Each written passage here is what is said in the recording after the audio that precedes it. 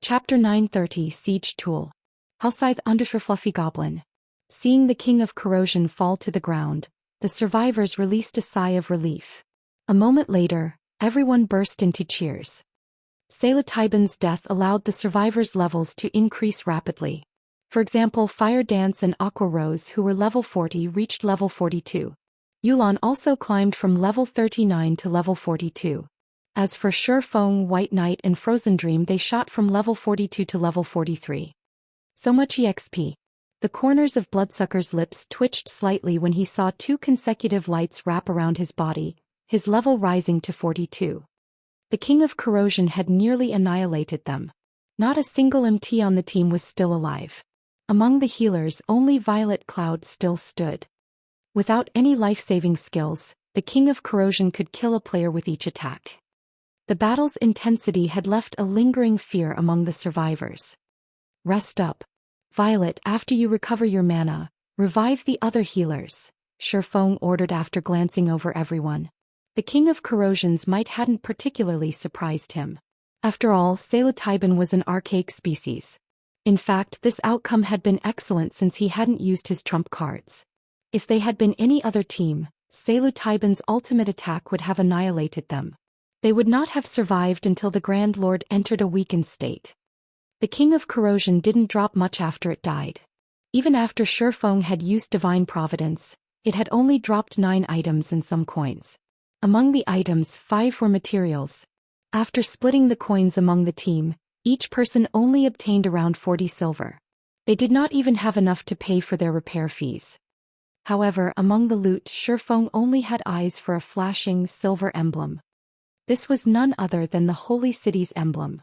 With this emblem, he didn't have to worry about finding a pass to the Holy City in the future.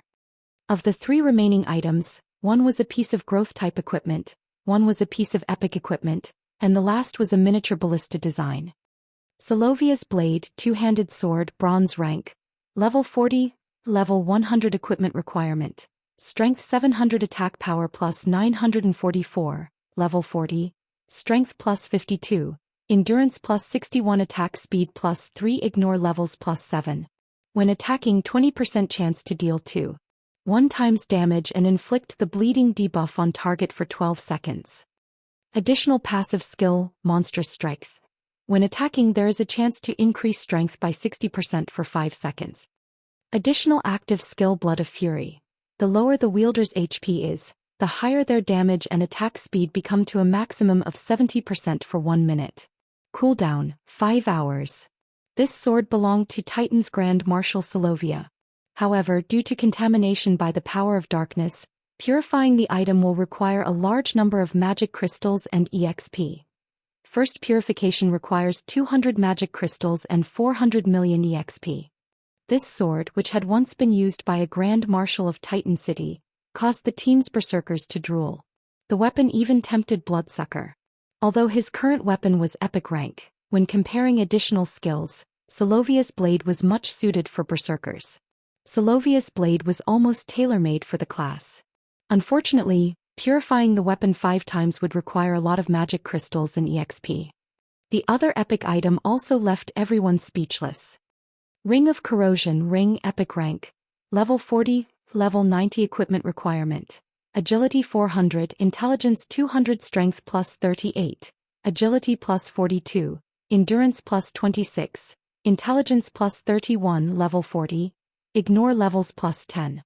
When equipped, increase all attributes by 10%. Poison resistance plus 20, magic resistance plus 10. Additional passive skill, Corrosion. Allows wielder's attacks to weaken opponent's defense and magic resistance by 50% and inflicts a poison debuff, causing damage every 2 seconds for 10 seconds. Debuff can stack up to 5 times. Additional active skill, Poisonous Miasma. Release a poisonous mist in a radius of 20 yards, causing damage equal to 500% of wielder's main attribute every second. Enemies within this poisonous mist suffer a 10% defense and magic resistance decrease for 10 seconds. Cooldown, 30 minutes. Ornaments were already extremely rare in God's domain, much less an epic ranked ring. A ring that improved a player's DPS was even rarer. Overall, the Ring of Corrosion was even more valuable than Solovia's blade. The instant Shifeng revealed the Ring of Corrosion's information, the players gasped. After everyone had revived, Shifeng looked to Yulan and asked, "I choose the Holy City's emblem. Which item will you choose?" Overwhelming Smiles members wished they could walk away with it all. The 2 items and the miniature ballista were extremely valuable items to a guild. As for the Holy City's emblem, Shifeng had not shared its attributes. He had specifically exercised his right to choose the first item to avoid revealing its information. Nobody called Shifeng out on his actions either. After all, they had only won this battle because of Shifeng's commands.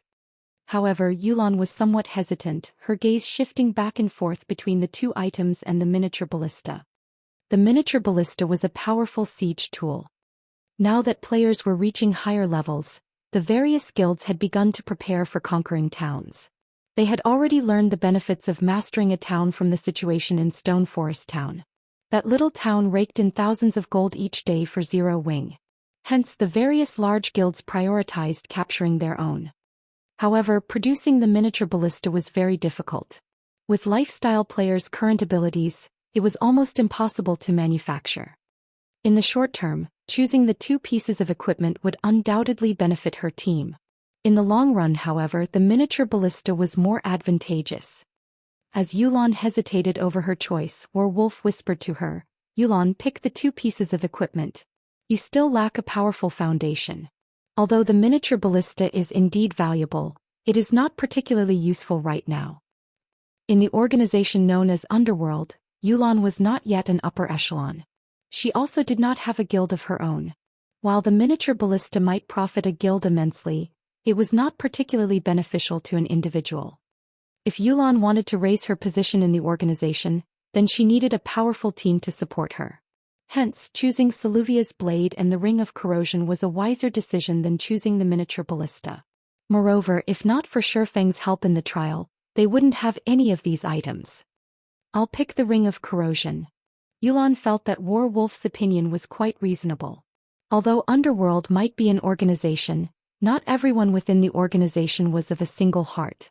While she might temporarily raise her position if she presented the miniature ballista, others could replace her at any time. "I'll pick the miniature ballista design then," Shifeng said without hesitation. He had plenty of methods to obtain top-tier weapons and equipment. Although he lacked epic weapons and equipment right now, as players reached higher levels, obtaining them would become easier. However, it was a different story for siege tool designs. These designs would also be difficult to find. They couldn't be obtained by simply killing a few powerful bosses. If he missed on this opportunity, he would definitely regret it. Moreover, Shifeng now had the Holy City's emblem. He no longer worried about nurturing advanced engineers. He could even nurture master engineers. It wouldn't be long before he could manufacture the miniature ballista. The thought of using the miniature ballista to capture a town excited Shifeng. After Shifeng finished distributing the items and everyone had rested, Shifeng reversed the flow of mana in the teleportation magic array once more. Suddenly, a small golden teleportation magic array appeared a short distance away from the central array. The small teleportation array's golden glow scattered the surrounding corrosive beasts and corrosive beast kings. None of the monsters dared move closer than 300 yards from the teleportation array. "What's going on?" Shifeng frowned at the golden array with curiosity.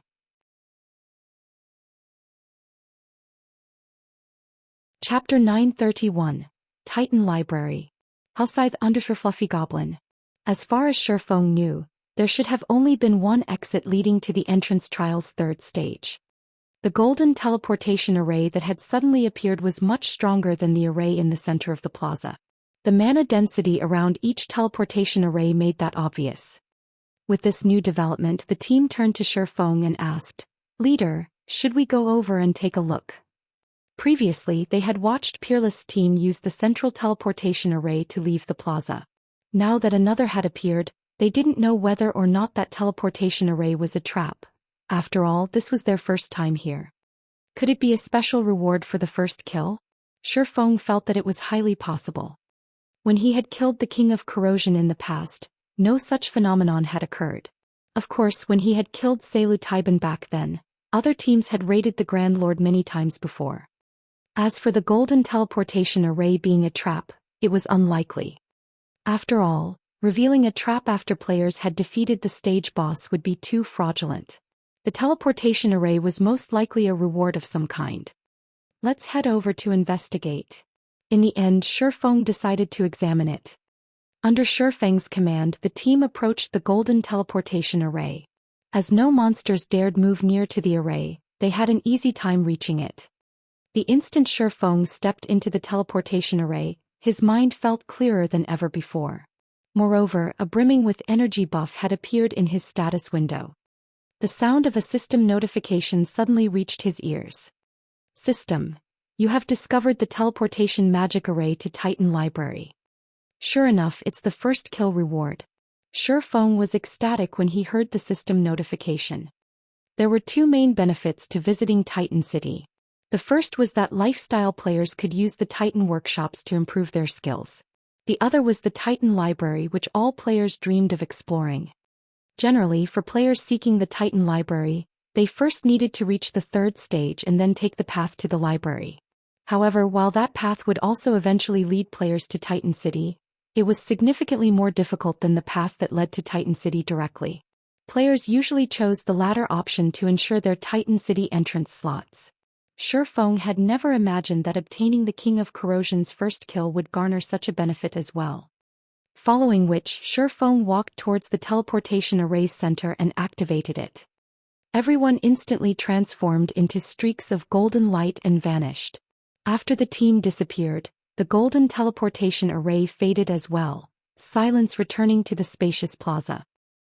The entrance trial's third stage consisted of narrow pathways. Barely 3 people could walk side by side down the pathways. Meanwhile, bottomless pits lined each pathway on either side.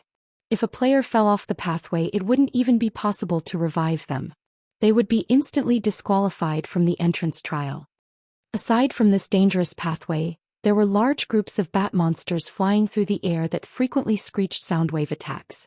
If players were not careful and failed to avoid these attacks, they may plunge to their deaths. When Peerless' team arrived here, they were immediately thrown into a bitter battle. The weakest bat monsters here were special elites, with many being chieftains. There were even level 45 Lord-ranked bat kings.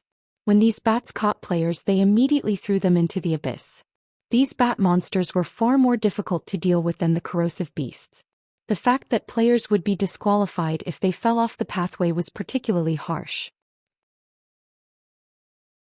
Use the sound bombs. Peerless shouted when he saw bat monsters gather around them. Against ordinary monsters, the sound bombs weren't particularly effective. The bombs only made some noise to disturb monsters.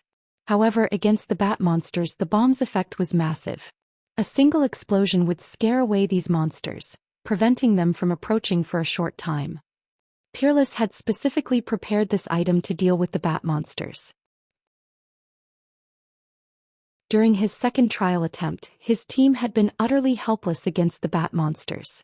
From time to time, the Bat Kings would fly past, grabbing and tossing their team members into the abyss. Before they had even reached the halfway point, the entire team had fallen to their deaths. Under Peerless' command, the team members took out their sound bombs and threw them at the clumped bat monsters. The explosions scared the incoming bats away. Move faster. Use the sound bombs sparingly. Peerless shouted hurriedly. Although the sound bombs were impressively effective, they were extremely rare. Even utilizing their guild's strength, they had only managed to procure a small stock. If they did not conserve their bombs, they wouldn't make it through this tortuous abyss. Meanwhile, on the other path leading to Titan City, Shifeng and the others suddenly appeared before an ancient, towering fortress. The ancient fortress loomed over 1,000 meters high. The building itself looked like a mountain. Level 200 NPC guards stood before the fortress's iron gates. These 2 NPCs were over 10 meters tall. When these NPCs saw Shifeng and the others, they blocked the gates with their spears. This is the Great Titan Library. Outsiders are not allowed to enter. One of the NPC guards coldly informed the players as he swept a glance over Shifeng and the others. If you wish to enter, you need to pass our test. The team members were shocked when they saw the Titan Library. It was by far the largest library they had ever seen in God's domain. Players were not strangers to God's domain's libraries. It was especially true for magical class players. All magical class players who wanted to practice and improve their spellcasting techniques or learn new spells generally did so in a library. However, gaining entrance into NPC cities' libraries was a difficult feat. One typically needed to be a noble or a friend of the city's NPC nobles to gain access. Aside from allowing players to learn spells, libraries' greatest purpose was information gathering. In truth, players could find information on many quests in God's domain in libraries. For example, the information Yulan had regarding the holy city of Titan was available in libraries in NPC cities. However, the libraries in God's domain varied in size. Each library also contained different information. Hence, the various large guilds usually created their own intelligence departments specifically to gather information from various libraries and compile their own information databases. This made it easier for their guild members to find information on their quests. As for Shi Feng, who had the Demon Hunter title, he was considered a world noble in God's domain. Hence, utilizing his privilege as a world noble, he had led Zero Wings members into God's domain's various libraries. Unfortunately, the Demon Hunter title only gave him access to libraries in ordinary NPC cities. It did not give him access to kingdoms and imperial capitals' libraries. Players had to rely on their own capabilities to gain entrance. Even so, the information Zero Wing had collected was even more comprehensive than first-rate guilds. "We will accept the test," Shi Feng announced as he stepped forward. "Very well. You only have one chance. If you pass the test, you may learn from our library."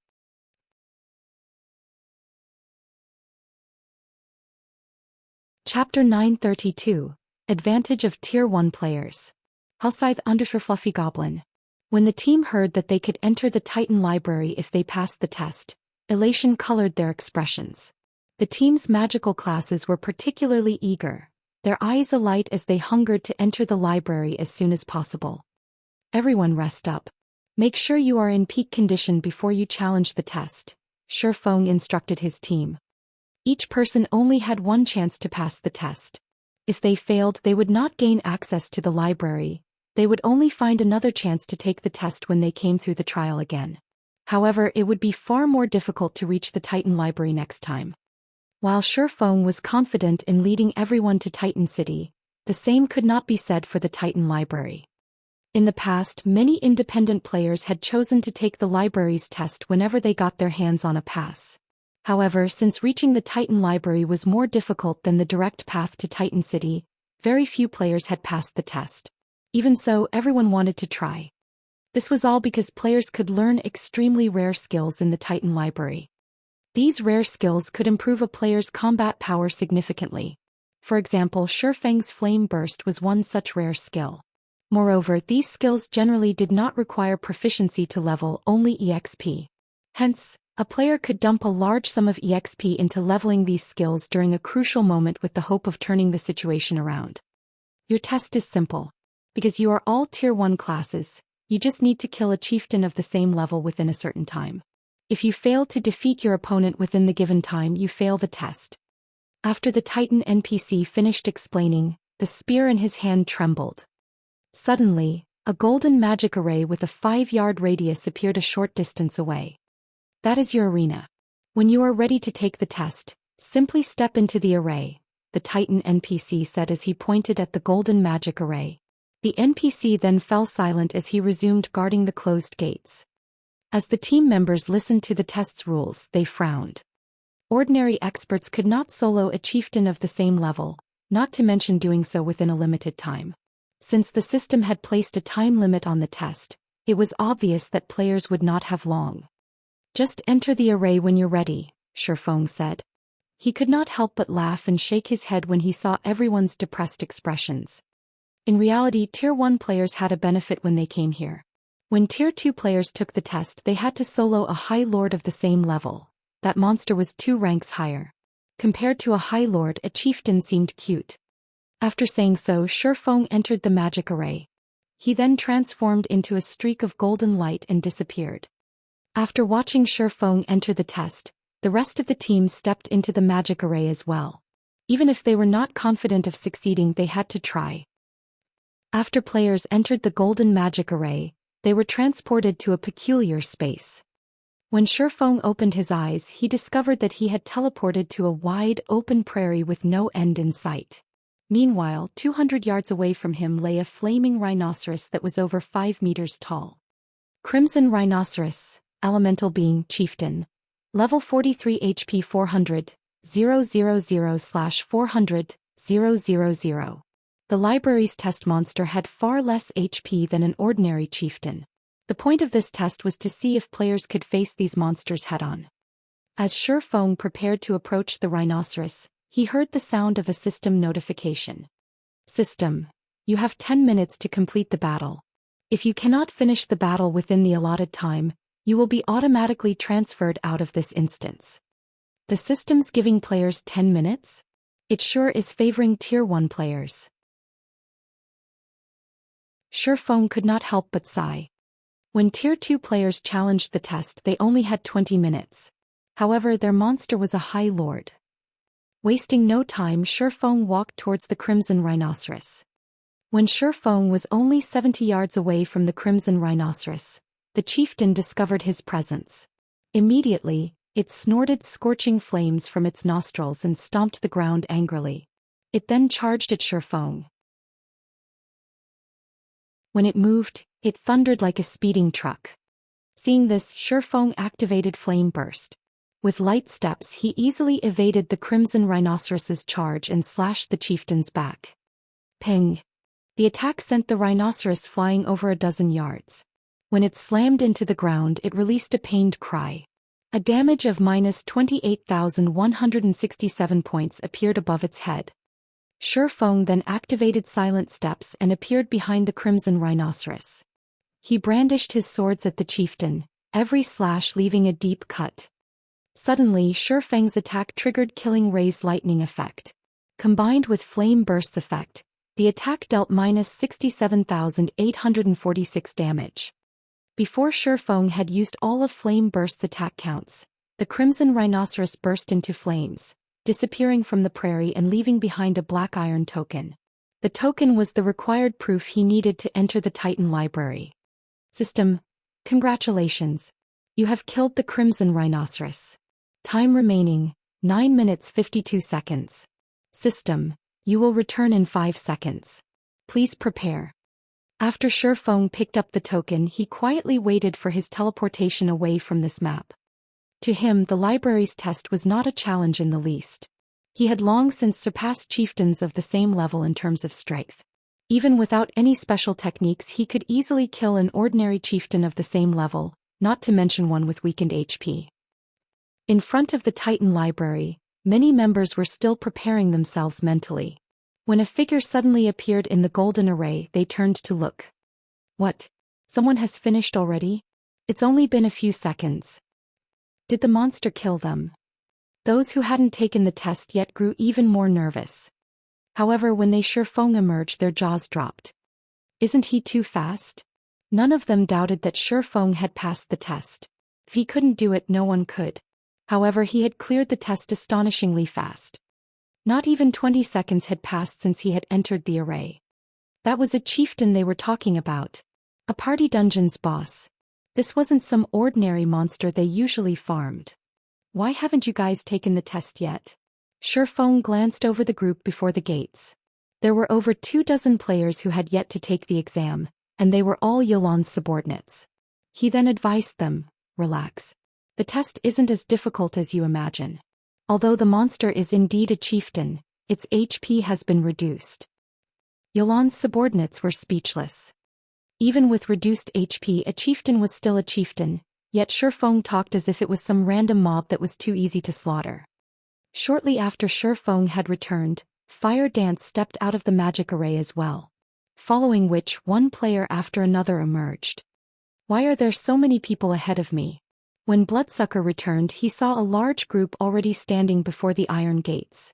Even Violet Cloud was among them. He was confused. He could accept monster-like damage dealers such as Shifeng, Fire Dance, and White Knight completing the test faster than him. But Violet Cloud was a cleric. She was a mere healer.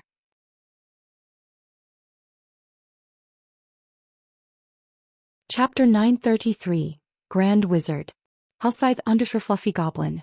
As more people returned from their tests, the difference between Zero Wing's side and Overwhelming Smile's side became glaringly obvious. In the end, 21 of the 30 Zero Wing members had cleared the test. As for Overwhelming Smile's 50 members, only 15 had passed. All of Owl and Raven's members had cleared the test. Why does Zero Wing have so many experts? Yulan was shocked when she saw how many players from Zero Wing's side had passed.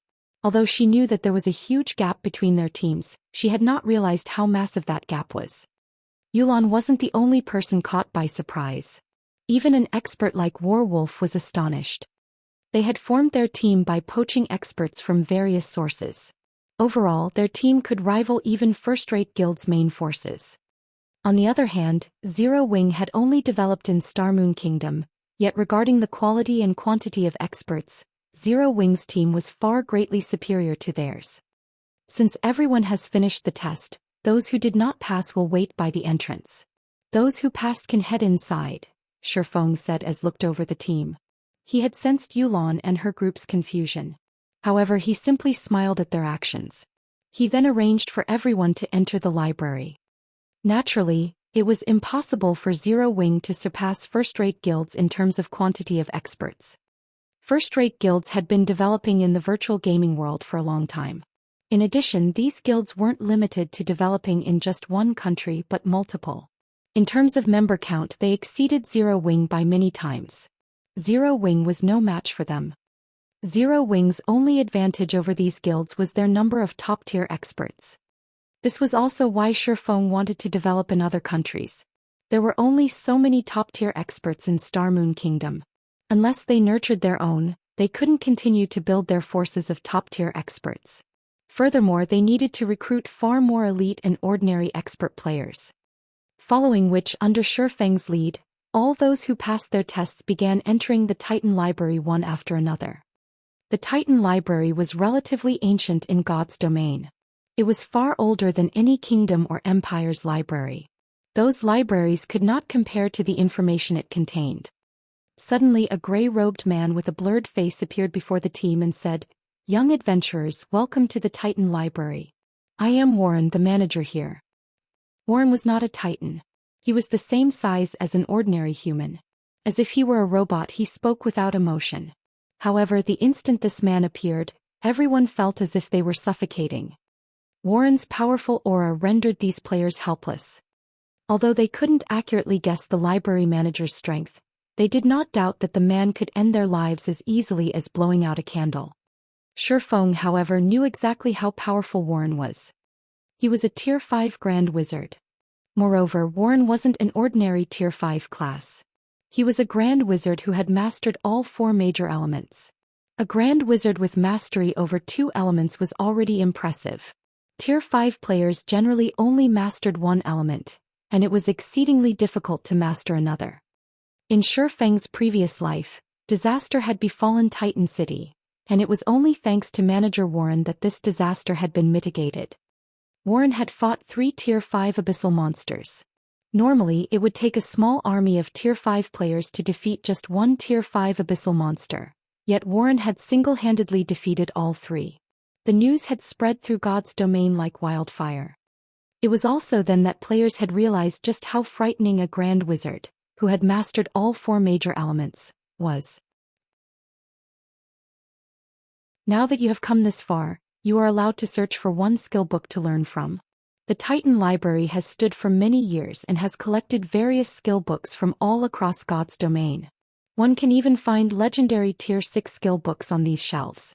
However, you only have 3 hours to find a skill book and you only have 3 opportunities to learn from this library throughout your lifetime. There are also various restrictions in the library. The stronger the skill book is, the stronger the restriction will be. What kind of skill book you obtain will depend on your own abilities. Do not waste time out of greed over a powerful skill, Warren explained slowly. Hearing this, the player's eyes lit up with excitement. In God's domain, a skill's rarity increased with levels and tiers. Currently, even Tier 2 skill books were beyond players, let alone Tier 6. Only someone like Shifeng understood how precious a Tier 6 skill book was. Its value could even rival that of a fragmented legendary item. Tier 5 skills and spells weren't easy to obtain either. One had to be lucky to find one. Even after reaching Tier 4 and 5, many players in the past had only possessed a few skills or spells of the same tier. Meanwhile, Titan Library just happened to allow players access to these rare skills and spells. Hence, players constantly fought to challenge the Titan Library's test. Unfortunately, very few players had ever come this far. This opportunity to grasp a high-tiered skill or spell was far more valuable than an epic weapon. Warren had vanished after he finished his explanation of the library. Without wasting any time, Shifeng and the others split up to search for their own skill books. The Titan Library was colossal and had many sections. Finding a suitable high-tiered skill book within 3 hours would not be easy. Hence they needed to cherish every second they had. Following which, Shifeng dashed towards the section for melee skills. In the Titan Library, skill and spell books were not categorized by class. Rather, they fell into 4 main groups: melee skills, ranged skills, healing spells, and destruction spells. Melee players like Shifeng had to head towards the melee skill section. Of course, one could also choose a skill from the ranged skill section. Once Shifeng reached the melee skill section, he delved deeper into the section. Every library section was divided further into 4 areas: the outer area, the inner area, the central area, and the core. There were thousands of skill books in the outer area. Shifeng could waste his 3 hours just skimming through those books. Meanwhile, as one ventured closer to each section's center, they would find fewer and higher quality skill books. However, based on what Shifeng had heard in his previous life, even the core housed over 100 skill books. The Titan Library's wealth of information would shock any player. As Shifeng left the outer area and approached the inner area, a barrier appeared, blocking his path.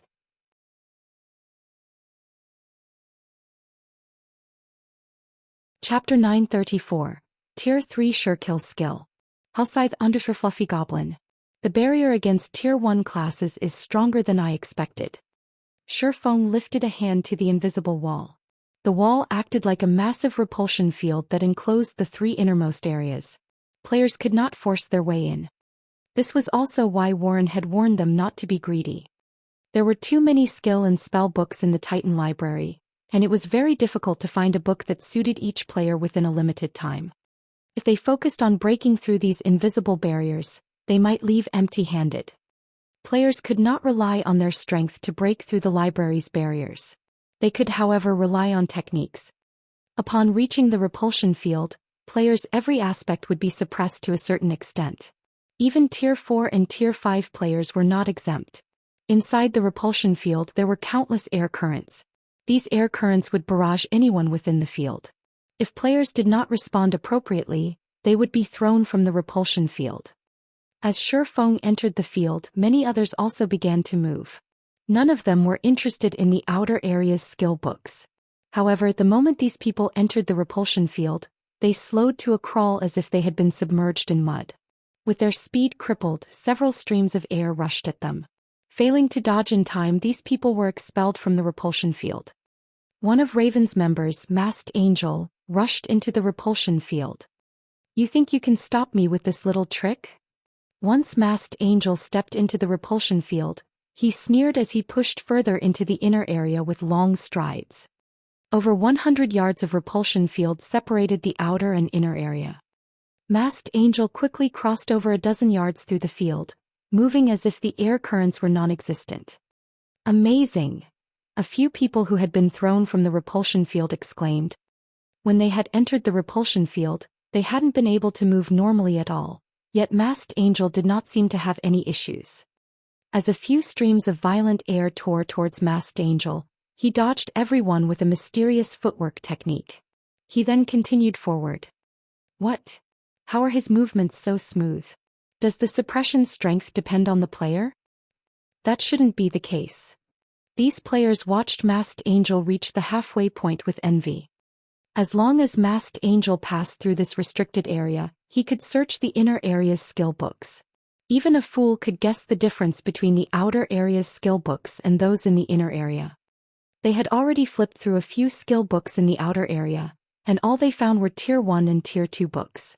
While these skill books were very valuable, they would be of little use in the future. Only the inner area's skill books could give them an edge as they leveled. As expected of an expert of Raven, he discerned the repulsion field's rules as soon as he entered. Shifeng was not particularly surprised when he saw Masked Angel move through the repulsion field with ease. After all, Masked Angel was a refinement realm expert. The resistance players encountered in the repulsion field was not monotonous. Rather, it changed randomly.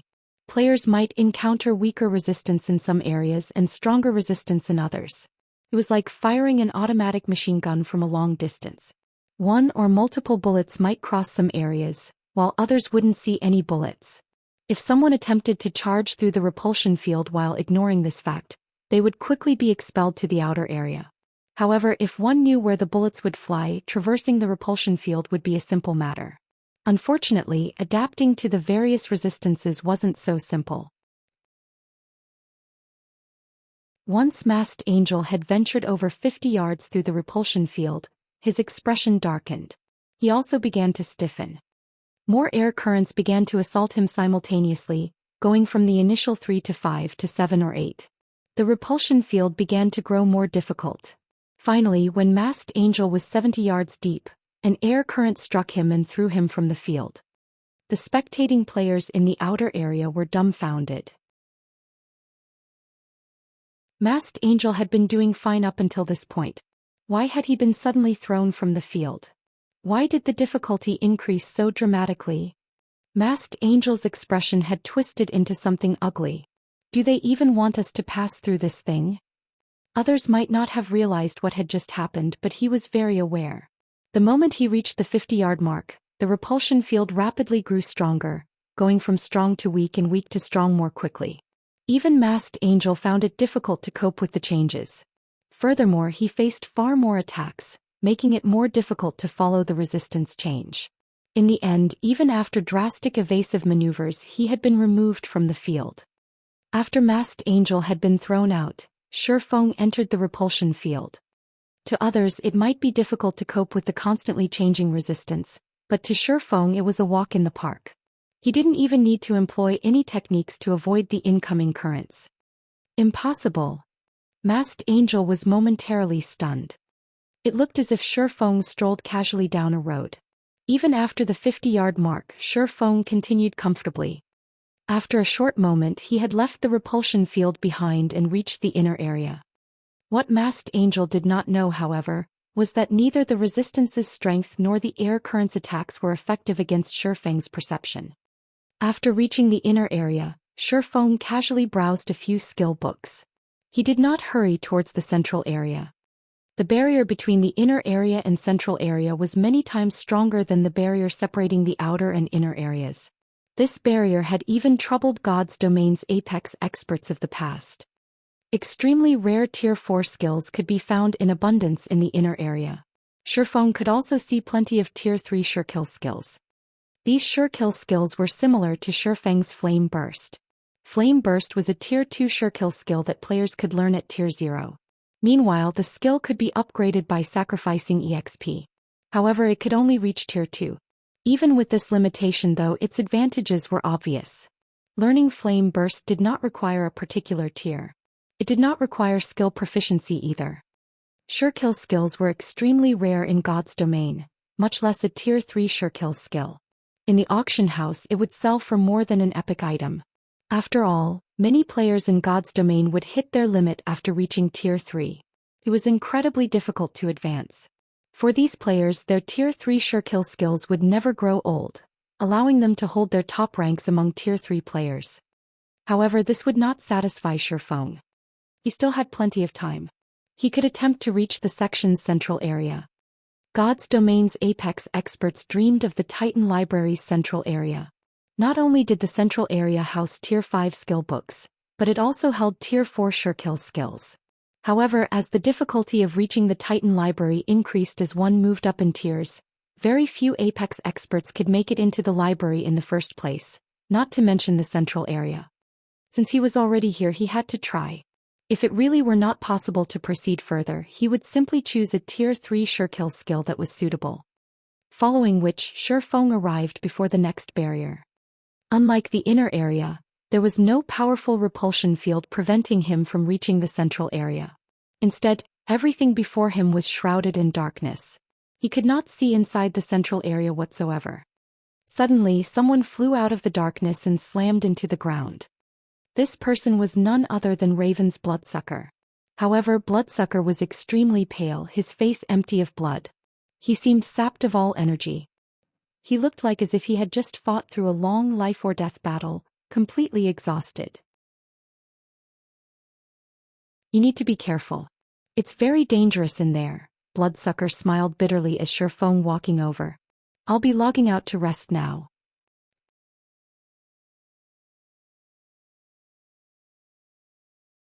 Chapter 935. Sword Trajectory. Hellscythe Under Fluffy Goblin.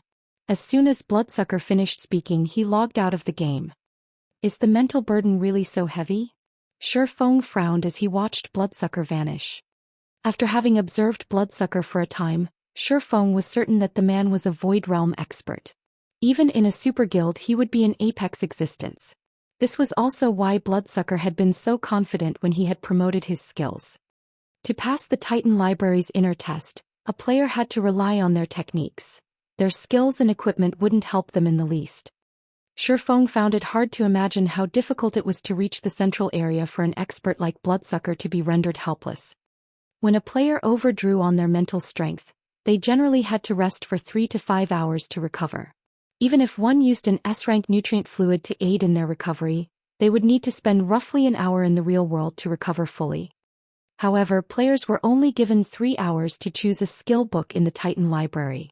If Bloodsucker rested for an hour in the real world, he would not have enough time to challenge the barrier between the inner and central areas. This test is vicious. Shifeng clicked his tongue. If he failed once, he would lose a bottle of S-rank nutrient fluid. Moreover, even after recovering, he would only be able to choose a skill book from the inner area. If he did not rely on the S-rank nutrient fluid to recover, he would lose his opportunity to learn from any of the library's skill books. Only now did Shifeng understand why so many Apex experts had faltered before reaching the central area. Fortunately, I still have a few bottles of S-rank nutrient fluid. Without them, I wouldn't qualify to challenge this test. Once Shifeng adjusted his mindset, he stepped into the dark barrier. As soon as the darkness swallowed Shifeng, he sensed something odd. Not only did the barrier rob him of his sight, but it had also rendered him deaf. Any expert's combat power would drop significantly if they lost their sight, not to mention losing both sight and hearing. With both senses suddenly muted, even staying calm would be a problem, not to mention fighting. Moreover, without being able to see or hear, one wouldn't even know what kind of danger they faced. Against the unknown, even an expert player's mental state would crumble. Fortunately, Shifeng had experienced a similar situation in the battle tower. Although the circumstances hadn't been as severe, they were not that different. Hence, Shifeng remained calm and in control. Although he had lost his sight and hearing, he still had his sense of touch and smell. Something's coming. After venturing a few steps into the darkness, he felt the air ripple against several areas of his body. However, these ripples were extremely weak. In the blink of an eye, he felt a pricking pain where he had felt the ripples. Something hit him and he was forced 3 steps back. Following which, Shifeng tried to advance once more. In the end, however, he met the same outcome. After a few steps, he felt weak ripples followed by the pricking pain. Particularly in the areas he had felt the previous pain, this pain doubled. So that is how this works. It's no wonder why so many experts were helpless against this test. Shifeng smiled bitterly after a few more attempts. It was too difficult to sense an incoming attack by air currents alone. As a Void Realm expert, he perceived his surroundings by pushing his 5 senses to their very limits. However, if he relied only on his sense of touch, it would be very difficult to predict an attack. Even if he evaded the moment he perceived the needles, he couldn't dodge them. Moreover, the pain he felt each time was frustrating, disrupting his calm. Since I can't dodge them, I'll have to block them. Deciding so, Shifeng unsheathed his swords and advanced. After the previous attempts, he had a general grasp of the needle's attacks. Aside from powerful techniques and acute senses, the The biggest reason why experts could become experts in the first place was their brain's processing speed and their ability to memorize something instantly. Once one strengthened their mind, their memorization and calculation would improve tremendously. They could then run through various simulations in their minds using what limited information they had. In this dark area, the needle attacks were not without a pattern. For each wave of attacks, the needles would target 3 to 5 locations. Based on where Shifeng had already been struck and how many times, a total of 12 locations on his body were being targeted. Although he could not be certain that the needles would only attack these 12 locations, knowing them was enough. As long as he defended these points, he couldn't be disqualified if he received a hit, even if he were hit elsewhere. At most, he would be forced to take 1 or 2 steps back and defend another location. Following which, Shifeng continued his advance, using his blades to form a barrier around himself as he repelled the needle attacks. Moreover, as he brandished his swords, Shifeng refined his sword's trajectories, little by little, gradually reducing his excess movements and strengthening his defense. As Shifeng had speculated, there were more than 12 targets on his body. 14 areas were being targeted. These 14 points seemed to contain some kind of hidden meaning. As Shifeng improved his sword trajectories, the defensive range enlarged as well. Right now he could block roughly 40% of all attacks aimed at him from the front. This sensation astonished Shifeng. He was also ecstatic over his growth. There were still many flaws in his sword trajectories, and his slashes were not as efficient as they could be. However, now that he could block 40% of the attacks coming from the front, he could theoretically block 20 of 50 targeted attacks launched from in front of him. After Shifeng had ventured 50 yards into the darkness, 6 to 8 attacks assaulted him simultaneously. The number of targets on his body also rose from 14 to 21. The sudden change disrupted Shifeng's rhythm, causing him to waver back and forth over the 50-yard mark. As attacks continuously struck his body, his pain grew more intense. The attacks were even painful enough to force a strong-willed person like Shifeng to grit his teeth. However, although the pain distracted him slightly, Shifeng's determination grew as he fought. Now that he had to block 21 points, his sword trajectories became more complex. After half an hour of refining his techniques and eliminating unnecessary movement, Shifeng finally pushed past the 50-yard mark. He could now block all of the needle attacks that assaulted him. When he had ventured past the 80-yard mark, the attack count increased once more, increasing to 14 to 18 attacks at a time. Furthermore, he now had to defend 32 points. Although he only had to block another 11 areas, the necessary sword trajectories multiplied by several times. Even Shifeng struggled to cope with this qualitative change. Even after refining his movements for over an hour, his technique still had plenty of flaws. However, he could now block 60% of the attacks launched from his front. After several more failed attempts to perfect his sword trajectories, Shifeng decided to gamble. Rather than trying to block all 32 targeted points, he gave up his defense over a few that did not follow his trajectories. Gritting his teeth and enduring the pain, he then attempted to cross the final 20 yards. In the end, with only 20 minutes of his 3 hours remaining, Shifeng finally broke through the darkness and reached the Titan Library's central area.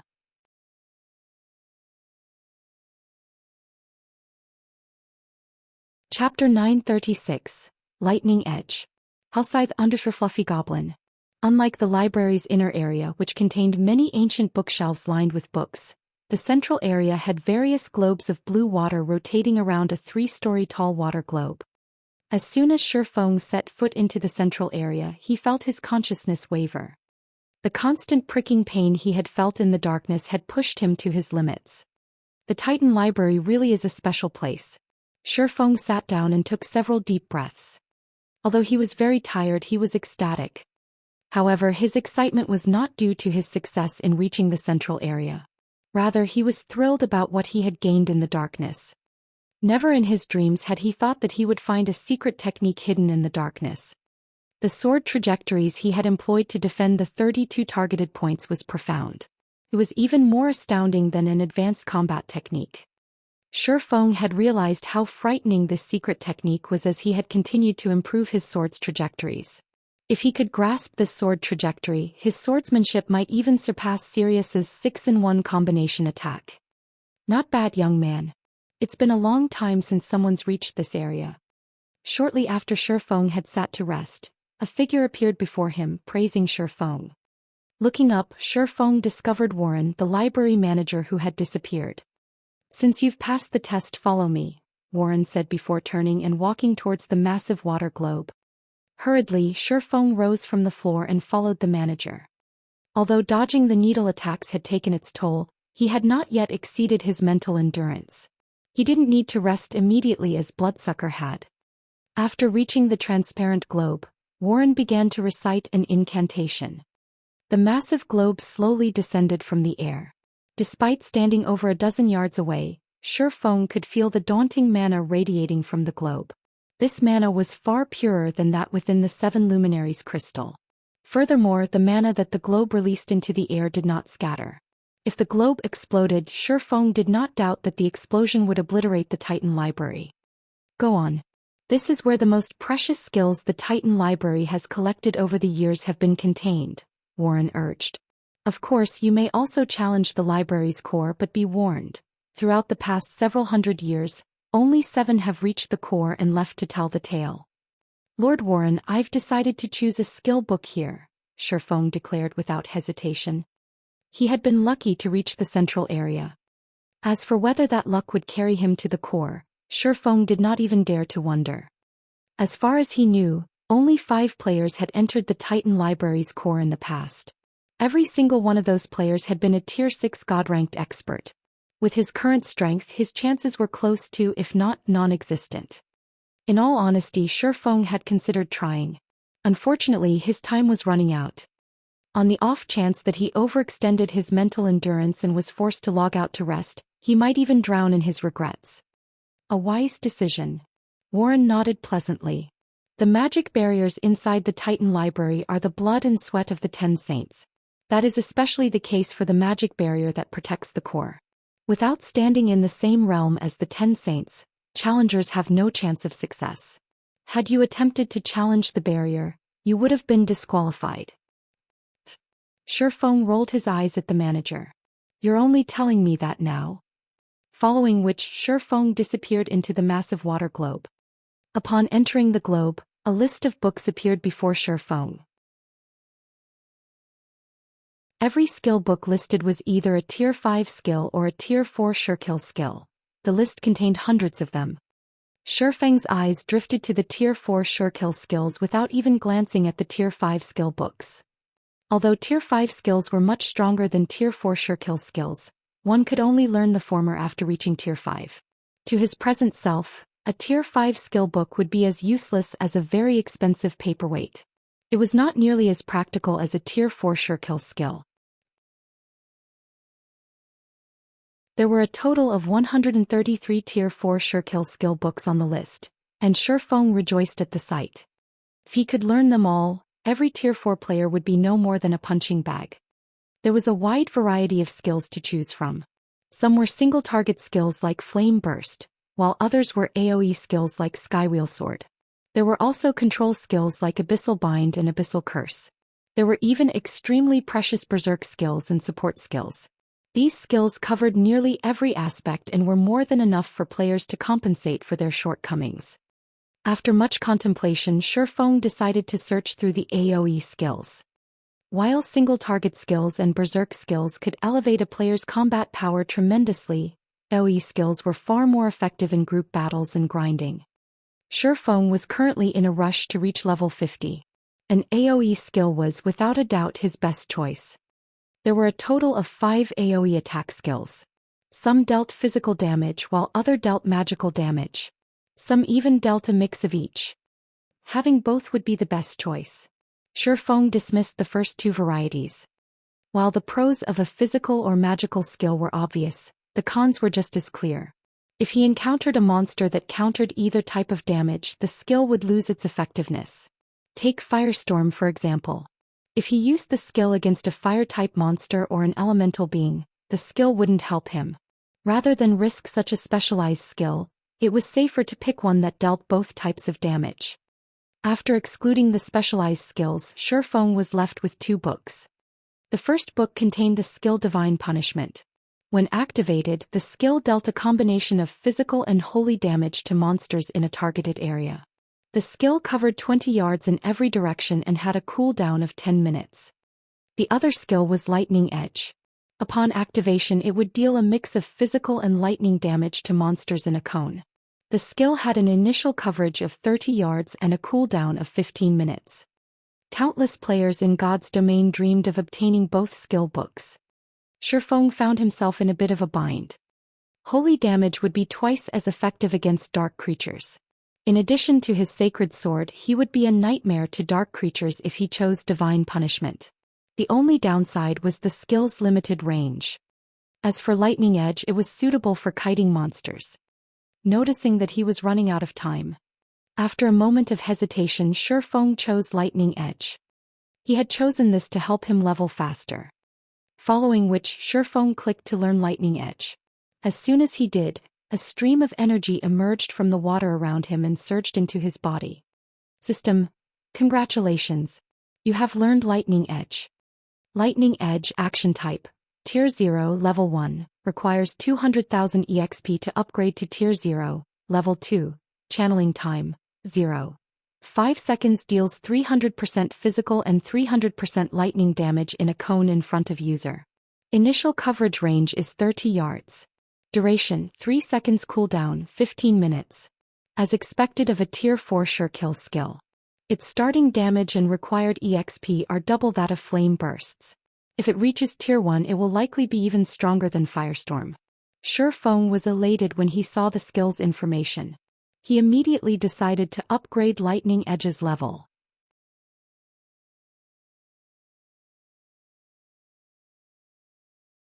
Chapter 937. Team Improves. Hellscythe _ Fluffy Goblin. Shifeng was currently level 43. However, even after upgrading Lightning Edge to Tier 1 Level 1, he remained at level 43. However, upon reaching Tier 1, the required EXP to upgrade the skill and the skills might had undergone a qualitative change. Lightning Edge Action Type, Tier 1 Level 1, requires 200 million EXP to upgrade to Tier 1, Level 2, Channeling Time, 0. 5 seconds deals 700% physical and 700% lightning damage in a cone in front of user. Initial coverage range is 50 yards. Duration, 5 seconds cooldown, 10 minutes. Shifeng had intended to upgrade the skill further.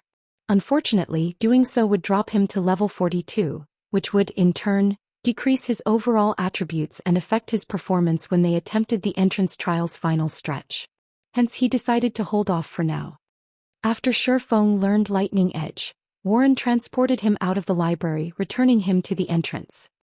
Everyone else from Zero Wing's team who had entered the library had already learned a skill or spell and already returned to the entrance. They all looked ecstatic.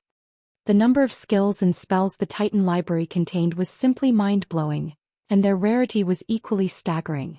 Despite most of the players only being capable of choosing a skill from the outer area, they had still boosted their combat powers significantly.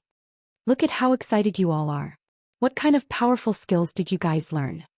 Shifeng asked, a soft chuckle escaping from his lips. Leader, did you know that Sister Aqua reached the inner area? She learned a large-scale destruction spell. Violet did as well and learned an AoE healing spell. As for Sister Fire, although she didn't learn an AoE skill from the inner area, she learned a powerful control and weakening skill. Even a boss won't be able to shrug off the skill's effects. Kola enthusiastically explained. The skills one could learn in the outer and inner areas were worlds apart. In the outer area one could only learn rare Tier 2 skills, while in the inner area one could learn Tier 3 sure kill skills. There was simply no comparing the two. Furthermore, the skills Aqua Rose and the others had learned in the inner area would be of immense help to their current team. It was especially true for Violet Cloud's AoE healing spell. At present, all skills the various healing classes could learn were single-target healing spells. There was not a single AoE healing spell available for their low tier. Now that Violet Cloud had learned one, she could act as multiple healers. When they raided dungeons in the future, they could afford to bring fewer healers and more damage dealers. Excluding Shifeng, 14 people had reached the library's inner area. Among them, 3 belonged to Zero Wing, 3 belonged to Raven, 5 belonged to Owl, and 3 belonged to Overwhelming Smile. This outcome stunned Zero Wing's members. While Aqua Rose and the others, more or less, knew the identities of Raven's members, Owl's members were complete strangers. Yet among the team of 14 players, 5 had reached the inner area. The small team's strength was astounding. Where did the guild leader meet these people? Aqua Rose was deeply shocked as she watched White Knight and his companions. There are so many experts in just a team of 14 people. After the team's performance in the Titan Library, Aqua Rose finally understood how strong White Knight and the others were. As for Yulan, who rested by the side, her expression suggested that she had finally come to understand the guild known as Zero Wing. She knew how difficult it was to venture from the outer area to the inner area. Even after trying her hardest, she barely broke through the barrier. As for the other 2 players on her team who had reached the inner area, they were War Wolf and Soaring Snake. Everyone else had only made it to the 80-yard mark. Although she did not know how far Shifeng had progressed, reaching the inner area should have been a walk in the park for him. With this, of Zero Wing's 50 people, 12 had managed to reach the inner area. The team's strength was intimidating. Yulan even suspected that even if she scoured Star Moon Kingdom and combined the strength of every guild within its borders, she wouldn't form a team as powerful as Zero Wing's. Since everyone has gathered, let's proceed to the trial's final stage, Shifeng declared after confirming that everyone was present. He then led the team to a teleportation array a short distance away from the Titan Library. Be careful. Healers, focus on those who are taking damage. Ace, hold down the monsters. Do not let them get away. Peerless, who ventured through the gray fog, sternly commanded his people through the team chat. Initially, he had thought he would be welcomed by the sight of Titan City's gates upon overcoming the abyssal path. However, he had never imagined that they would escape the wolf's lair only to walk straight into a lion's den. Inside this gray fog, their visibility was reduced to 10 yards. In addition, monsters would randomly assault them from time to time. To make matters worse, the fog did not affect these monsters. Even with 40 yards between them, these monsters discovered them and attacked immediately. These monsters attacked with bows and arrows, and after firing a volley they would change their positions. Moreover, the monsters always targeted the cloth armor classes. If they did not defeat these archers as quickly as possible, the noise of battle would attract more enemies. Before realizing this, their team had suffered. Moreover, the players whom these monsters killed could not be revived. Their losses in this gray fog were permanent. They only had 89 players remaining now. If they lost any more members, their hopes of reaching the final goal would be dashed. Shortly after Peerless issued his orders, another volley emerged from the fog around them. The arrows were extremely fast. With the low visibility, even the agility-based classes struggled to block or evade the attacks, not to mention the targeted cloth wearers. Immediately, a white-robed cleric transformed into a hedgehog, his HP plummeting to 0 in an instant. The cleric did not even have a chance to heal himself. Charge! Don't let those monsters get away. Peerless bellowed in rage. Over a dozen melee classes immediately dashed towards the arrow's origin. Shortly after these players vanished, however, the others heard a pained scream. A few of these melee players had died instantly. 3 MTs had even been thrown back to the team, their slamming into the ground before Peerless. All 3 MTs only had a strand of HP. What happened? Peerless demanded through the team chat. The monsters they had previously faced had only been level 45 elites. Every one of these players could easily dispatch one of the monsters with help. Yet not only had a few people instantly died, but their heavily armored MTs had also been thrown such a long distance. There was definitely something off here. Boss. It's a boss. One of the swordsmen who had previously charged forward, stuttered a reply. Wait. There are 3. Before the swordsman could finish his words, his name in the team status window faded to gray, signifying that this player had died. However, the swordsman wasn't the only one dead player. Those who had charged with him had died as well. Before Peerless could respond, 3 tall figures suddenly emerged from the fog accompanied by over 100 bow-wielding, 4-armed demonic monsters. Every player on the team tensed, feeling stifled. Of the three bosses before them, one was a Grand Lord while the other two were Great Lords. With this combination before them, the players crumbled in despair. As the two sides threw themselves into the battle, a golden radiance suddenly dispersed the dense fog. People then began to appear one after another. How? Peerless' jaw nearly hit the ground when he saw the distant figures. These figures were none other than the members of Shifeng's team, who he had seen before. However, unlike their battered players, Shifeng's team appeared unharmed, every member brimming with energy as they stood on the path towards Titan City.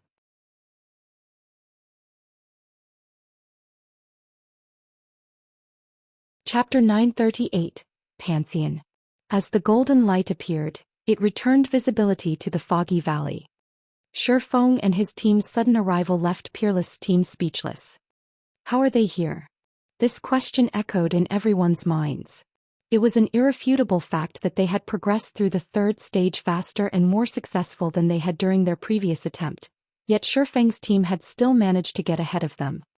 The most infuriating part was that, now that they had aggroed the three bosses, Shifeng's team could simply head up the mountain and reach Titan City without issues.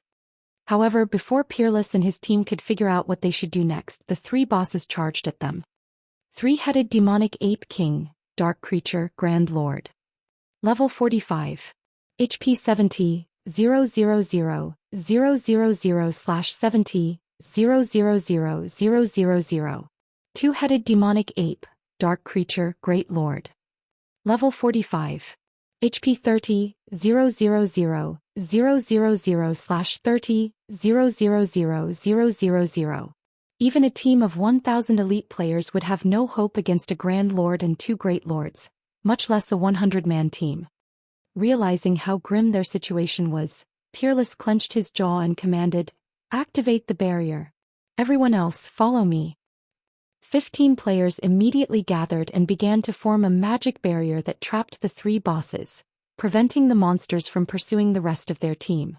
As they did so, Peerless his other members towards Shifeng. His intentions were obvious. He wanted to drag Shifeng and his people into the fight, using the opportunity to escape.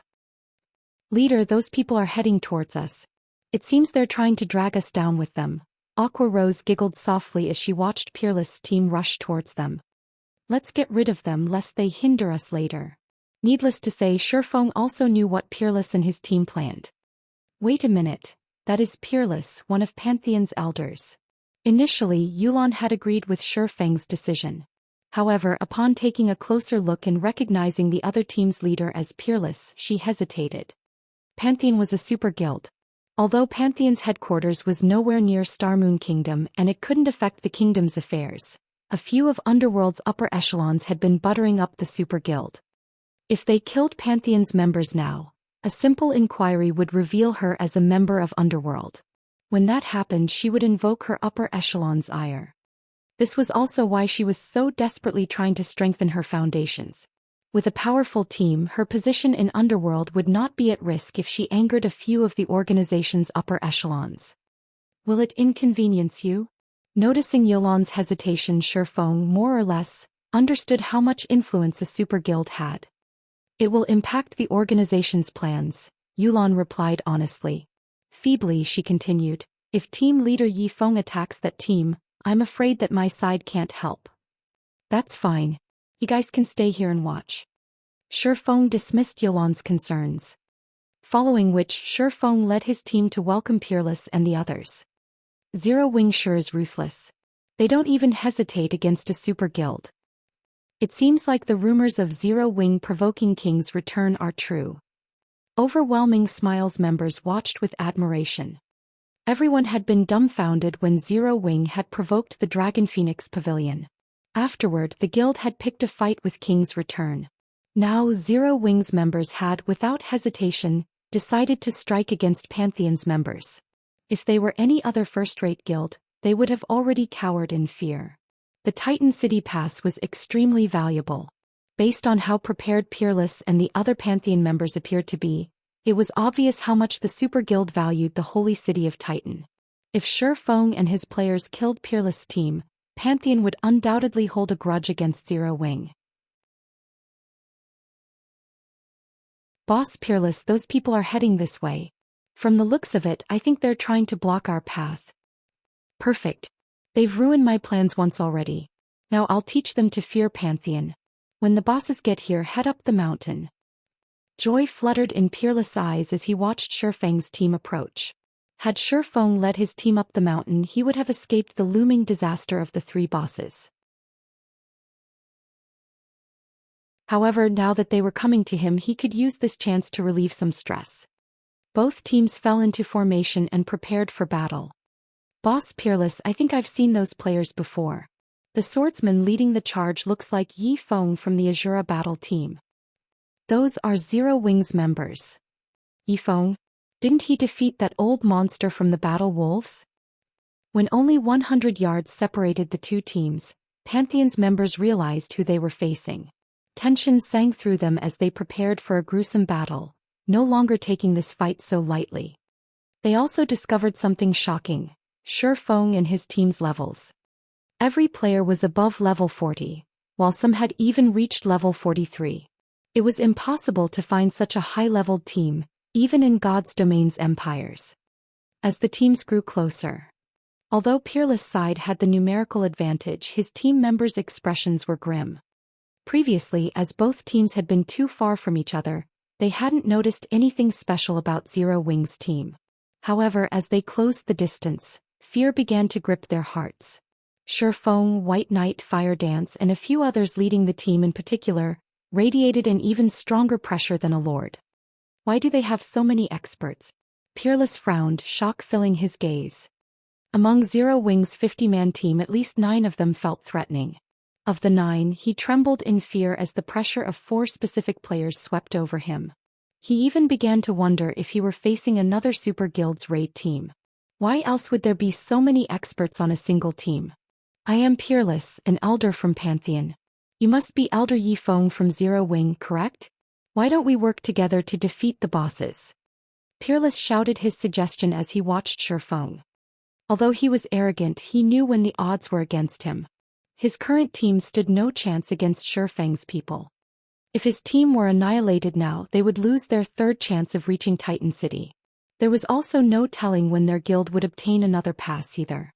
He did not wish to watch his hard-earned opportunity go to waste over a little squabble. Peerless' suggestion surprised Yulan and Overwhelming Smiles members. Am I hearing things? Pantheon's members are actually suggesting that we cooperate?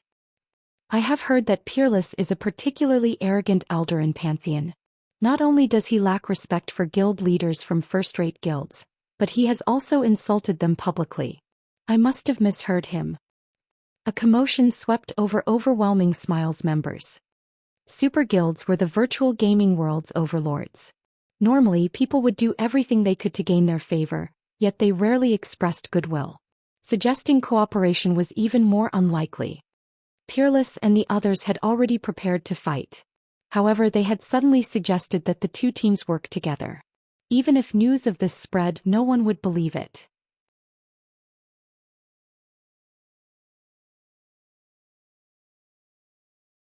Chapter 939. Unfathomable Zero Wing. Peerless' sudden suggestion had stunned not only Yulan and her group, but it had also surprised Zero Wing's vice leader, Aqua Rose. Aqua Rose had to admit that Peerless' suggestion was tempting. Both Pantheon and Zero Wings teams would struggle to take down 3 level 45 bosses simultaneously. If not dealt with properly, a team wipe would not be surprising. If the 2 teams joined hands, however, their chances of defeating the 3 bosses would increase tremendously. Although Aqua Rose was not at all familiar with the strength of Pantheon's team, the fact that they had made it this far proved that it should not be underestimated. Peerless also firmly believed that his proposal would interest Shifeng. After all, the team's ultimate goal was to enter Titan City. Moreover, more than one team could reach the Holy City as long as they cleared the entrance trial. There was no conflict between them in terms of profit. Moreover, befriending a super guild was far more beneficial than creating a new enemy. However, Shifeng replied with 3 indifferent words. No thank you. After responding, Shifeng swung Killing Ray. Lightning Edge. After reaching Tier 1, Lightning Edge's range had extended to a maximum of 50 yards. The damage spread could envelop over half of Peerless' team. Strike after strike of blue lightning arced towards Pantheon's members. Shi Feng's attributes were already exceptional. Even Kola could only endure a few of his normal attacks. In the blink of an eye, the lifeless bodies of over half of Peerless' team members fell to the ground. Even the MTs who had activated their life-saving skills had lost their lives. Only those who had been outside of Lightning Edge's attack range and those who possessed skills that provided a brief invulnerability had escaped with their lives. However, these players were only a minority of Peerless' team. After Lightning Edge ended, less than 10 players remained standing on Peerless' side. Lightning Edge was in no way weaker than a boss's team wipe skill. What is he doing? Yulan was flabbergasted. Initially, she had agreed with the proposed cooperation. Not only would this eliminate the possibility of earning Pantheon's ire, but they might also have the chance to form a friendship with the Super Guild. Both she and Zero Wing would benefit greatly from an amicable relationship with Pantheon. Furthermore, their chances of clearing the entrance trial would increase. Yet Shi Feng had rejected the offer. Moreover, he annihilated the majority of Pantheon's members without a second thought. Yulan even began to wonder if Shi Feng had some sort of unresolvable grudge against Pantheon. Shi Feng's actions had even stunned Aqua Rose. Bloodsucker was gobsmacked as well. No matter what was said or done, these people were still Pantheon members, yet Shi Feng had killed them without any hesitation. Shi Feng's decisiveness to kill another player even made a dark player like Bloodsucker involuntarily tremble. He was now even more afraid of Shi Feng than he was of a bloodthirsty killer such as himself. However, Shi Feng did not bother to explain his decision. Or rather, he could not. Only the first team to enter the holy city of Titan would be awarded reputation. He would not give up the guarantee of gaining the holy city's reputation just to gain a dispensable partner, not to mention a partner that had initially planned to use his team to distract the bosses. In God's domain, only one's strength mattered. Everything else was secondary. I'll butcher you. A vein popped in Peerless' eyes when he saw his dead companions. If hatred were tangible, his would have drowned Shi Feng. These players were the capital he needed to clear the entrance trial. Now Shi Feng had annihilated them. Peerless then activated his berserk skill. He raised his silver greatsword and charged at Shi Feng. However, before Peerless, whose body had grown slightly, could reach Shi Feng, a figure appeared between them and forcibly stopped the berserker's charge. This person was none other than the Guardian Knight Turtledove. Scram! Peerless boiled with rage. He swore to himself that he would fight Shi Feng to the end. Without hesitation, he sent a horizontal slash at the Guardian Knight in his way, intending to take advantage of his enhanced strength to send Turtledove flying. In response to the vicious attack, Turtledove swung her long sword to meet the berserker's blade, activating steel impact before the two weapons collided. Ping! The counterattack sent Peerless flying 10 yards away. It had also forced him into a fainted state. His 26,600 HP dropped by more than 3,000 as well. Turtledove's immense strength stunned Pantheon's members. They all knew just how powerful Peerless was. Although he could not compare to the Battle Wolf Sirius, he was one of Pantheon's apex experts who had reached the Void Realm. He even wore a piece of epic equipment, while the rest of his gear consisted of level 40 dark gold equipment. In terms of basic attributes, few people were capable of matching the Berserker. The Berserk skill Peerless had activated also boosted his strength, agility and endurance. In this state, he could even stand against a High Lord of the same level without giving way, yet a tall, slender female Guardian Knight had sent him flying.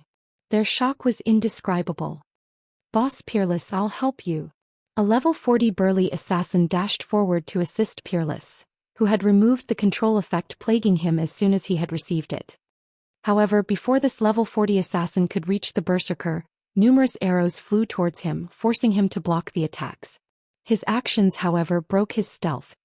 "Isn't that Pantheon's 3 tigers? Why is he here?" Yuan was surprised upon seeing the assassin. Seems Pantheon really wants into Titan City. After this incident, Zero Wing and Pantheon will definitely be mortal enemies. The exposed assassin was 3 tigers, an apex expert from Pantheon. He was also the Super Guild's 5th-ranked assassin. His attacks were famed for their violence. Others often called him the manslaughtering tiger. However, the instant the manslaughtering tiger was exposed, he felt death loom over him. Hastily, he used wind steps and threw himself to the ground. Unknown to him, the sharp blade of a short sword had sliced across his back. If not for the brief invulnerability that his skill provided, the blade would have ripped through his body. What is that style of footwork?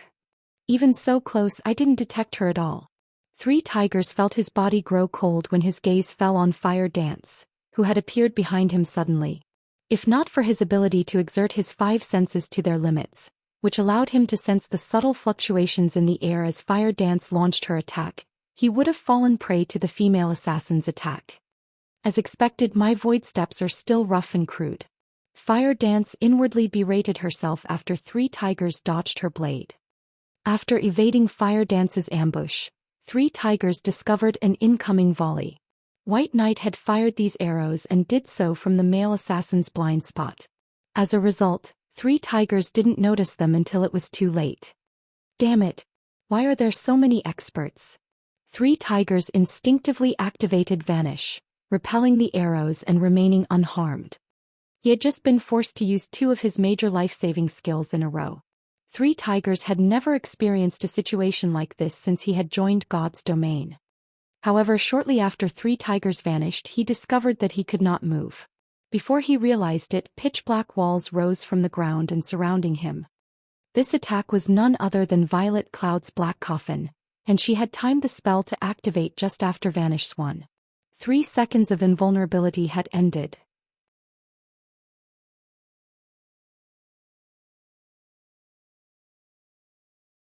Chapter 940. Hell's Gatekeepers.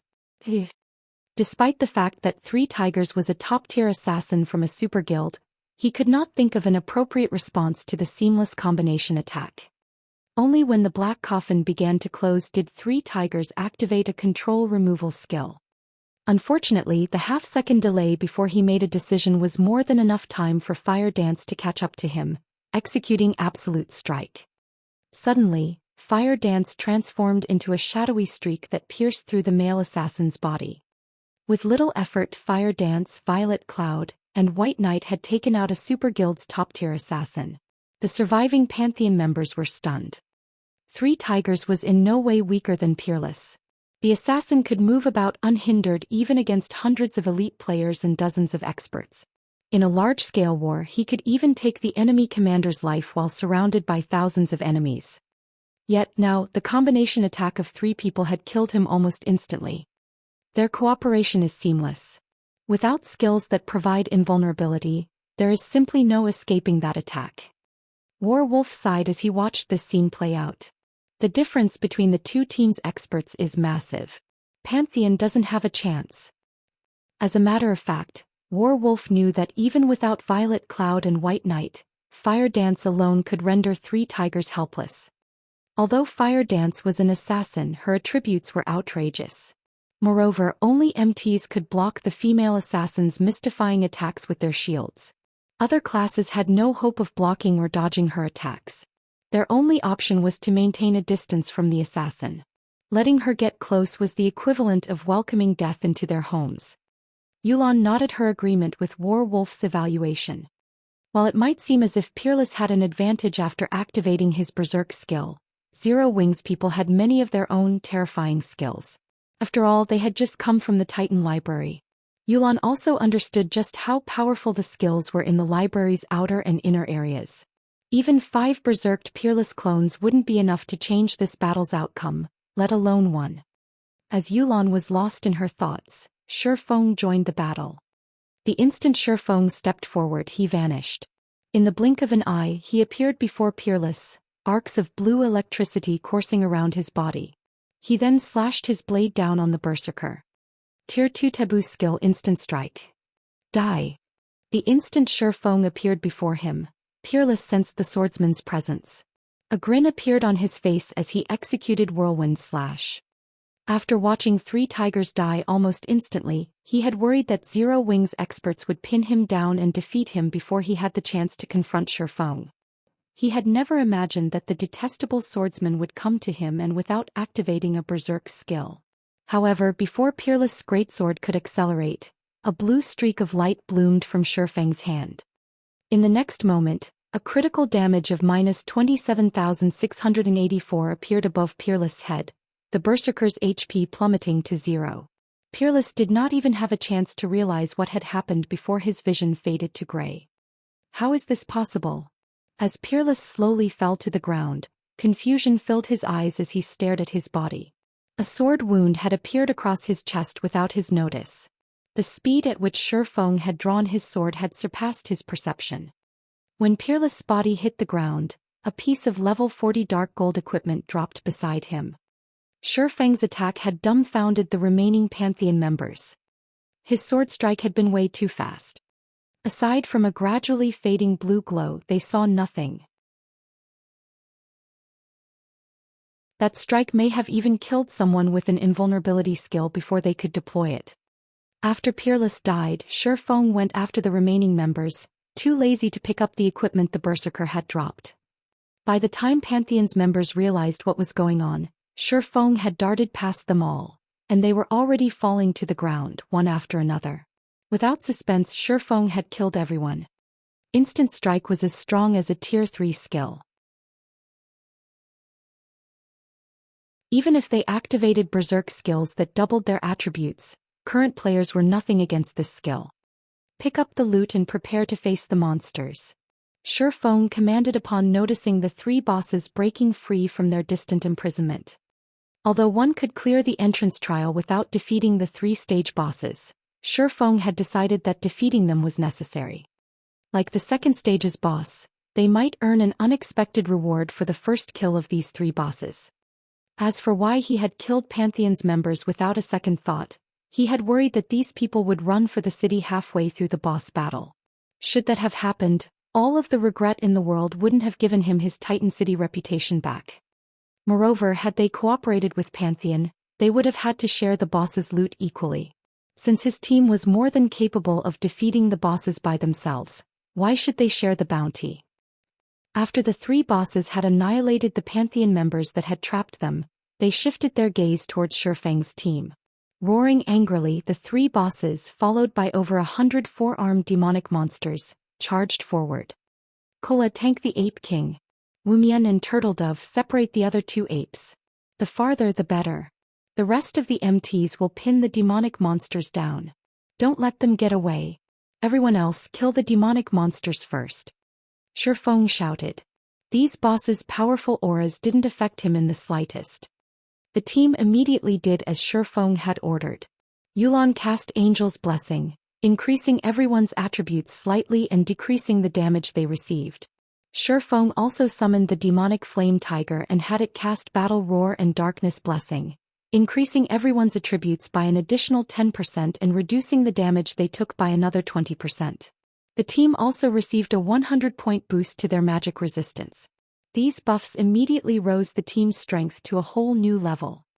When Kola was within range, he executed Justice Bash and attracted the 3-headed demonic ape king's attention. Yi Wumian and Turtledove lured the 2-headed demonic apes away from each other as well. However, the demonic apes had absurdly high strength. This was especially true for the Ape King.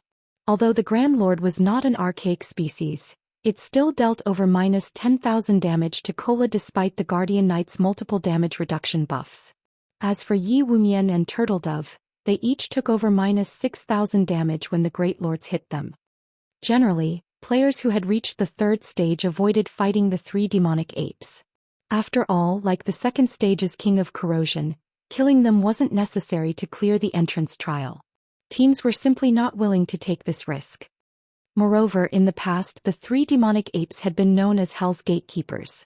Most teams that had reached this far would avoid them as much as possible. This was due to the 3 demonic apes' special ability. In reality, the 3 demonic apes were actually of one body.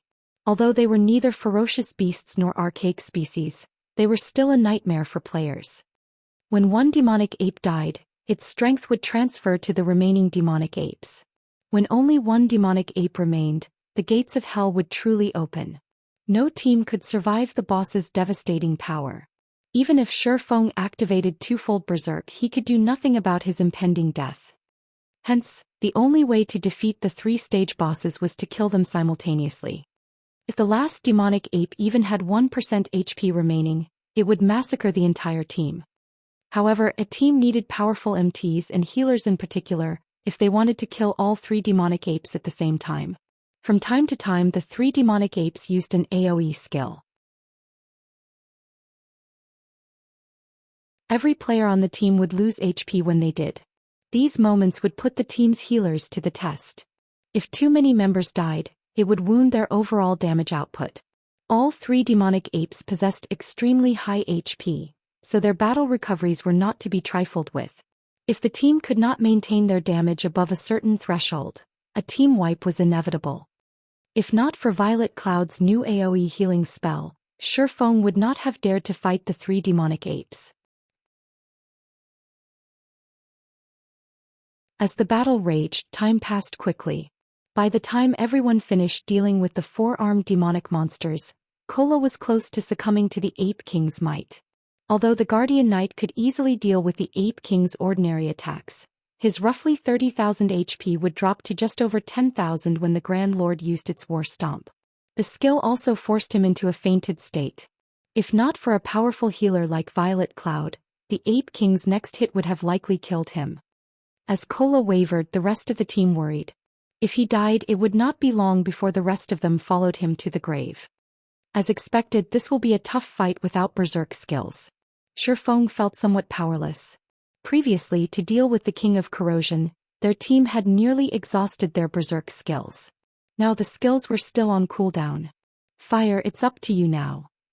Leave it to me, Fire Dance said as she playfully licked her lips. She had long since grown impatient and was incredibly eager to test the new Tier 3 Surekill skill she had learned in the Titan Library.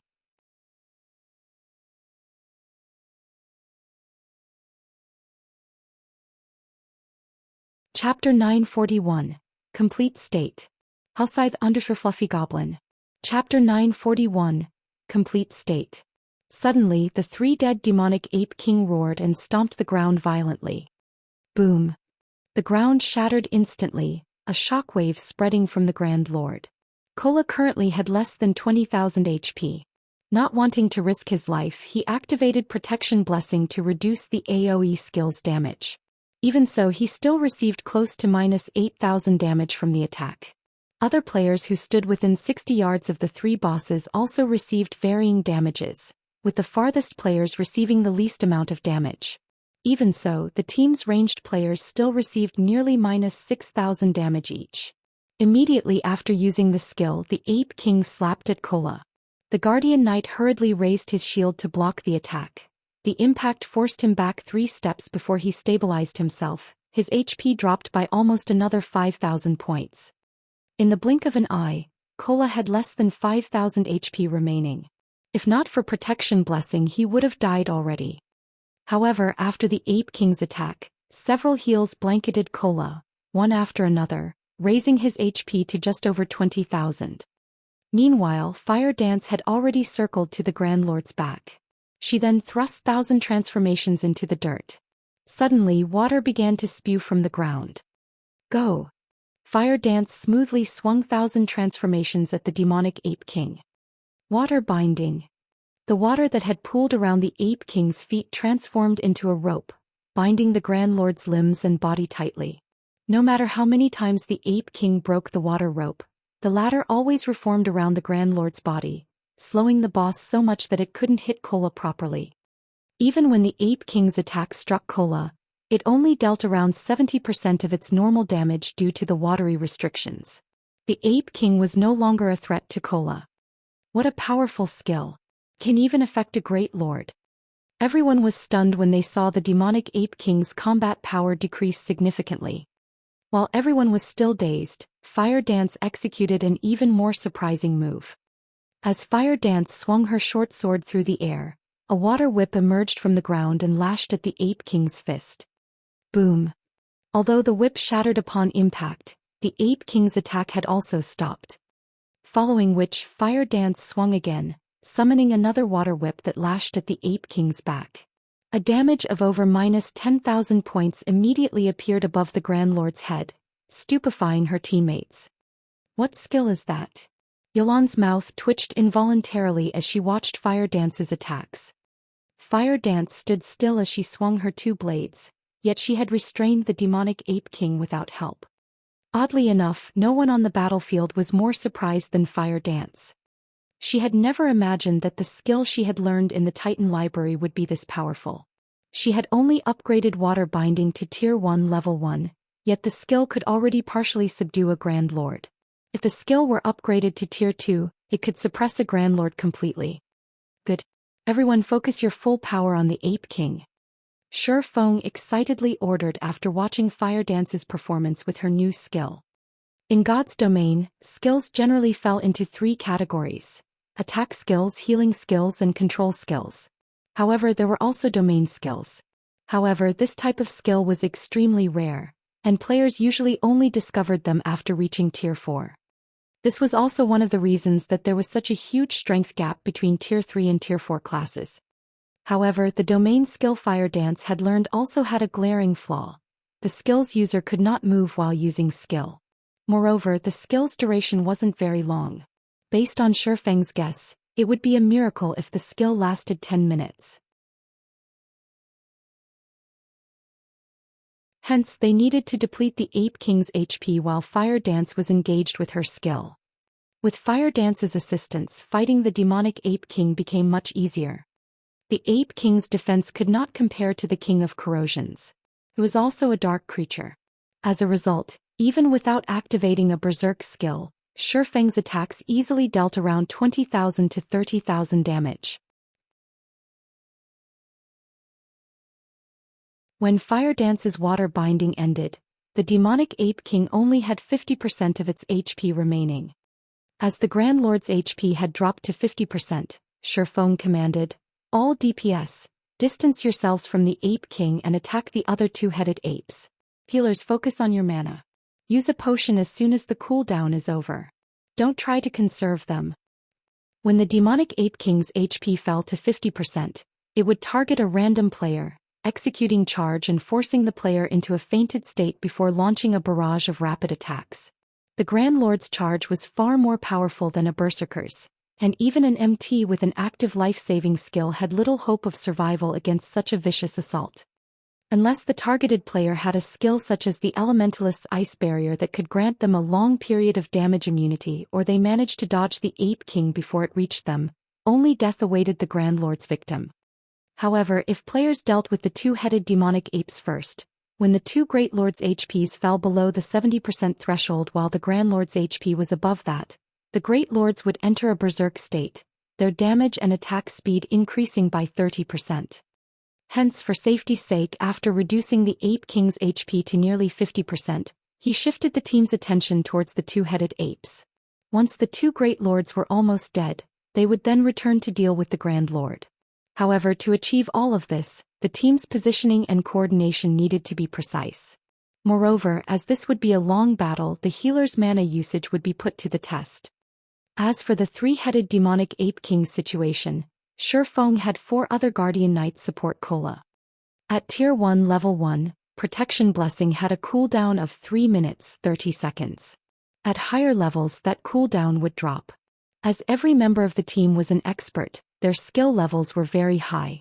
Including Kola, all 5 of the team's Guardian Knight had roughly a 3-minute cooldown on their protection blessings. When Kola had taken on the demonic Ape King, Shi Feng had used Life Bloom on the Guardian Knight. Life Bloom had a duration of 40 seconds and a cooldown of 1 minute, 30 seconds.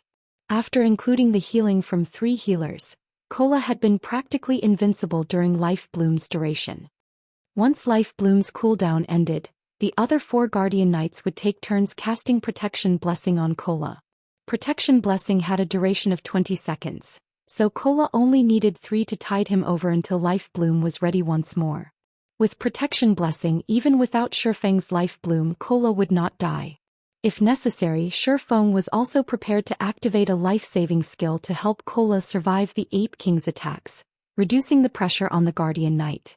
With this, they formed a solid defensive cycle. Time passed quickly.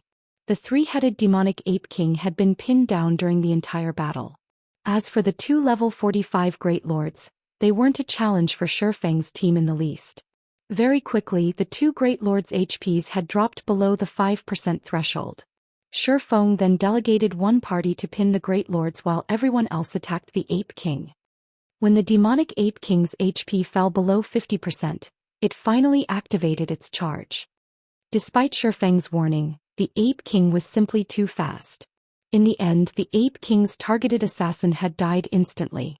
During its charge, the Ape King also collided into 3 others, 2 of which died and 1 had been gravely injured. Unfortunately, the injured player was a shield warrior. Chills ran down the players' spines as they received a blow to their morale. As the Ape King's HP gradually decreased, the team lost members. By the time the Ape King had 10% HP remaining, only 64 team members were standing. Fortunately, the survivors familiarized themselves with the Ape King's charge, decreasing the number of fatalities with each subsequent charge. Roar. As these players wondered if victory were within sight, the demonic Ape King hammered on its chest as its entire body turned red. It was entering its berserk state. Its fist then slammed into Kola's shield, instantly burying Kola up to his waist in the ground. Even with protection blessing, Kola still received close to -9,000 damage. As a healing beam struck Kola from one side, the Ape King's next punch struck from the other. This time the rest of Kola's body sunk into the ground, his HP instantly falling below 50%. As everyone thought that the Ape King would punch Kola again, the Grand Lord swung its arms at the nearby players. Immediately, several players transformed into streaks of white light and disappeared. The Ape King's strength left the players dumbfounded. The boss doesn't have a lot of HP left. Give it everything you've got. Blackie cast Guardian of Light on Kola. Shifeng hurriedly shouted. After saying so, Shifeng activated Heavenly Dragon's power and Thunder God's descent before attacking the Ape King with everything he had. Fire Dance also used illusory power. At this moment the team went into a frenzy as they desperately fought to kill the demonic Ape King. Many also began to hurl powerful magic scrolls at the Grand Lord. 7%. 5%. 3%. As the Ape King's HP decreased, the team dwindled. Very quickly, only 40 or so players remained standing. When the Grand Lord's HP fell below 1%, the team finished off the 2 Great Lords. However, even with less than 300,000 HP, the demonic Ape Kings might rain despair over the team. Even with Dragon Scale body activated, the Ape King still killed Kola. Kill it. Shifeng used Flame Burst. However, in its complete state, the demonic Ape King's defense was too high. Both Shifeng and his doppelganger had only managed to deal a total of 120,000 damage. When the Ape King only had 100,000 HP remaining, there were less than 20 survivors. However, the most their attacks dealt was around -1,000 damage, with a majority of them only dealing hundreds of damage. The Ape King's last 100,000 HP felt like an insurmountable wall. When the Grand Lord only had 50,000 HP, only 10 players were still alive. Even White Knight was beginning to lose hope. Suddenly the Ape King's gaze fell onto Shifeng. Without hesitation, Shifeng activated the aura of Earth's activatable skill, Absolute Defense. The Ape King's sudden punch sent Shifeng flying over 30 yards away. Even Shifeng shuddered when he felt the Grand Lord's tremendous strength. Fortunately, the Ape King could not penetrate Absolute Defense. Seeing Shifeng survive its attack, the Ape King grew furious. It charged at Shifeng before wailing on the swordsman.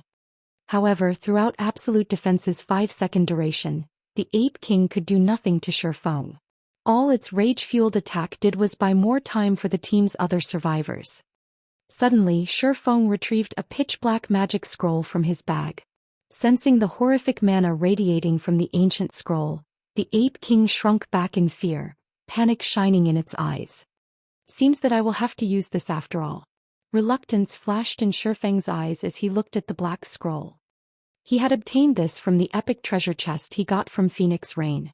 He had spent a lot of mana stones to open that epic chest, yet it had only contained 2 items. Among them, one had been the black scroll in his hands.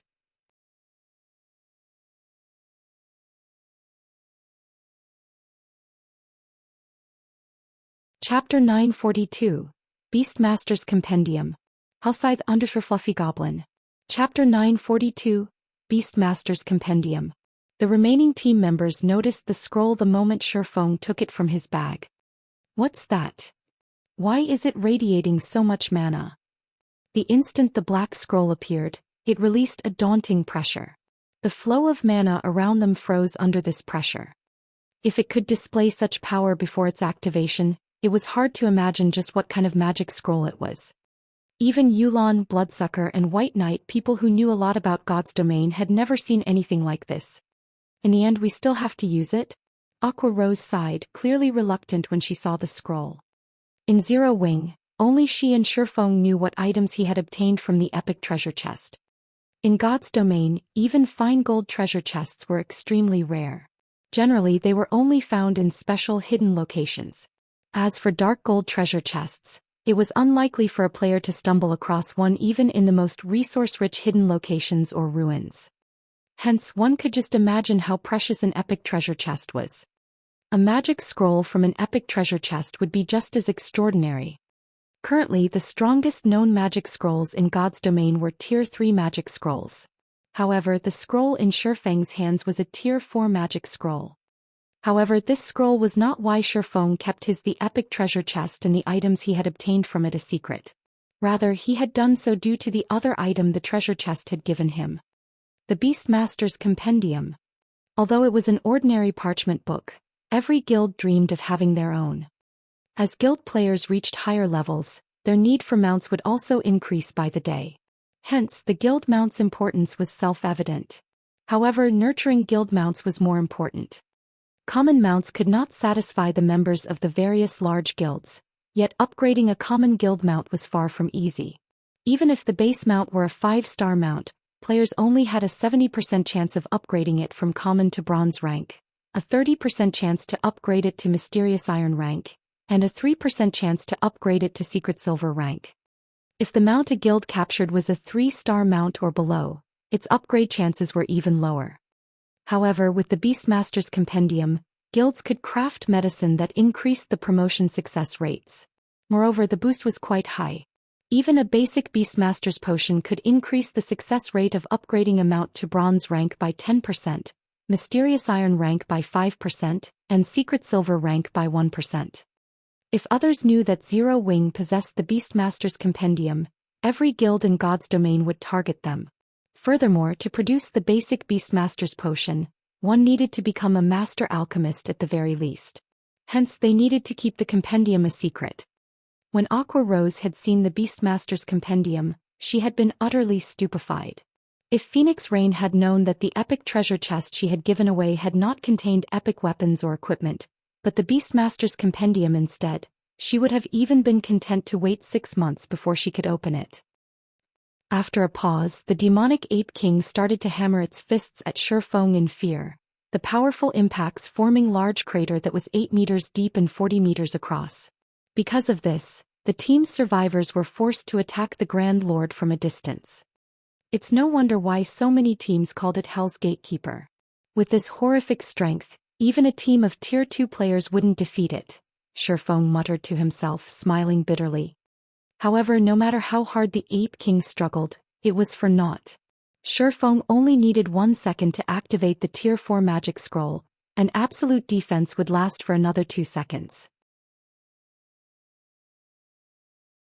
The Ape King could not stop Shifeng. Shifeng unfurled the scroll and began to chant the recorded incantation. Immediately, everything within 300 yards of Shifeng froze. Aqua Rose and the others who stood some distance away couldn't move at all. Only the demonic Ape King could move. However, the instant the Grand Lord saw Shifeng unfurl the magic scroll, it turned and fled. Yu'lon and her companions were flabbergasted. A powerful monster like the demonic Ape King was actually running away from a magic scroll. No one would ever believe this. You want to escape? Shifeng chuckled at the demonic Ape King, who was already 30 yards away from him. Can you get away though? With Shifeng at the spell's epicenter, black fog rose from the ground across 300 yards in every direction. The fog then flowed into every body in the area. As Aqua Rose and the others were allies, they did not feel affected by the black fog. However, as if it had been submerged in a muddy swamp, the fleeing Ape King slowed rapidly until it eventually stopped. No matter how hard it struggled, it could not move an inch. In the next moment, the black fog formed ropes that bound the Grand Lord's limbs and body. Isn't this the domain skill that I used earlier? When Fire Dance saw the familiar ropes, her water binding skill came to mind. Only water binding was significantly weaker than this black fog. Moreover, Shifeng could move the black fog as he wished. The Tier 4 domain skill Dark Madness is superb. Shifeng controlled the black fog as if it were an extension of himself. In the past, one such Tier 4 domain skill had been precisely the reason he had been forced to let a Tier 4 NPC rob him. Of course, not every Tier 4 class had a domain skill. However, any player, NPC or monster that managed to grasp one would undoubtedly stand at the peak among Tier 4 classes. Let's test out its power. After activating Divine Providence, Shifeng waved his hand at the demonic Ape King. Suddenly, 4 black whips appeared around the demonic Ape King. The whips then proceeded to batter the Ape King. The restrained Grand Lord couldn't defend itself against these whips at all. When the first whip struck the Ape King's tough hide, the Grand Lord's skin spit, revealing flesh. The Ape King cried in agony as a damage of over -30,000 appeared above its head. Before the third whip landed, the demonic Ape King's HP dropped to 0, its body falling lifelessly to the ground. So strong. That skill is terrifying. Yulan and the others gaped at the fallen Ape King. Even Bloodsucker and White Knight, who had fought through many large battles, were shocked. Their attacks had only dealt around -1,000 damage. Moreover, that was the damage of a critical hit. However, one Black Fog Whip had dealt over -30,000 damage with a single strike.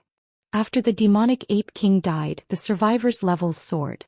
Shifeng and his companions rose to level 44 on the spot, with some even closing in on level 45. The demonic Ape King had provided far more EXP than the King of Corrosion. However, the remaining team members were far more interested in the demonic Ape King's loot. Despite Shifeng's divine providence, the demonic Ape King had dropped fewer items than the King of Corrosion. In total, the Grand Lord had only dropped 5 items and some gold coins.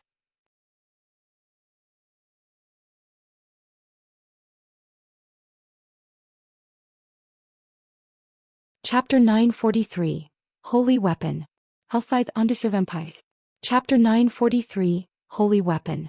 After the demonic Ape King died, the sound of a system notification entered the ears of the survivors simultaneously. System, congratulations. You have obtained the first kill of the 3-headed demonic Ape King. Rewarding Trials Hero title. This is the reward for getting the demonic Ape King's first kill? This was the first time Shifeng heard of the title. He then clicked to check its information. Trials Hero title. When title is in use, reputation with the Holy City of Titan increased by 10%. Movement speed and all basic attributes increased by 20% while within the area of Titan City. A pity. Shifeng could not help but sigh as he swept a glance at the 9 remaining players on the team. Including himself, only 4 of the survivors were Zero Wing members. The third stage of the entrance trial was different from the previous 2. The system directly disqualified any players killed here and sent them out of the trial. Hence, only the survivors received this title. Moreover, this was the reward for getting the first kill of the demonic Ape King. In the future, others wouldn't be able to obtain this title even if they killed the Grand Lord. With this title, they would have a much easier time should they attempt the entrance trial again in the future. A 20% increase in attributes was already equivalent to a mini berserk skill. Excluding the effects of skills and equipment, even MTs like Yi Wumian and Turtledove could surpass Cola if they received such a huge boost. Unfortunately, only Fire Dance, Aqua Rose and Violet Cloud had managed to reach this point. There were no MTs among the survivors of Zero Wing. Even so, this was still a good outcome. The Trials Hero title increased its user's reputation by 10%. In Titan City there was nothing that could be better than this reward. Following which, Shifeng shifted his attention to the loot dropped by the demonic Ape King. As he appraised the items dropped one after another, he could not help but sigh repeatedly. Leader, how is it? Aqua Rose could not help but ask curiously. The demonic Ape King in its complete state was definitely the most horrific boss she had ever gone up against. Even the King of Corrosion they faced before was no comparison to it. If not for Zhou Xian using the Tier 4 magic scroll in the end, they would have team-wiped for sure. They wouldn't have the luxury of sitting down and resting here right now. Much better than the King of Corrosions. Of the 5 items, 2 are growth-type equipment. Zhou Xian chuckled. Life Talisman, Necklace, Bronze rank. Level 40, Level 90. Equipment requirement. Intelligence 300, Vitality 200. Intelligence plus 21, Vitality plus 27, Endurance plus 22, Level 40. Casting speed increased by 10%. Healing effects increased by 15%. Additional passive skill dash. Light of Life. Select up to 8 allies within a 30-yard radius and heal them for 30% of players' intelligence once every 3 seconds. Additional active skill dash. Life Connection. Select up to 5 allies connecting and sharing their HPs. Life-connected targets receive a 20% increase in healing effects. Duration 30 seconds. Cooldown 5 minutes. A possession of the Life Priest Irene. The Life Talisman was made using the Stone of Life, which formed from the tears of the Goddess of Life. The Life Talisman contains immense life force. However, due to contamination by the power of darkness, it is greatly weakened.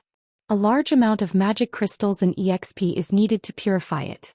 Can be purified 5 times. The first purification requires 200 magic crystals and 300 million EXP. Crimson Moon Greatsword, Bronze rank. Level 40, Level 100. Equipment requirement. Strength 600, Agility 400. Attack power plus 975, Level 40. Strength plus 102, Endurance plus 36. Ignore levels plus 5.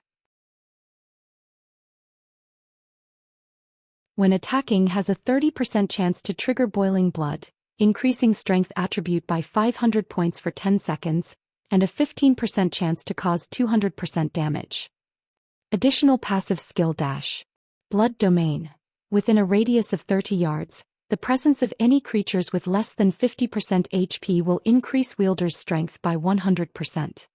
One of Titan City's 31 holy weapons, its strength has been greatly weakened due to battle damage. Fortunately, the holy weapon's core remains intact.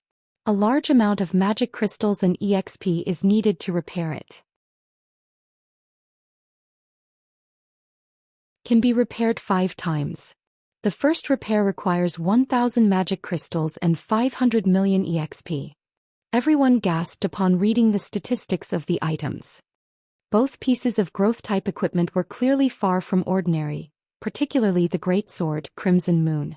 Despite being only bronze rank, the strength attribute it provided surpassed even that of epic weapons.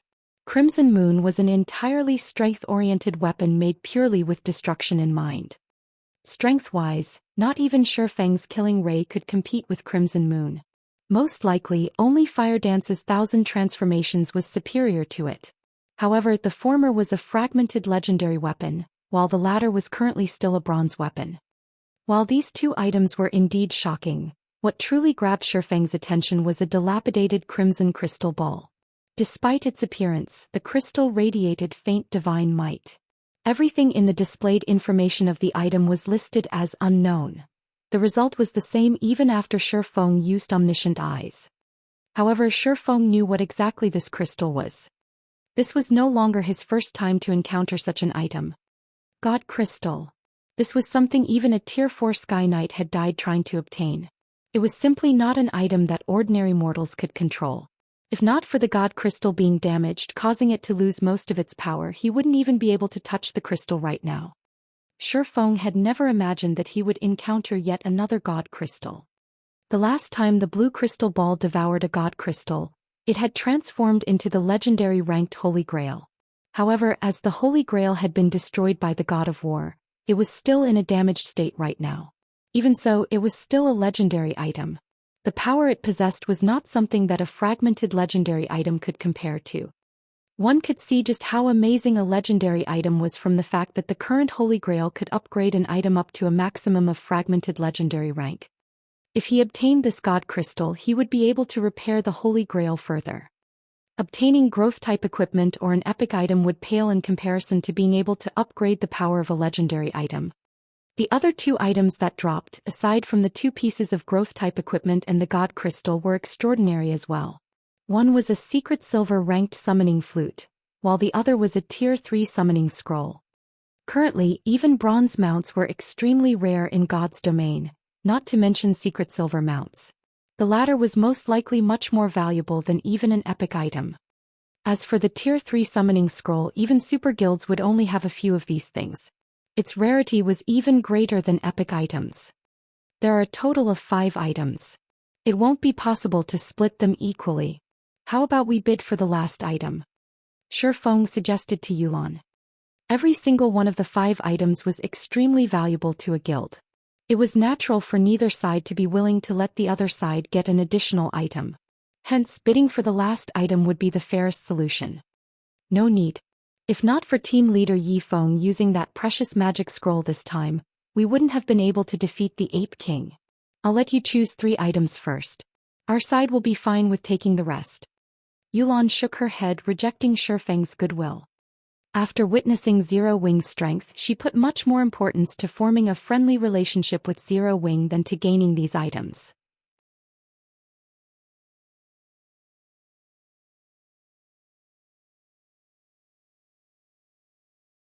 Chapter 944. Honorary Citizen. Halscythe Undershirt Fluffy Goblin. Yulan's determined answer slightly surprised Bloodsucker. Of the 5 items, aside from the unknown dilapidated crystal, the other 4 were priceless. One would be hard-pressed to find these items in Raven. The secret silver mount in particular was extraordinarily rare. Only super guilds or super first-rate guilds had any chance of getting their hands on 1 or 2. He had never imagined that Yulan would actually be so generous as to give Shi Feng first pick of 3 items. While he could understand Yulan's train of thought, if the choice were his, letting Shi Feng choose up to 3 items, rather than giving the swordsman the first 3 picks, would be the limit of his generosity. Among the 5 items, it went without saying which 3 were the most important. The 3 included the 2 pieces of growth-type equipment and the secret silver mount. They had no information on the dilapidated crystal whatsoever. One could not use it even if they obtained it. As for the Tier 3 summoning scroll, while it was very valuable, there was no guarantee that it could help defeat a boss or to obtain a growth type or epic equipment. At best, it could aid in team battles between guilds or when raiding a town. However, Yulan's decision had not surprised Wolf, who had also survived the tough battle. Outsiders had no idea about Underworld's internal situation or Yulan's current position within it. However, after witnessing Zero Wing's power, Wolf was even more certain that they needed to strengthen their relationship with the guild. To elevate their fame and position in Underworld, many upper echelons had spent a lot of effort to curry favor with various super guilds. For example, the numerous Underworld upper echelons were trying to get close to Pantheon. Unfortunately, the guild wouldn't give Underworld the time of day. After all, Underworld was only a coalition of organizations with some influence and capital. It was slightly stronger than an ordinary first-rate guild. However, the organization's authority was scattered, and it was much harder to unite its members under one banner than it was in a first-rate guild. Every upper echelon in the organization had their own motives, each trying to nurture their own forces and guilds. Overwhelming Smile was the combined effort of 4 Underworld upper echelons. Although Zero Wing could not compete with Pantheon in terms of background, the same could not be said for its main force. With such a powerful team, they could acquire top-tier weapons and equipment just as fast as any super guild. This was clear based on the equipment Zero Wing's members wore. Moreover, Zero Wing was situated in Starmoon Kingdom. If Overwhelming Smile could improve its relationship with Zero Wing, they might be able to ask Zero Wing's members for some help in the future. Perhaps they could assist each other when raiding monsters that one alone could not handle or trade raid information. After all, weren't Underworld's upper echelons trying to do the same with Pantheon for those very reasons? I'll take you up on that offer. Shi Feng also understood Yulan's intentions. Without hesitation, he chose the God Crystal and the 2 pieces of growth-type equipment. As for the secret silver mount, it wasn't nearly as valuable as the growth-type equipment to Zero Wing. Moreover, he had the Beastmaster's Compendium. As long as he had a sufficiently skillful master alchemist, it was only a matter of time before he nurtured the guild mount to secret silver rank. The Tier 3 summoning scroll held even less appeal to him. He had the Bible of Darkness. Once he was promoted to his Tier 2 class, he could easily summon Tier 3 demons. Even now, it was possible to summon a Tier 3 demon with Aqua Rose's Song of Beatrice. Although this Tier 3 demon would be weakened, they could use it as a meat shield. After both sides finished splitting the loot, Shifeng passed the life talisman to Violet Cloud. Violet Cloud was already a powerful healer, and after equipping the necklace, her healing abilities would rise further. Once the remaining team members had rested, Shifeng led them up the mountain. Although the group encountered many monsters on their way into Titan City, these monsters were no threat to Shifeng's team. After only 3 hours, these players arrived at the Holy City's entrance. Titan City's gates were 100 meters tall. The surrounding walls climbed to 300 meters. When Shifeng's group arrived before the city's entrance, they looked like ants. Many divine runes had been engraved into the massive steel gates. When Shifeng stepped within 500 yards of the gates, he felt an immense pressure wash over him. It felt as if these gates were the jaws of a gigantic monster. Clouds drifted above the city. However, these clouds were not ordinary, rather they consisted of mana. One could imagine just how dense the mana was in the holy city of Titan. The instant Shifeng's group arrived before the gates, one of the two 200-meter-tall Titan statues standing guard on either side moved. Outsiders, congratulations on reaching the holy city of Titan. For clearing the entrance trial, you will be awarded 100 entrance tokens. You may use these entrance tokens to teleport to Titan City's teleportation hall without undergoing a trial. Every token will grant you 3 days in Titan City. Use them well. After the Titan statue had spoken, it waved its arm and formed 100 black iron tokens before Shifeng and the others. If you wish to enter the city now, you may do so using teleportation array to the side without expending an entrance token. After the Titan statue fell silent, the team members heard the sound of 2 system notifications. System, congratulations. For being the first team to clear the entrance trial, you have been awarded 110 Titan City reputation points. System, congratulations. Your Titan City reputation has reached 100 points. Your status in the Holy City has been upgraded to Honorary Citizen. You will now receive the benefits of an Honorary Citizen while in the Holy City. You may now stay up to 5 days with each visit to the Holy City. Why is there a time limit when in Titan City? Yulan frowned.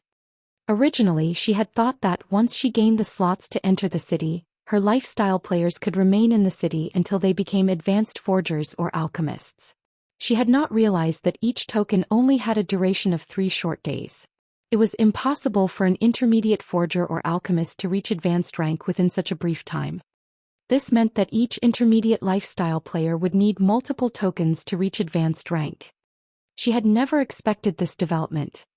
Let's head inside and take a look for now, Shifeng suggested. The revelation had not surprised him. Yulan and the others had simply hoped for too much. They had thought that by obtaining the entrance slots to Titan City, they could nurture a small army of advanced lifestyle players without a care in the world. God's domain wasn't that nice. Otherwise, master lifestyle players wouldn't have been so rare in the past, even more exalted than Tier 4 players. This was also why he had prioritized the first clear. Only by becoming an honorary citizen could one prolong their stay by 2 days. If one's reputation rose further, their allotted stays would also be extended. Of course, the benefits of becoming an honorary citizen weren't limited to an extended stay. At Shifeng's words, Yulan quickly adjusted her mood and nodded before following Shifeng to the teleportation array. She wanted to know if the team's sacrifices had been worth the rumored benefits of Titan City.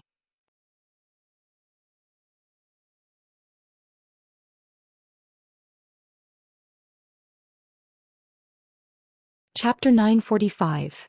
Holy Land of Players. Hellscythe _ Fluffy Goblin.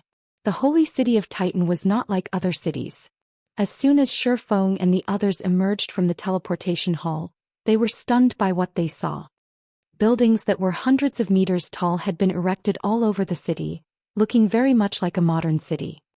Various lifestyle NPCs roamed about the streets. In God's Domain's NPC cities, players did not often encounter master lifestyle NPCs. Here, however, it was hard not to. Yet, the mana density was the most shocking aspect of the city. Just by standing on the street, everyone felt an indescribable serenity. Their minds were astonishingly clear. This is a fantastic place to rest. This is a perfect place to relax and unwind after an exhausting day in the real world. Aqua Rose muttered to herself as she inhaled the pleasant air. Even a dark player like Bloodsucker found himself nodding in agreement. Alright, snap out of it. Let's investigate the Lifestyle Association first, Shifeng said, chuckling at his companion's reactions. In the past, many people had dreamed of vacationing in Titan City. Unfortunately, very few could afford such a luxury. Following which, the team rode an advanced horse carriage and headed for Titan City's Lifestyle Association. There were 3 buildings that stood out in Titan City, and one was the Lifestyle Association's floating island. Titan City's 10 saints had created this special island and suspended it above the city's western area. Players could take the floating elevator in the spire to reach the island. When Yulan and the others saw the massive island above the 400-meter-tall spire, they fell silent. Yulan had initially assumed that the Lifestyle Association in Titan City would only be slightly better than those in Kingdoms and Empire's capital cities. Now, however, it would seem that there were more differences than she had thought. Calling this Lifestyle Association the Holy Land for lifestyle players was an exaggeration. Shifeng could not help but smile at Yulan's shock. In the past, even Grandmaster lifestyle players had dreamed of visiting the holy city of Titan, and not without reason. Upon entering the spire, Yulan immediately approached an NPC to inquire about this place. "Hello, miss. How may I help you today?" The metal robot, which stood over 3 meters tall, asked from behind the front desk. "I wish to rent a workshop. Can you give me an introduction?" Yulan asked. Immediately, the front desk robot began to explain the various workshops available. However, the NPC robot's introduction was very brief. It conveyed far less information than what Shifeng knew. Even so, it was shocking enough the first time players heard it.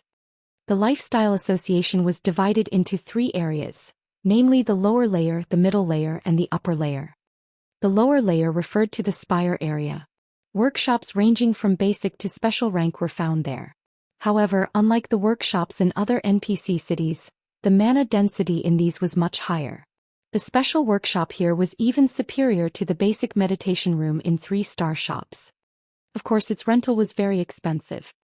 Renting an advanced workshop for 1 day cost 10 gold, while special workshops cost 25 gold per day. This was an astronomical amount to ordinary lifestyle players. Meanwhile, the middle layer referred to the ordinary buildings on the floating island. The island had various research rooms, ranging from basic to advanced rank but not limited. Research rooms were different from workshops in which they stored large amounts of data that players could use to research and invent their own designs. It was commonly known that to reach the rank of master, lifestyle players needed to create their own items. Moreover, they needed to create relatively high-ranking items. This was far more difficult than producing an item from an existing design. With these research room, advanced lifestyle players would have a much higher chance of becoming a master lifestyle player. It was also precisely this reason that the holy city of Titan had been known as the Holy Land for lifestyle players. In the past, countless lifestyle players had spent hundreds of gold to get a slot into the holy city. However, no guild would be foolish enough to sell their slots. Only those top-class adventurer teams would sell entrance tokens. However, the various guilds normally bought these tokens. Independent lifestyle players had no hope of obtaining their own. Of course, with such high benefits, the research room's rent wasn't cheap. A basic research room alone cost 200 gold per day, though players of any status could rent one. As for the intermediate research rooms, each cost 500 gold per day. Moreover, one needed to be an honorary citizen to rent these rooms. Furthermore, loaning the room to others was forbidden. At advanced rank, the research room cost 1,200 gold per day. Only Titan City's nobles were allowed access to these rooms. This was one of the reasons that Shifeng had been always desperate for the Holy City's reputation points. Without sufficient reputation, he couldn't rent an advanced research room regardless of how much money he had. In reality, even without the reputation requirement, the rental cost was enough to deter most guilds at this stage of the game. However, if one calculated the cost carefully, they would realize how inexpensive the rooms were. If a guild nurtured a master lifestyle player as a result of renting one of these extortionate research rooms, that player could bring the guild far more profit than the rental costs. Above the middle layer area was the sacred tower in the island's center. Only players who were major nobles in Titan City were allowed to enter the tower. As far as Shifeng knew, the players that had access to the sacred tower had been as rare as a phoenix's feather in the past. Most of them had been Grandmaster lifestyle players, standing at the peak of God's domain's lifestyle players. As for what the sacred tower contained, even Shifeng didn't know. As the NPC robot introduced the Lifestyle Association's various benefits, everyone except for Shifeng gasped. NPCs are really skilled thieves. Even Bloodsucker and White Knight, people who had paid no attention to lifestyle classes, were shocked by the research room's prices. Renting an advanced research room for a day cost as much as an epic item. Even super guilds couldn't afford this. Yulan paled upon hearing the NPC robot's explanation. Even the workshop's rent was astonishing. If she calculated the cost of nurturing 20 lifestyle players, each person could spend 6 days in Titan City. If she allowed all 20 to use special workshops, the rent alone would cost 3,000 gold. After factoring in the material costs, the total would even endanger a first-rate guild. Furthermore, she would have to use her own money, and there was still no guarantee that all 20 players would reach advanced rank within those 6 days.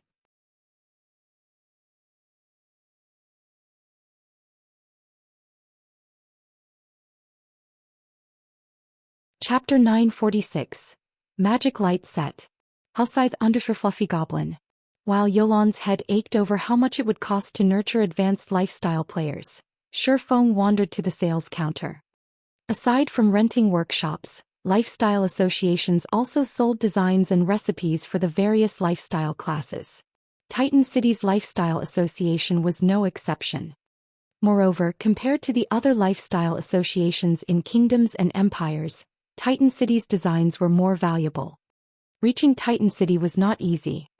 By focusing her attention on nurturing advanced lifestyle players, Yulan missed Titan City's true value.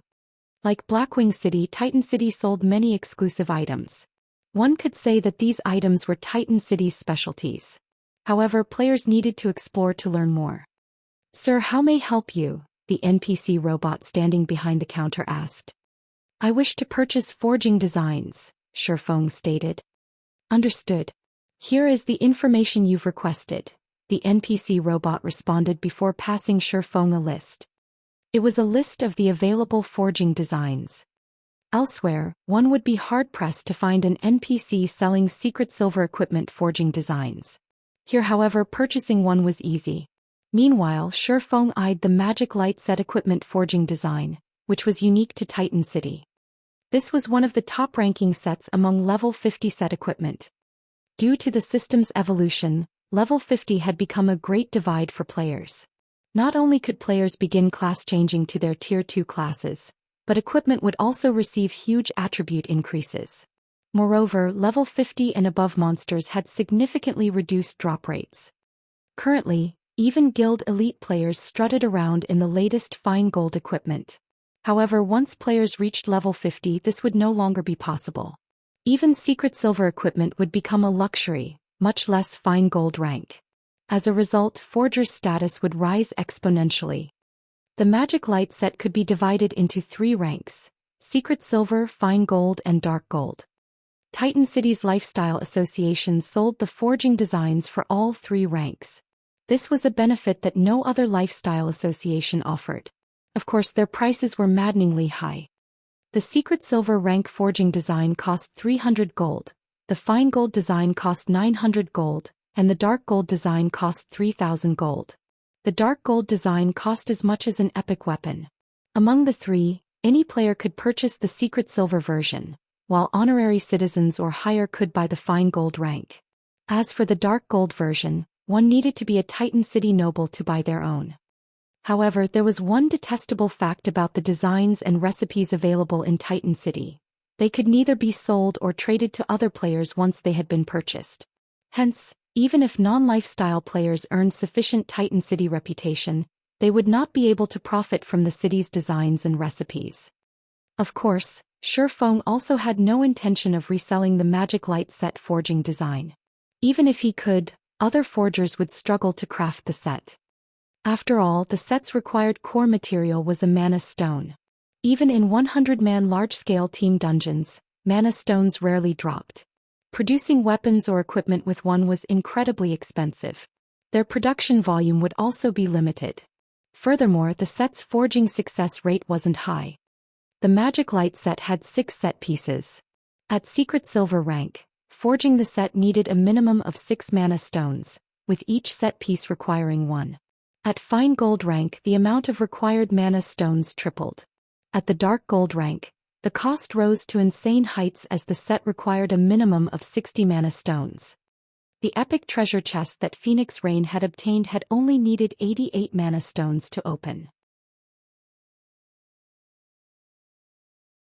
Even so, Phoenix Rain had given up on the treasure chest due to how much time and effort it would take to acquire 88 mana stones.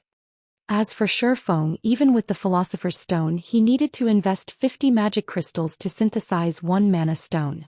Based on market value, each mana stone cost 10 gold to produce. Fortunately, magic crystals were not a problem for Zhou Xian. Zhou Xian only regretted that he couldn't purchase the dark gold rank design.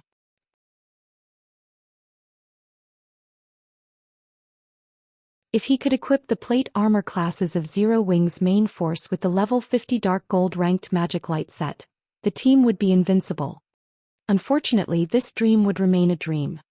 In his previous life, even after players had reached level 50, first-rate guilds' main forces had been lucky if they wore a few pieces of fine gold equipment. Level 50 fine gold set equipment was nothing more than a dream. Following which, Zhou Xian spent 900 gold to purchase the fine gold ranked magic light set equipment forging design. After the team had spent several hours strolling around Titan City, Yulan and Warwolf returned to White River City and started preparing their lifestyle players and required funds. Zhou Xian did not linger either, as he also led his team back to White River City. Although Zhou Xian had wanted to complete a few reputation quests before he left, the Candlelight trading firm could no longer wait. The trading firm desperately needed advanced lifestyle players. They also had to face the issue of manufacturing the bronze mounts. He could not afford to waste much time in the Holy City. While Zhou Xian had been gone, many changes had occurred in White River City. Not only had the tension of the Abyss invasion alleviated, but more players had also gathered in the city. Currently, the city's streets were packed with players. This looked nothing like a city in decline. Why are there suddenly so many outsiders here? Aqua Rose was slightly surprised by the scene that had greeted her. Although Zero Wing and the Candlelight trading firm's recruitment campaigns had attracted quite a few of players to White River City, they hadn't attracted this many. She could even see guild players from other kingdoms and empires. Aqua Rose wasn't the only person surprised by this development. White Knight and Bloodsucker were also stunned. Players generally gathered in a city center.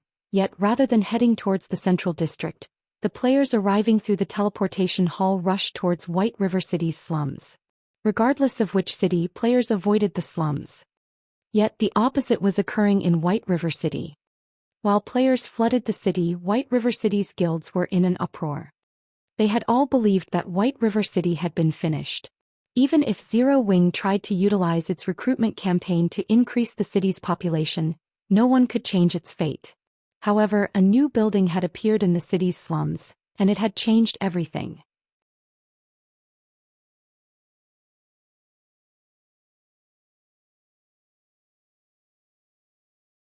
Chapter 947. Mysterious Shop. Hellscythe Undervampire. Chapter 947. Mysterious Shop. The moment Zhou Xian left the teleportation hall, he saw dozens of 100-man teams rushing towards the slums. A few among them immediately attracted the attention of the surrounding players. The reason for such attention was these teams' all-female composition. There was not a single man among them. Such situations seldom occurred in the virtual gaming world. Moreover, the woman leading these teams was also extraordinary. The woman was dressed in a set of crimson mage robes that gave off a faint impression of scorching flames. In her hand she held a silvery white crystal staff that constantly drew the ambient mana, causing illusions to appear around it. She was even level 40, a level which could rank her at the very top even in empires. However, compared to her dazzling equipment and level, her appearance and bearing held an even greater attraction for the surrounding players. She carried herself as if she was the empress of this space. One could not help but want to submit oneself to her rule. Doesn't that guild emblem belong to the 100 Flowers Palace of the Dark Knight Empire? Lucky. I actually got to see the Frost Flame Goddess cleansed Rue. This trip to White River City was definitely worth the money. When the male players on the street saw cleansed Rue, they all fell into a reverie. The title of Frost Flame Goddess was not one that Cleansed Rue had long possessed. Cleansed Rue herself was a female player who had become famous in God's domain just recently. However, due to her superb combat power and beautiful appearance, many male players treated her as a goddess. The reason why Cleansed Rue was known as the Frost Flame Goddess was her extreme skill in fire and ice spells, which she had used to defeat over a dozen well-known experts in the virtual gaming world. Recently, she had even triumphed over the guild leader of a first-rate guild, her victory instantly solidifying her guild's rule over Silver Pine City, the 7th most populous city in the Dark Knight Empire. After that famous battle, she received the rank of 173rd in the latest update of the God's Domain experts list. Meanwhile, aside from the 100 Flowers Palace, Shifeng also spotted many teams belonging to other first-rate guilds. With just a single glance he already noted 4 first-rate guilds, an impossible sight even in Starmoon City. Guild leader, I'll carry out an investigation right away, Aqua Rose hurriedly whispered to Shifeng. She too found the situation perplexing. She was prepared to head to the slums personally to find out just what was capable of attracting the interest of so many large guilds. No need, Shifeng said, shaking his head. But there are so many guilds coming here. Aqua Rose was somewhat surprised that Shifeng would actually have so little interest in such a huge incident. All of this is part of my plan.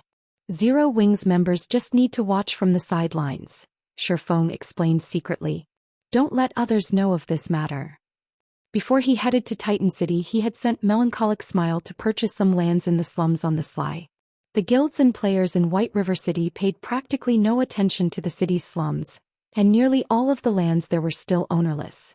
Hence these lands were very cheap and easy to purchase. After purchasing the lands, he had constructed a shop there. He then had Melancholic Smile set up the teleportation magic array inside the shop. The location tied to the magic array was the teleportation point he had previously set up at the Twin Towers Kingdom.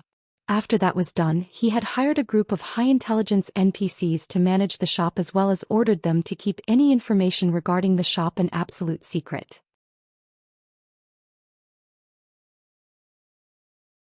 To outsiders, all information regarding the shop would only appear as unknown, preventing players from finding out if an NPC or a player owned the shop. Afterwards, he had Melancholic Smile spread rumors of a shop that had appeared in the slums of White River City. A shop with a teleportation array that could send players directly to the Twin Towers Kingdom where players could freely kill low-level abyssal monsters to earn honor points. After that was done, he just needed to wait patiently for things to develop on their own.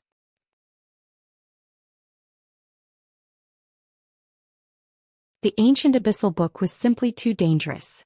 He absolutely could not allow others to find out he possessed the book. It would be very easy for others to make a connection between the teleportation array and the ancient abyssal book. Although not many should know about the secret of the abyssal book at the moment, Shifeng did not wish to take any risks.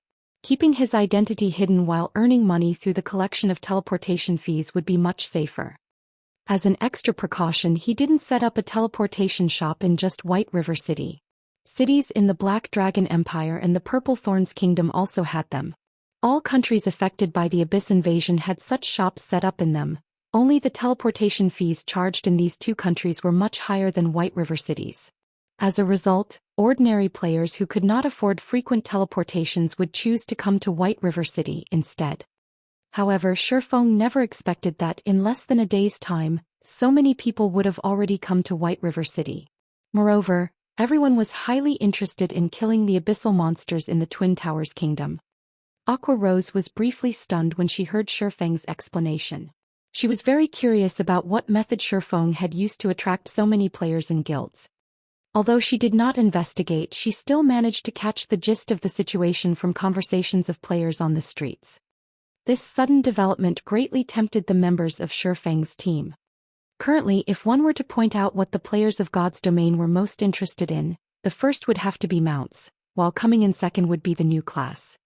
Although the official game developers had only given a brief introduction of the new class, the strength of this new class was simply unbelievable. It was definitely the top pick for players who loved both melee and ranged battles.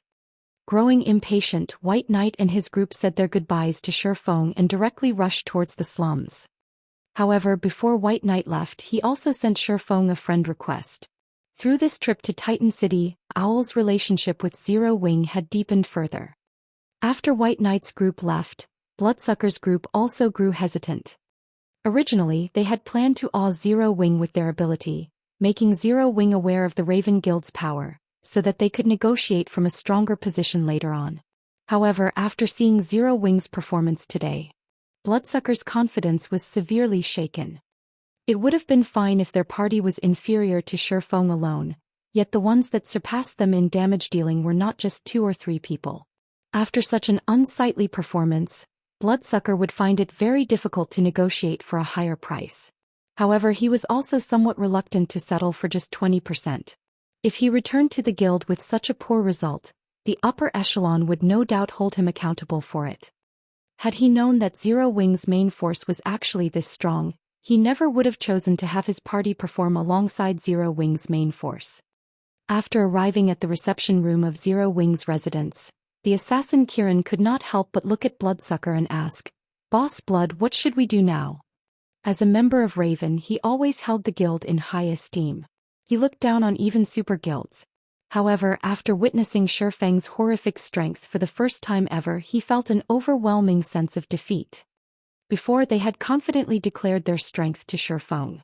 Now, however, they were nothing more than jokes. "I don't have any ideas either. Let's just contact the guild leader for now," Bloodsucker replied, shaking his head. If possible, he really wished he could stop his past self from speaking so boldly. At the very least, he wouldn't be at a complete loss for words right now.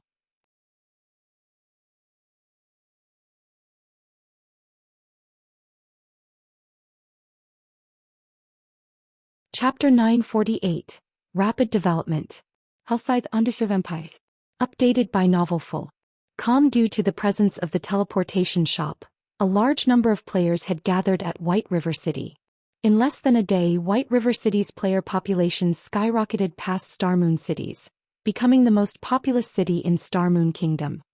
As soon as Shifeng returned to Zero Wing's residence, he received the statistics reports made by the guild members.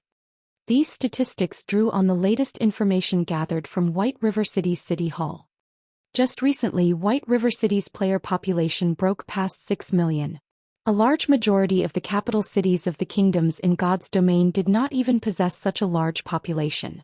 In reality, though, most of these newcomers had migrated from various cities in Starmoon Kingdom. Meanwhile, as a byproduct of the flood of players, the Candlelight trading firm's business flourished. Even the quality of the players Zero Wing recruited continued to rise. Originally, the guild had lowered its recruitment criteria significantly in consideration of its expansion plans towards the Black Dragon Empire and the Twin Towers Kingdom. However, with the player population of White River City skyrocketing, Zero Wing had no choice but to gradually raise its recruitment criteria again. Even so, Zero Wing still managed to recruit over 10,000 players in less than a day. Such a number might not be a lot to large guilds, but Zero Wing walked the path of the elite. The overall strength of these 10,000 new recruits could easily surpass the 50,000 new recruits of other guilds.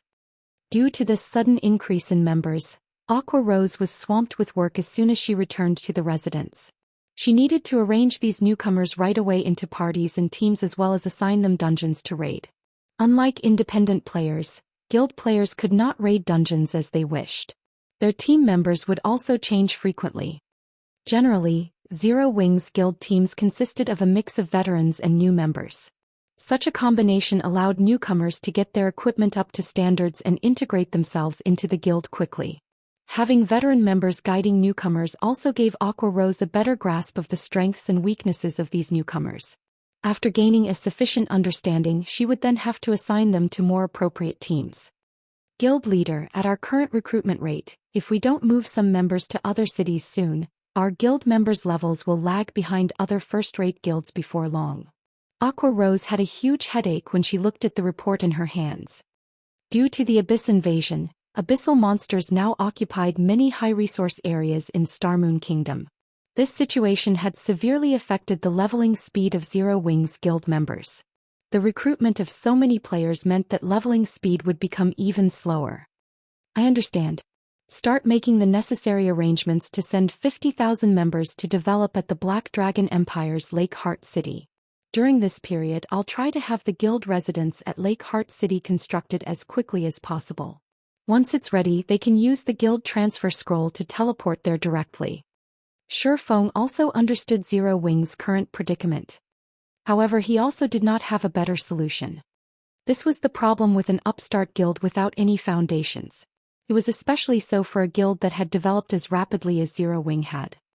Unlike other guilds that had already existed for several or even dozens of years, Zero Wing did not possess the luxury of starting its development in multiple cities.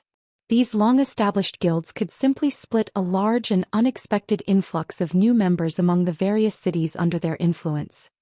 Upon hearing Shifeng's decision, Aqua Rose immediately started making the necessary preparations. It was going to be a huge job to decide which teams they would send over to the new branch guild. Seeing how busy Aqua Rose was, Shifeng suddenly felt a little embarrassed. Although Zero Wing was gradually moving towards the top of God's domain, management of the entire guild depended mainly on Aqua Rose alone. Moreover, management of the guild involved the core secrets of the guild.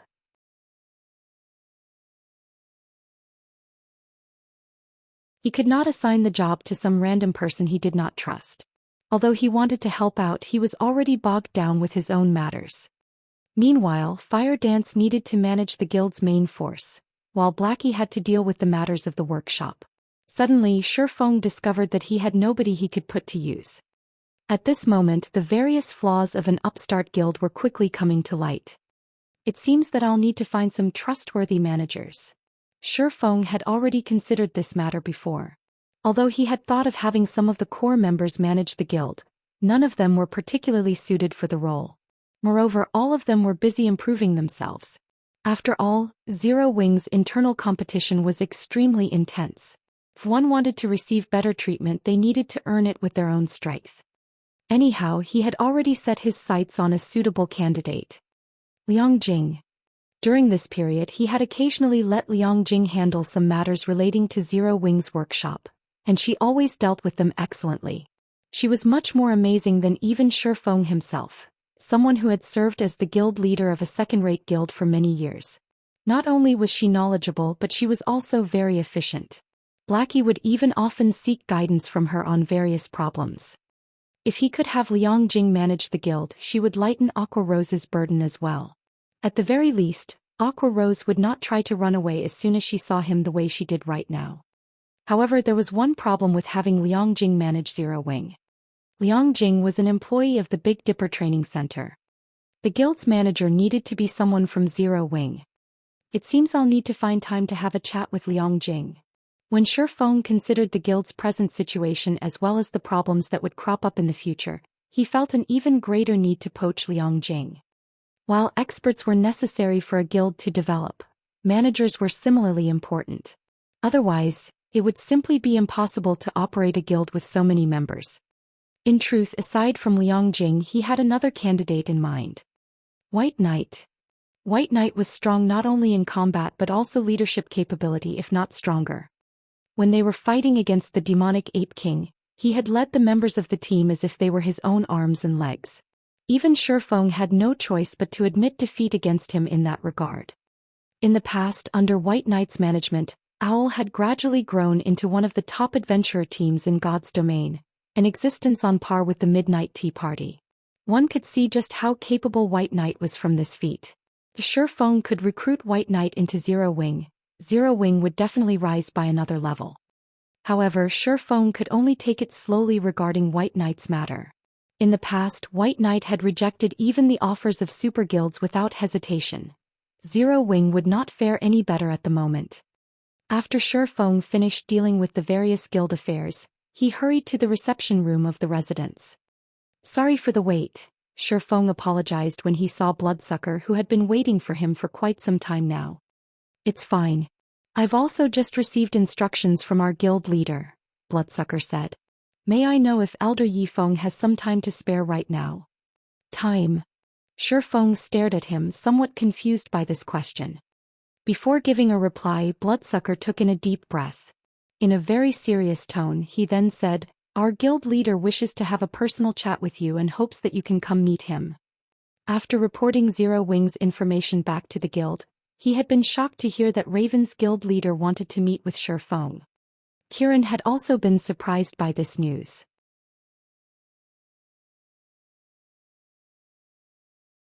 Less than 10 people in the entire Raven Guild had ever seen the guild leader's appearance before. Even Kiran himself had never personally met the guild leader, his conversations with the man limited to voice calls. However, just the means displayed by the guild leader so far had already inspired a worshipful mentality towards him in everyone in the guild. Hence, Kiran found it truly inconceivable that their guild leader was actually willing to meet personally with Shi Feng.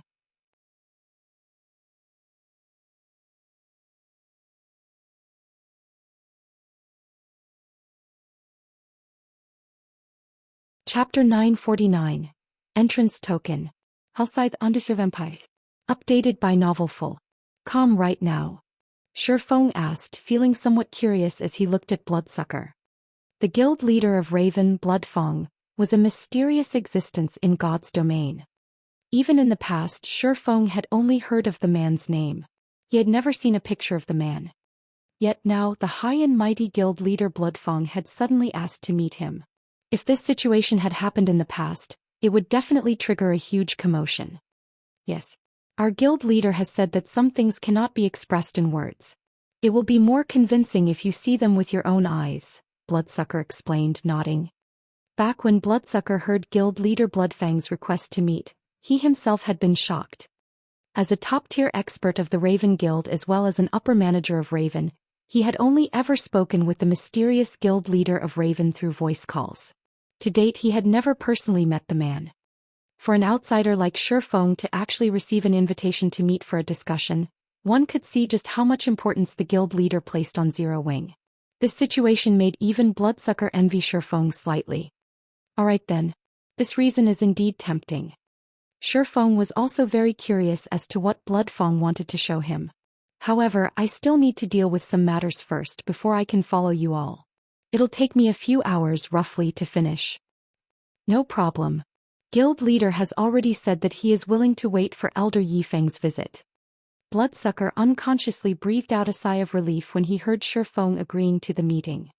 The guild leader had already stated that he wanted to meet with Shi Feng no matter what. Moreover, the sooner the better.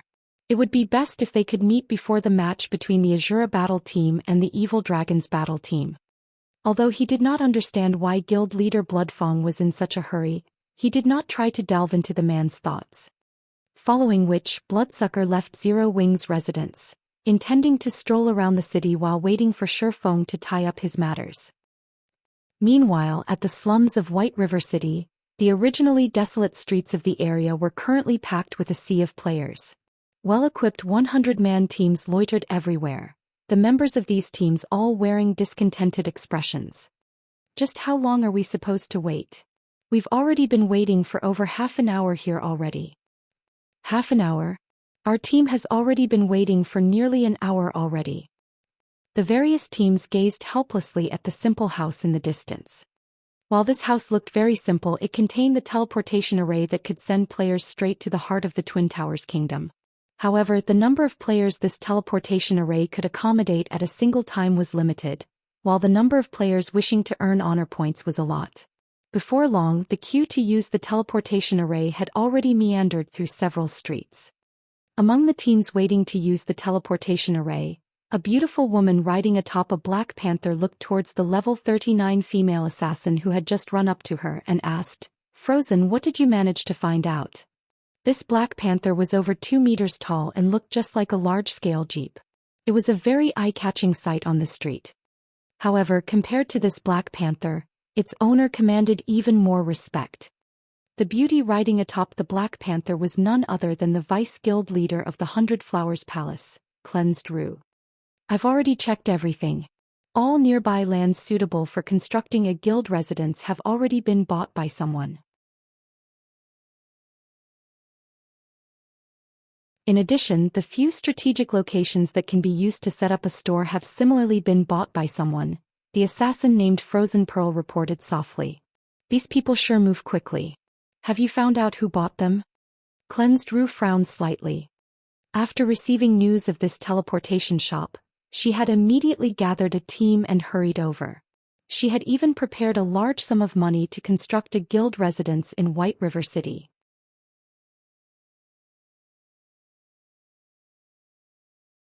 This way, their guild members would not have to waste money on exorbitant teleportation fees and could simply teleport to White River City using the guild transfer scroll.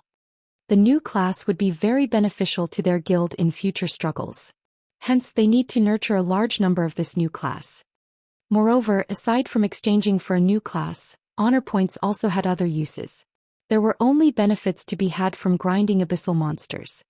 The only problem was the teleportation fee. The Dark Knight Empire where their guild was based was somewhat distant from Star Moon Kingdom.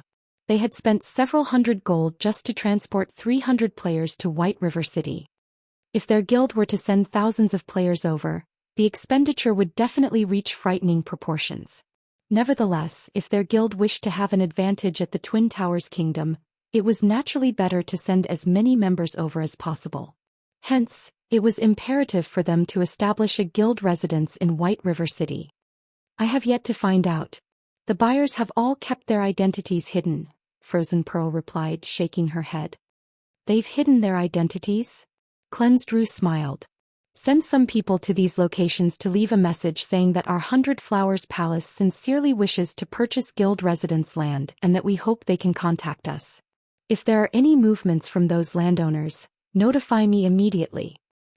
Generally speaking, any guild that managed to secure these lands would be more than eager to boast about their successful acquisitions. They definitely would not conceal it. Since the owners of these lands chose to keep their identities a secret, that meant that they had purchased these lands not for personal use but for resale. Their silence also showed that they were still waiting for the right price. Although Cleansed Rue did not know who would possess such great insight to actually discern the value of these lands so quickly, she had no intention of wasting time waiting for these landowners to sell these lands. Currently, the sooner they obtained nearby guild land, the sooner they would be able to dispatch more guild members to the Twin Towers Kingdom. Even if the price was astronomical, she needed to purchase the land as expeditiously as possible. "Understood."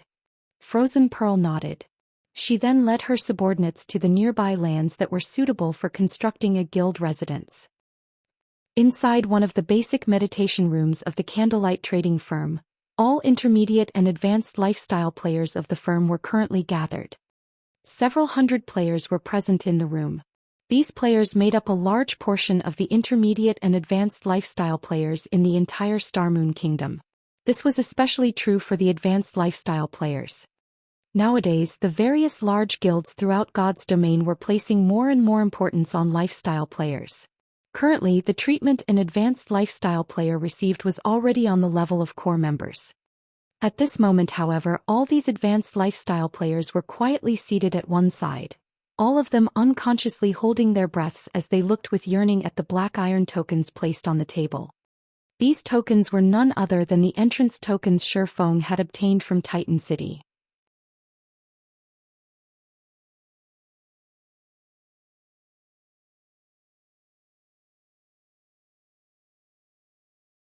Chapter 950. Competition between trading firms. Hellscythe Underserve Empire. Chapter 950. Competition between trading firms. I've already explained the purpose of these Titan City entrance tokens, Shifeng said as he toyed with the entrance token in his hand. He then took a look at the crowd before him, feeling very satisfied with the eagerness they all displayed. So what will your decisions be? He had sacrificed plenty in order to obtain these entrance tokens. He had used even his most treasured Tier 4 magic scroll.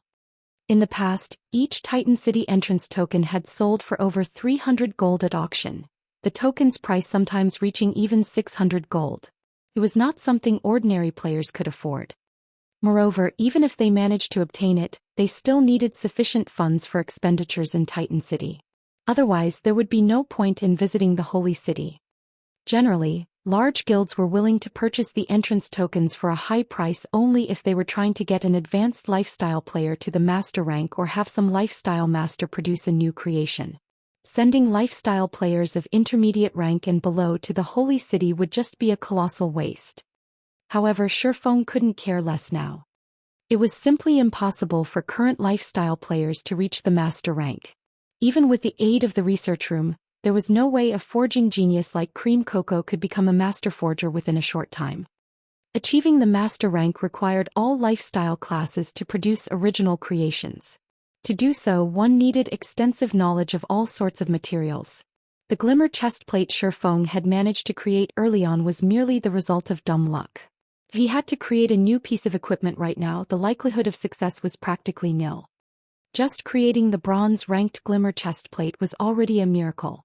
Not to mention the quality of the items one needed to produce to become a master was much higher. To become a master forger, aside from needing a ton of forging proficiency, one also needed to create 3 mysterious iron items and 1 secret silver item. Hence, the number of players who could successfully become a lifestyle master was extremely low, less than 1 out of 100 advanced lifestyle players. It was precisely because of this reason that the Holy City of Titan had become holy ground for lifestyle players in the past. Countless advanced lifestyle players dreamed of entering the Holy City to further their careers. The various large guilds also tried to purchase the entrance tokens at all costs. Anyone who managed to become a lifestyle master would become a core component of the trading firm they belonged to. After all, lifestyle masters could produce items unique to themselves. Moreover, one's success at becoming a master also proved that their research into the various materials related to their class had already reached a certain level. In the future, they would have a much easier time producing new items and thus plenty of opportunities to make money. Hence, the various large guilds had treated master-ranked players with great respect. Well, melancholic smile urged in a stern tone as she looked at the lifestyle players before her. Tapping the contract placed on the table, she continued, "If you wish to improve yourselves further, you'll have to sign this contract. Otherwise, the trading firm definitely will not give this precious opportunity to you. But if we sign this contract, it'll be equivalent to us selling ourselves to Candlelight. We won't have any chances to leave Candlelight at all in the future. Moreover, you are even requiring us to go full-time. We need some time to consider this matter properly." A few intermediate lifestyle players voiced their opinions. In their eyes, God's domain was only a game.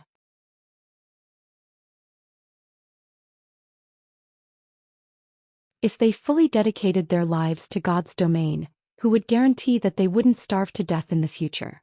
In addition, the conditions listed in the contract were extremely demanding. The contract barred its signatories from working elsewhere within the next decade. They wouldn't even be able to delete their accounts and start all over again. As this was a system-enforced contract, unless they decided to stop playing God's domain altogether, there was no escaping these conditions.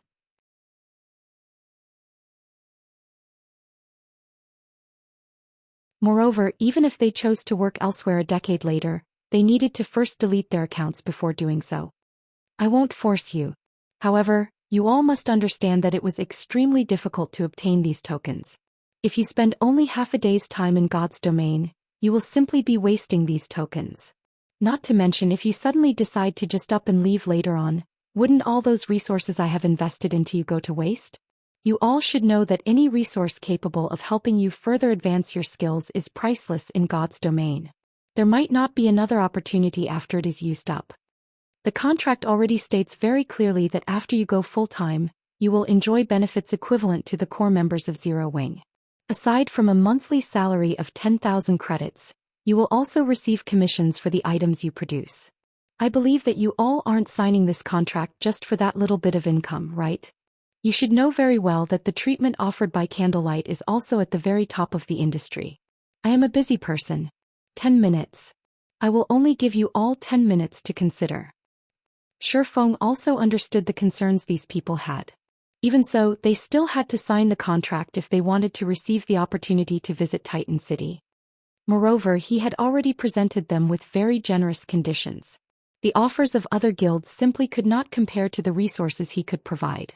If the advanced lifestyle players of other guilds had a 1% chance of becoming a master, then those on his side had a 5% chance at the very least. In the past, as Shadow was a small guild, it had not placed a lot of restrictive conditions on the advanced lifestyle players it hired. In the end, after investing a large quantity of resources into these people, those who managed to become masters simply up and left for other guilds, and there was nothing Shadow could do to stop them from leaving.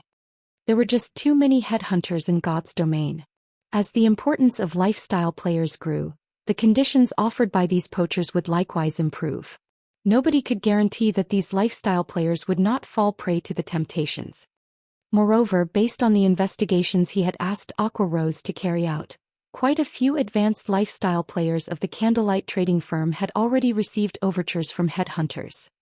He did not wish to risk such an important matter on the morality of these lifestyle players. Right. I forgot to mention this before, but not everyone present will be qualified to sign the contract. You'll have to look for melancholic and take a test first, Shifeng said as he looked at the silent advanced lifestyle players.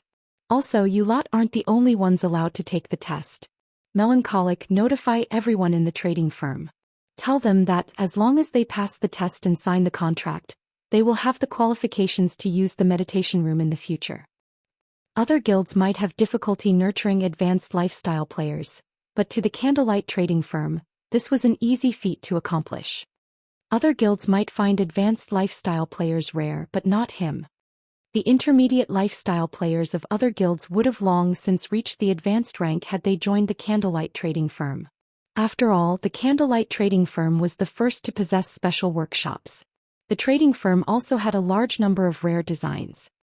If these people weren't willing to sign the contract, he would rather place his resources on lower-ranked lifestyle players.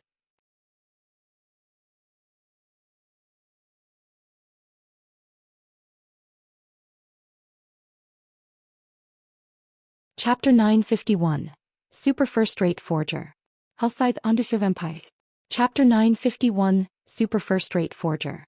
While Shifeng was holding a meeting with the lifestyle players of the Candlelight trading firm, Heaven's Burial was also having a meeting at Starmoon City. Among the participants of the meeting were several middle-aged people dressed in plain clothing, aside from a large group of well-equipped expert players. The levels of these middle-aged people were only in the low 30s. The aura that combat experts usually exuded was also absent from these people. On the contrary, they gave off a dull and strict feeling. However, nobody present in the venue looked down on these people. Rather, everyone looked at them with deep reverence. Uncle Seven, you are simply too amazing. I never thought that you would actually manage to recruit these people, the cleric Flame Blood said in admiration as he looked at the middle-aged man named Seven Treasures. With this, our guild will definitely rise rapidly. You're giving me too much credit. I simply followed the guild leader's orders to bring them here. Seven Treasures chuckled as he waved his hand. It was guild leader who managed to persuade them?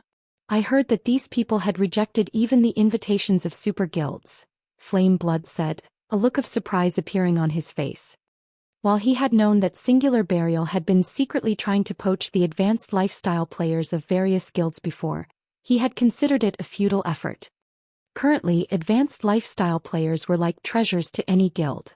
Not only did they receive excellent benefits, but they were also subject to a series of restrictive conditions binding them to their respective guilds. These players would not easily defect to Heaven's Burial. However, after seeing these few middle-aged men and women sitting before him, he now realized he had assumed wrong. The virtual gaming world had developed for over 100 years already. Aside from well-known experts and super guilds leaving their names behind in the annals of history, there were also plenty of amazing lifestyle players. These people had relied on lifestyle classes to become famous in the virtual gaming world, and their fame was not one bit inferior to that of top-tier experts. Although there would be some differences between the lifestyle classes of different virtual reality games, those capable of domination in a virtual reality game would perform mainly the same even if they switched to a different game. Aside from that, the middle-aged men and women present were among the best lifestyle players in multiple virtual reality games, and any professional gamer who walked the path of lifestyle classes would know of them. Now that lifestyle classes were becoming increasingly important in God's domain, these several masters had become even more difficult to hire than top-tier experts, yet Heaven's Burial had managed to recruit these people. With them aboard, Flame Blood was certain of one thing. From today onwards, things were going to change in Star Moon Kingdom. The Candlelight trading firm, which had remained the dominant trading firm within the kingdom all this time, would soon be history. Heaven's Burial had an abundance of capital. In addition, they also had a steady source of magic crystals. Just the number of cities the heavenly trading firm covered right now already surpassed the Candlelight trading firms greatly. Currently, it was only lacking in advanced lifestyle players and popular exclusive products when compared to Candlelight. Once the heavenly trading firm dealt with these problems, becoming the #1 trading firm in Star Moon Kingdom would be a piece of cake. Daybreak, how is the progress of the quest on your side? Asked Singular Burial, who was seated on the guild leader's throne. We're almost done.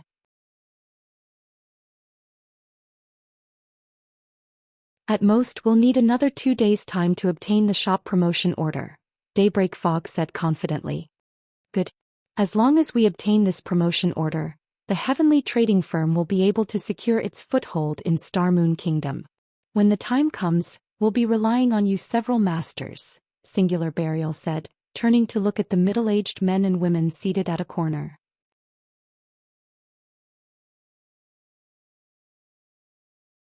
As long as you accomplish what you've promised, we naturally won't disappoint you, the bespectacled middle-aged man seated in the lead of the group said very casually. At that time, not only will the heavenly trading firm become the #1 trading firm in Star Moon Kingdom, but it will also become the #1 in the Black Dragon Empire and the surrounding countries. Although the words of the man sounded very arrogant, nobody present doubted his words. After all, this man was the super first-rate forger Lava Heart, someone known as the forging lecturer in the virtual gaming world. In the real world, he was even a famous blacksmith who specialized in producing all sorts of weapons and defensive equipment for bigwigs and martial arts masters. Please rest assured on this point. I am a man of my word, Singular Burial laughed. Inside the Candlelight trading firm.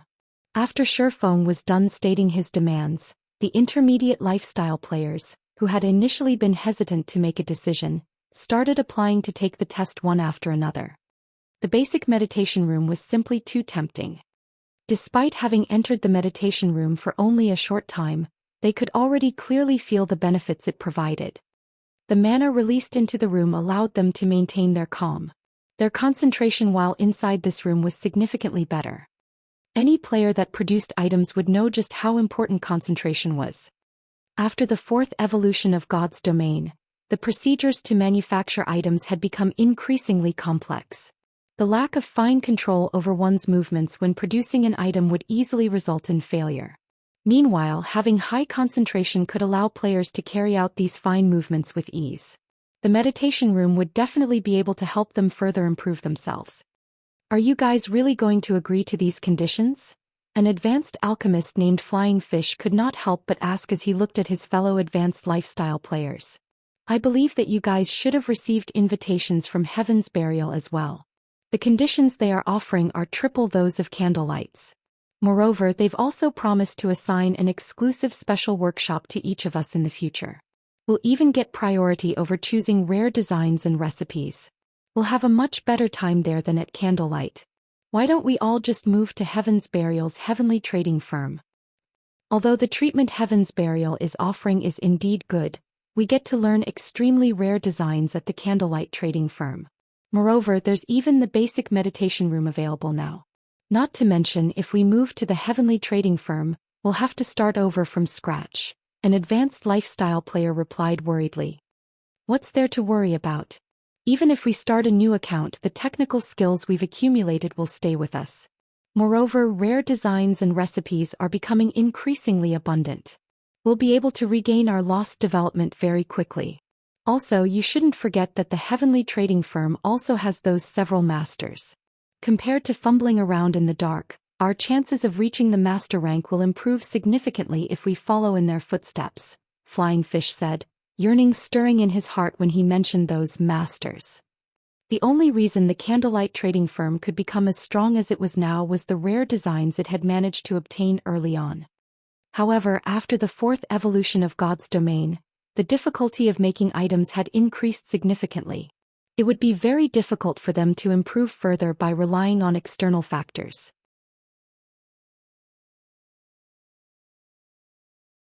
If they could receive the guidance of those several masters hired by the heavenly trading firm, their chances of becoming true lifestyle masters would be much higher than if they continued staying at the Candlelight trading firm. Burning, why don't you follow me as well? With those masters guiding us, I believe that you'll be able to become a lifestyle master very quickly. At that time, you might even get to join the upper echelons of Heaven's Burial, Flying Fish urged the tall and thin youth standing beside him. Burning Abyss had entered the Candlelight trading firm just recently. Back then he had only been an advanced apprentice.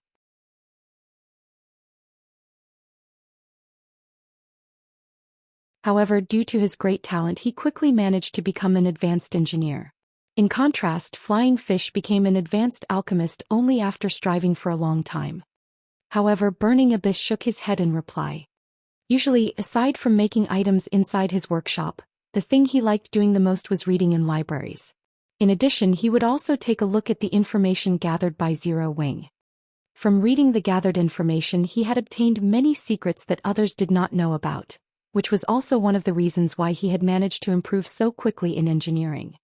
Previously, when he saw Shifeng take out the Titan City entrance tokens, his legs had nearly gone limp from shock. Although Shifeng had kept his explanation of the function of the entrance tokens brief, only stating that those who use it would get to train in special workshops as well as learn some rare designs and recipes, Burning Abyss knew exactly what kind of place the Holy City of Titan was. That was a place known as the Holy Land. Titan City even had the research rooms that all lifestyle masters dreamed of entering. The help the research materials there could provide was many times more accurate and detailed than any guidance from a bunch of players. Are you really planning to defect to the heavenly trading firm? Burning Abyss asked seriously as he looked at Flying Fish. Of course, Flying Fish replied in a determined tone. At Flying Fish's reply, Burning Abyss could not help but sigh as he said, I advise you not to go. If you defect to the heavenly trading firm, you will definitely regret your decision today.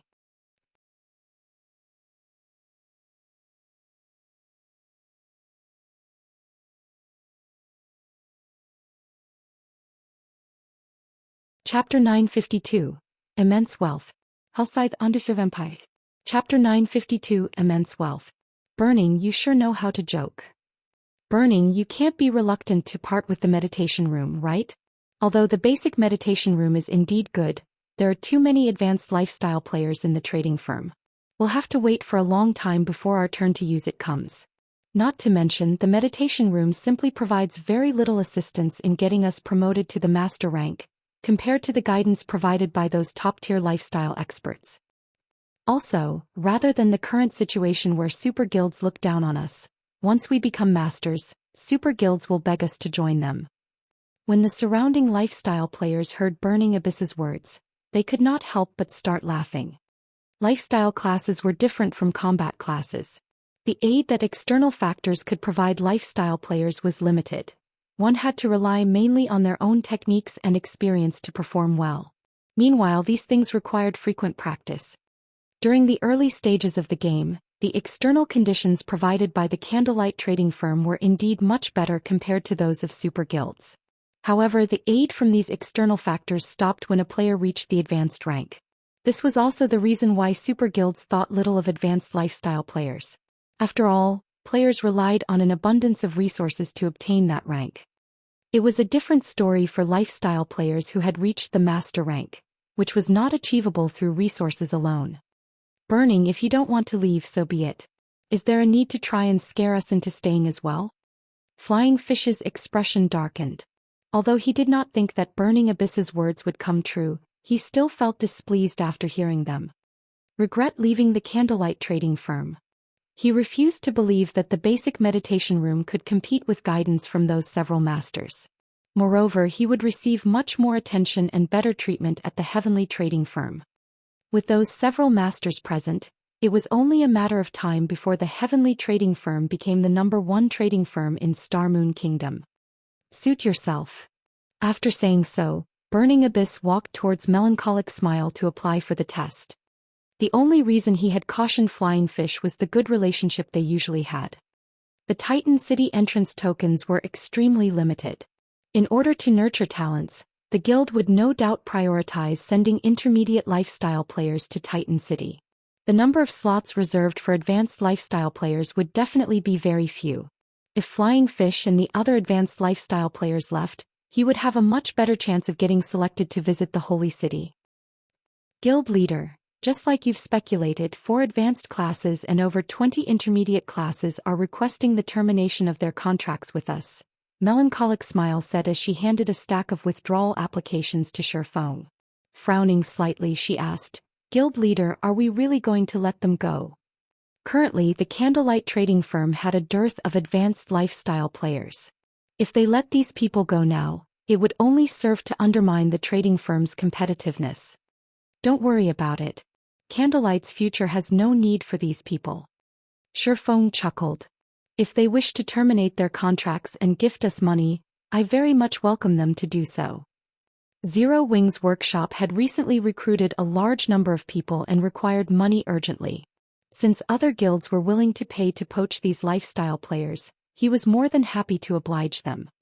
Upon hearing Shifeng's words, Melancholic Smile could not help but fall speechless.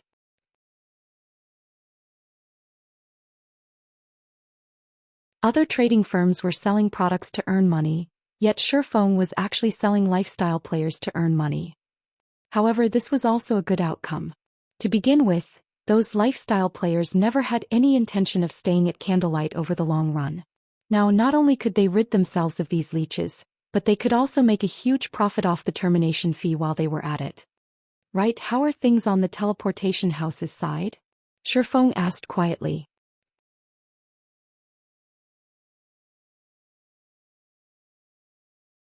Based on the test I conducted, each individual needs roughly 1/5 of a magic crystal's energy to teleport from White River City to the Twin Towers Kingdom. Hence, I set the teleportation fee for White River City at 20 silver per person. The profits we've made so far already exceeds what the entire Candlelight trading firm makes in a day by a considerable margin, Melancholic Smile answered, great joy brightening her face when she spoke about the teleportation house. The Candlelight trading firm was the #1 trading firm in Star Moon Kingdom. The coins it earned in a day could make even first-rate guilds drool. Even so, the trading firm's income still paled significantly in comparison to that of the teleportation house. Deducting the daily management fees of the several NPCs as well as the cost of the magic crystals used to fuel the teleportation array, the teleportation house had already earned over 2,000 gold after just a few hours of operation. Unfortunately, the amount of magic crystals they could obtain through the guild and purchasing from others was limited. They couldn't provide players with unrestricted use of the teleportation array. Even so, based on Melancholic Smile's calculations, they could still make a clean profit of around 5,000 gold every day. This was several times the income of the Candlelight trading firm. If super guilds were to learn of Zero Wing's daily income, they would definitely take action against Zero Wing regardless of the cost. After hearing Melancholic Smile's report, even Shifeng was surprised. Although he had expected the teleportation house to be extremely profitable, he never thought it would be this profitable. If not for the limited supply of magic crystals, this amount would most likely be several times higher. It was no wonder so many people had gone crazy over the ancient abyssal books in the past. It seems magic crystals will always remain a problem. The amount we can obtain by relying on just Stone Forest Town and purchases is simply too little. Shifeng started pondering methods to earn large amounts of magic crystals in God's domain. As players progressed further into the game, the amount of magic crystals they required would also increase. However, the sources of magic crystals in God's domain were just too few. Currently, aside from dungeons and certain hidden locations, the only other method to obtain a large amount of magic crystals was through mining magic crystal veins. However, the standard of current God's Domain players made it utterly impossible for them to go to that kind of place. Sometime later, the results of those who applied to take the test inside the meditation room came out. Based on the ranks of each class, Shifeng chose 50 players with the highest production success rates. Among these 50 players, only 5 were advanced lifestyle players, while 20 were intermediate lifestyle players and 25 were basic lifestyle players. The reason he had decided on such a distribution was his wish to nurture a large number of advanced lifestyle players. He had no plans of having the advanced players strive for the master rank at the moment. Moreover, even if Shifeng wanted to, the current advanced lifestyle players were simply incapable of doing so.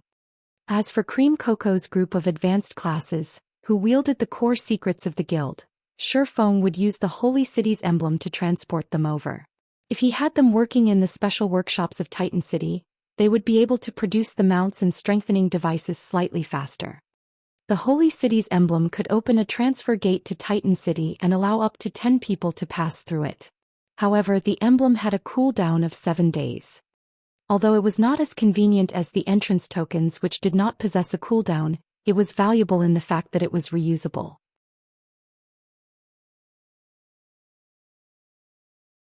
It could continuously send the lifestyle players of the Candlelight trading firm to Titan City. After everyone had teleported to Titan City, Shifeng silently departed the trading firm. This is the Holy City of Titan. Originally, everyone had been extremely excited over the fact that they were going to get to have their own exclusive special workshop as well as learn rare designs and recipes. However, upon entering Titan City, they were utterly shocked by the scenery of Titan City.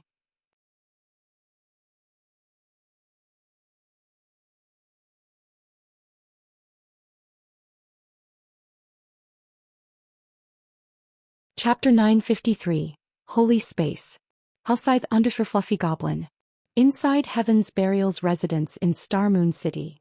Guild Leader, I've just been notified that those 4 advanced lifestyle players from Candlelight have agreed to our conditions. Moreover, Candlelight isn't forcing them to stay. As long as we send the money, they'll let those 4 go, Flame Blood reported excitedly upon receiving the news. Advanced lifestyle players were currently a rare commodity to any guild. They were precious resources for guilds in the war over market dominance. Hence, the various guilds held onto their lifestyle players tightly, preventing other guilds from poaching. If a guild wanted advanced lifestyle players, it would have to start by nurturing complete novices. However, doing so was time-consuming, and it would be very hard for a trading firm to gain a competitive edge in a short time.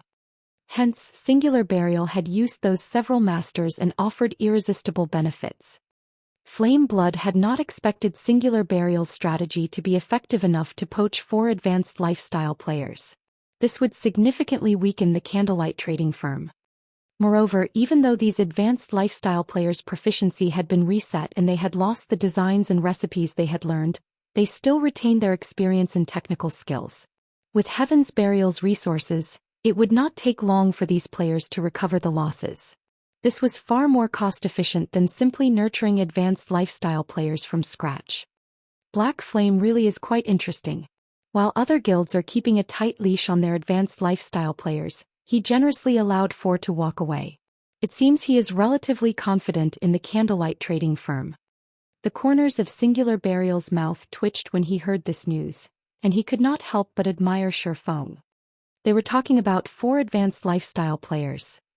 After investing plenty of resources into its trading firm, Heaven's Burial had only nurtured 5 advanced lifestyle players thus far. Among them, 3 had only recently achieved their promotion. Yet the Candlelight trading firm had abandoned 4 such individuals without hesitation. Guild Leader, will these players be a problem? Daybreak Fog asked worriedly from the side. They shouldn't be. I spoke with all of them in secret earlier. Their item production techniques and success rates are genuine, Singular Burial said, shaking his head. Chuckling, he continued, since Candlelight is so generous, we don't need to be courteous with them. Uncle Seven, deal with this matter right away. We can't let another guild steal these people from us. With these 4 advanced lifestyle players and the 5 masters in the heavenly trading firm, it wouldn't be long before the position of Starmoon Kingdom's top trading firm switched owners. Once the heavenly trading firm surpassed the Candlelight trading firm, Heaven's Burial would have a stable source of income. At that time, Heaven's Burial could officially begin its conquest of Starmoon Kingdom. Guild leader, rest assured, I'll head over right away, 7 Treasures said. He immediately departed the meeting room and dashed towards Starmoon City's teleportation hall. On the streets of Titan City, the city's dense mana intoxicated Melancholic Smile and her companions. The mana density in this city is even higher than the basic meditation room. Melancholic Smile grew breathless when she felt the city's mana. Although the difference in mana between the basic meditation room and the special workshop seemed small, it was precisely this small difference that made it far easier for intermediate lifestyle players to reach the advanced rank. Lifestyle players gained proficiency in a slightly different way from combat players who only needed to gain EXP by killing monsters.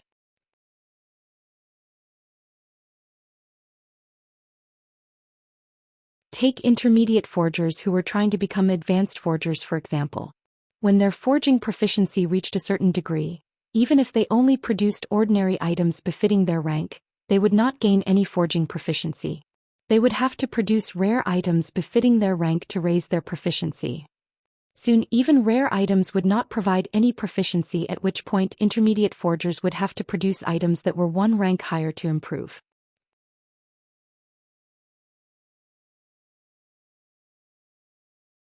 One could just imagine how abysmal an intermediate forger's success rate with producing advanced items would be.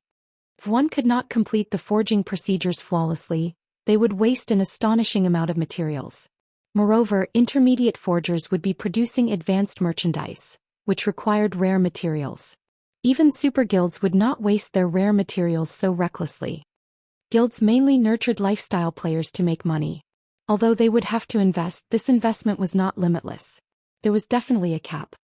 In the Candlelight trading firm, rare materials were extremely limited. The trading firm did not have the leeway for everyone to produce higher-rank merchandise limitlessly. Hence, the trading firm would conduct a quality check every now and then, using the opportunity to determine how many rare materials to allocate to each person. Those with high production success rates received a larger supply of rare materials. This way they could gain more proficiency each day, increasing their promotion speed. This was precisely the reason that the basic meditation room's mana density was extremely important.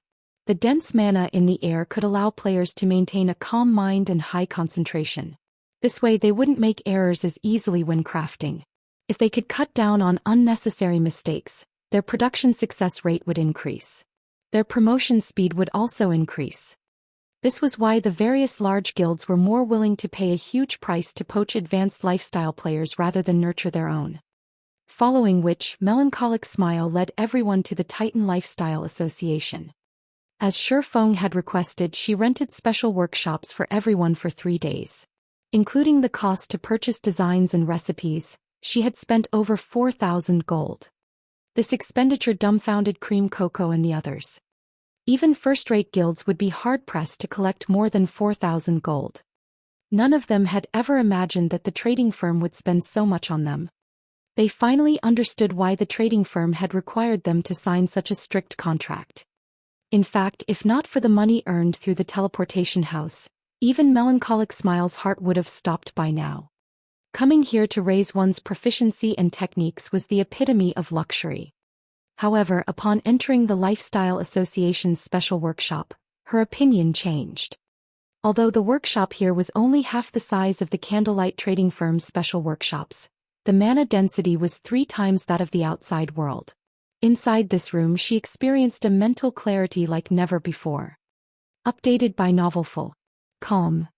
Moreover, aside from its high mana density, there was a large amount of research materials available inside this special workshop. After a cursory search for information on the strengthening device, Melancholic Smile compiled a few dozen pages of information. Among them were production videos from master forgers and key crafting points. Master-ranked production videos? Melancholic Smile clicked on the video out of curiosity.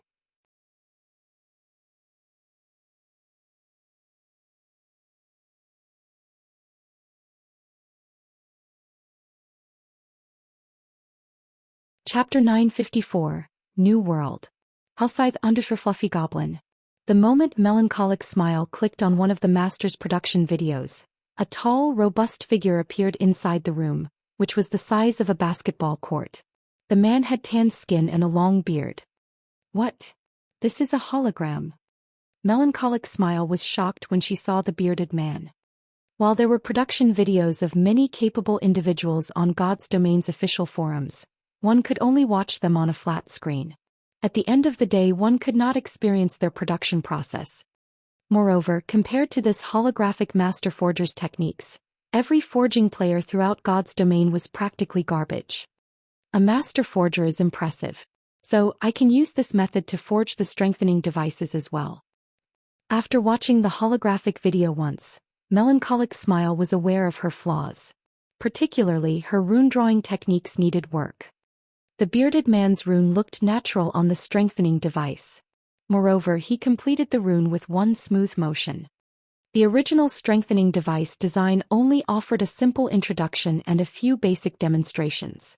It did not contain any forging techniques to speak of.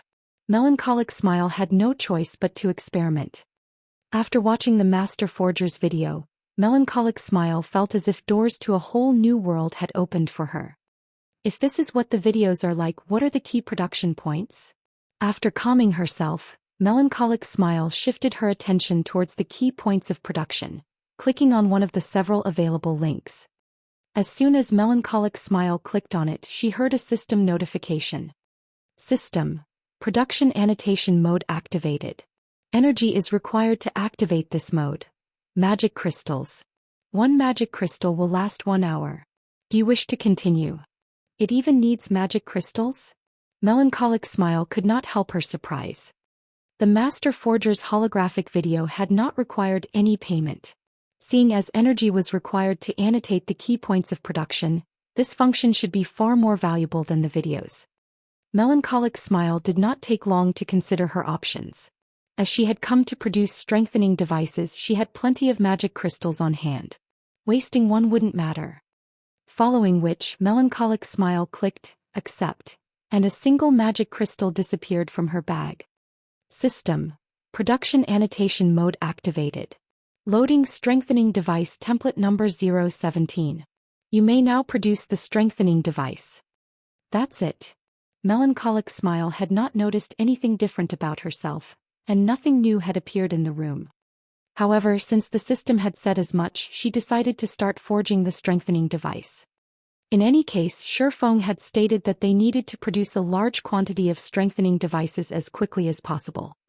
As Melancholic Smile took out the necessary materials and prepared to smelt them, various images and data appeared before her. The information consisted of semi-transparent holograms and wouldn't affect her production directly. When Melancholic Smile looked through the images and data, she was shocked. After all, this information guided her through producing the strengthening device. All she needed to do was overlay her actions with the holographic images and observe the smelting process. The data displayed also provided specific hints for carrying out these actions. The production annotation mode was like a copybook that provided ideal forging procedures, and all she needed to do was familiarize herself with these procedures. Learning how to forge the strengthening device this way was many times more effective than simply watching a master forger at work.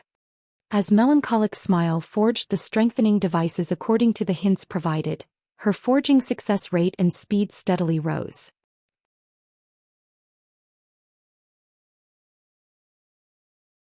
Originally, Melancholic Smile's success rate with the strengthening device had been around 40%.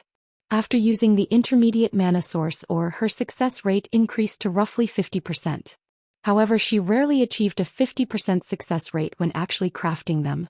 Before arriving in Titan City, she usually succeeded 4 of 10 tries and sometimes less.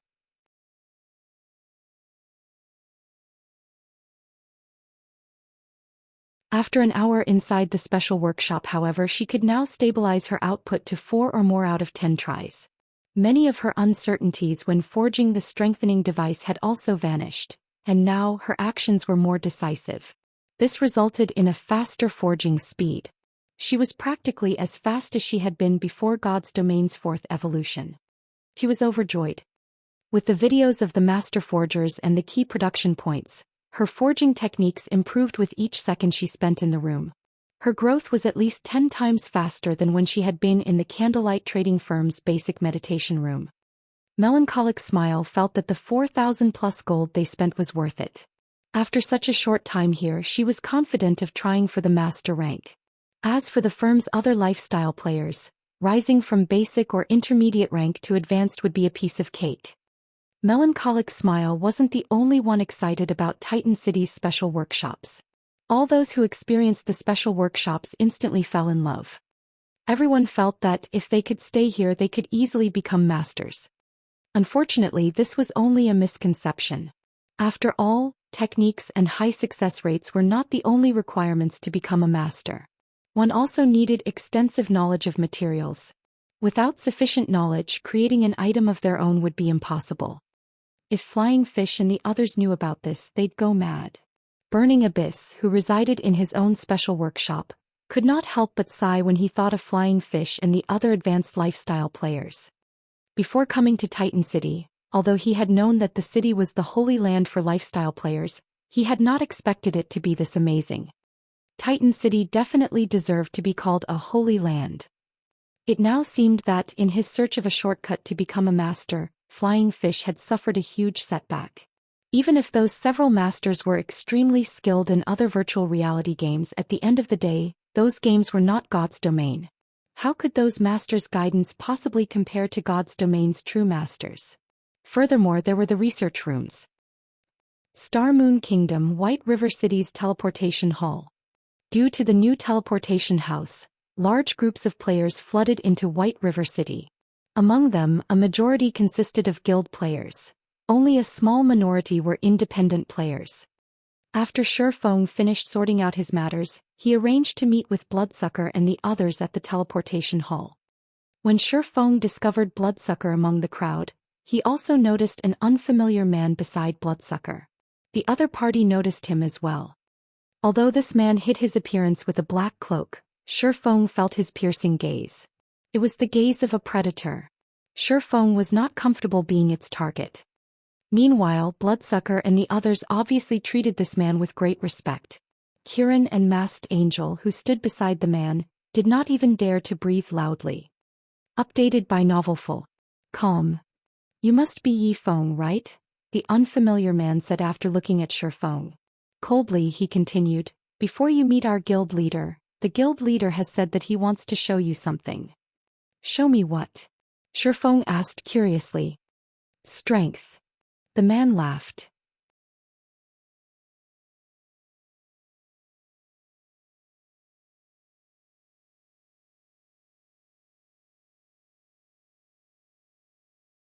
Chapter 955, Raven's Background.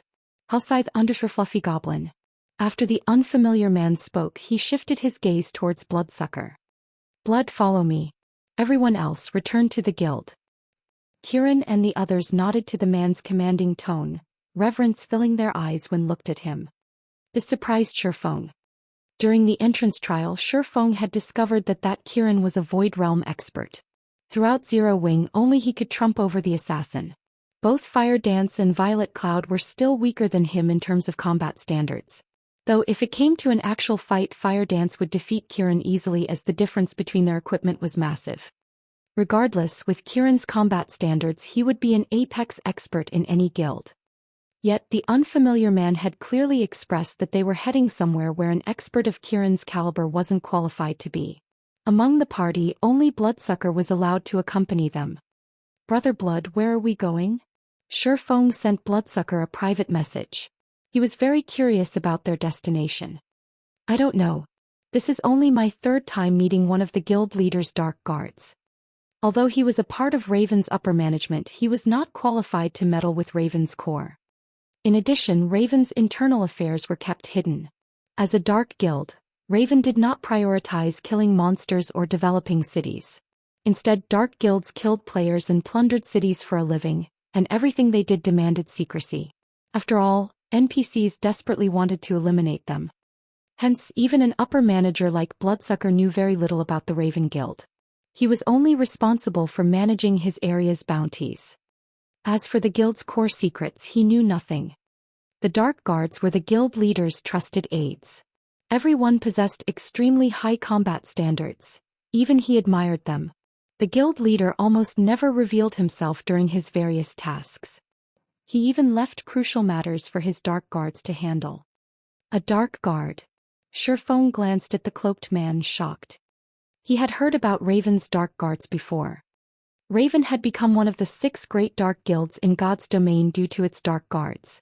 These Dark Guards possessed inhuman combat standards. There were also many of them.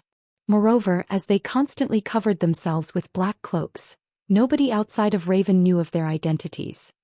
Initially, many people had wondered if a super guild had established Raven. However, facts had proven that Raven was not related to any super guild in God's domain. Every super guild in God's domain had been under the care of Raven's Dark Guards at some point. Despite the Dark Guards robbing them of many riches, none of these super guilds had any real method of dealing with the Dark Guild. This was because Raven had no fewer top-tier experts than a super guild. Meanwhile, Shifeng could clearly feel that the Dark Guard before him was even more impressive than Bloodsucker. Of course, impressive did not refer to combat techniques.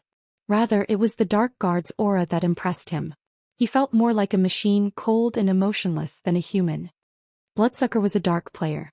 He could build a mountain with the corpses of the players he had killed, yet he could not feel as intimidating as this Dark Guard. Like a soulless robot, this Dark Guard revealed neither joy nor sadness. After Kiran and the others had departed, this indifferent Dark Guard led Shifeng and Bloodsucker through numerous teleportations, traveling far from Starmoon Kingdom and arriving in a remote town in the Dawn Empire. Following which, the trio rode their mounts for several hours before finally arriving in a seemingly uninhabited town. Unlike NPC towns, this town had plenty of NPC guards patrolling its borders.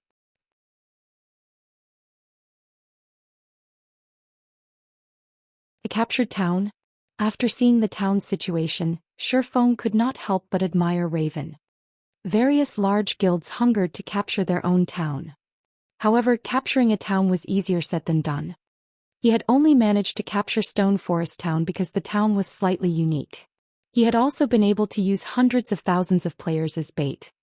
Although players had reached higher levels and their attributes had increased significantly, capturing a town was still very difficult.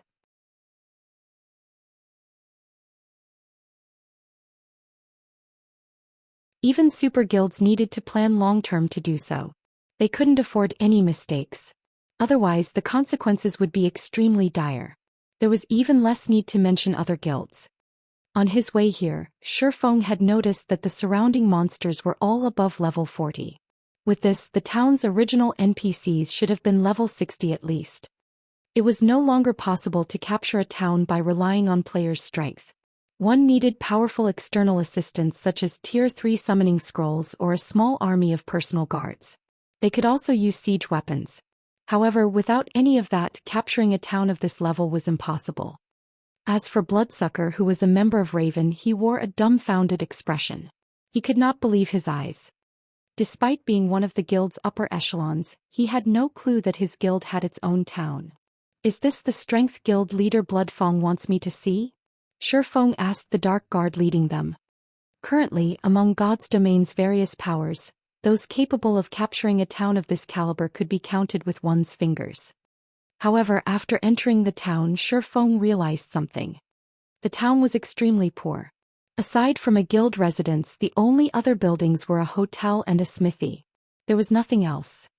Although the town was extremely poor, the several hundred players in the town were far from ordinary. Not only were they all level 38 or above, but they felt like ferocious beasts. The chill in their eyes was similar to the Dark Guards.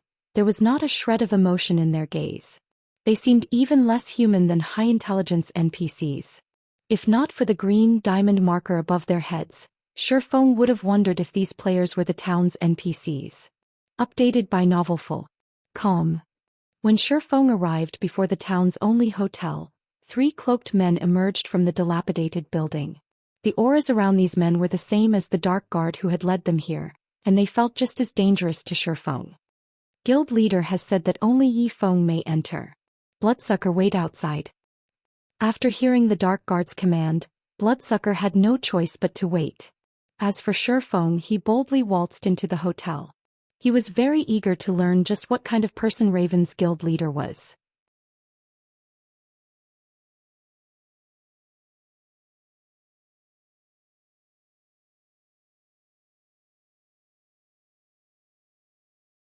Chapter 956, Priceless Town. Outside under fluffy goblin. Inside the tattered hotel, aside from a man dressed and cloaked in black sitting on a windowsill and the two dark guards standing beside him, there were no players inside the establishment. There were only two NPCs inside the hotel, a bartender and a waiter. It was difficult to call this establishment a hotel. From the moment he entered to the moment he stopped before the black-cloaked man, the two dark guards watched Shifeng's every movement. If he made any sudden movements, they would eliminate Shifeng immediately. They both felt like well-trained bodyguards. This is their hotel. Why are they so nervous? The dark guards' behavior confused Shifeng. Their behavior furthered his interest in the man named Bloodfang. In his previous life, Bloodfang had never once revealed his true appearance to the world. He had been a complete mystery, even more secretive than the legendary Flower of Seven Sins. Although many people had looked into Bloodfang's background, no one ever learned anything. Bloodfang's identity was so obscured that nobody even knew whether he was a man or a woman. After all, there were many items in God's domain that could disguise a player. Moreover, Bloodfang wore a black cloak constantly. Even if one used an advanced identification skill, they would learn nothing. The only thing everyone knew was that Raven's members referred to their guild leader as Bloodfang. Care for a drink? Bloodfang asked after Shifeng's Saturday. The beverages here are very good. Unlike the dark guards, Bloodfang's voice was not void of emotion. Only his tone was somewhat gravely. No need. Just tell me what you want. You didn't invite me all this way just for a drink, right? Shifeng declined, shaking his head. Indeed, just as Bloodsucker had said, you really are straightforward. Bloodfang chuckled. Pointing to the town outside the window, he continued, I'll just get straight to the point. What do you think of this town? It is very shabby. However, the fact that your guild has captured this town shows that there must be something of great interest to your guild here, Shifeng said honestly. The Dawn Empire was very far from Starmoon Kingdom. Teleporting from Starmoon Kingdom to the Dawn Empire cost 4 gold, 24 silver. Even current expert players would be reluctant to pay this price. In the past, Shifeng's activity had always remained centered in Starmoon Kingdom. Hence, other than knowing their general location, Shifeng did not know much about distant kingdoms and empires. Of course, he still had some knowledge of major incidents. Although he had never personally visited these countries, the secret pavilion often reported major incidents that occurred in God's domain's various kingdoms and empires. However, as far as he could remember, nothing significant had occurred in the Dawn Empire at this stage of the game. Your senses are sharp. Indeed, as you've said, this town is quite shabby. However, Raven has paid a huge price to capture it. We've almost invested everything we've accumulated since joining God's domain to do so, Bloodfang said, sighing. I'm ashamed to say this, but although Raven has accumulated a lot of resources so far, constructing this town is too expensive. Shifeng revealed a surprised expression as Bloodfang explained the situation. He was very familiar with the town's construction. The construction's early stages required a hefty investment. However, to a power like Raven, it should not pose a problem. I don't expect you to believe me. However, I am not lying. This town is somewhat special. Although it looks like this now, this town was initially flourishing. What you're seeing is our second reconstruction. Helplessness tinged Bloodfang's voice as he spoke. The second time? Had the town been destroyed? Shifeng's shock grew.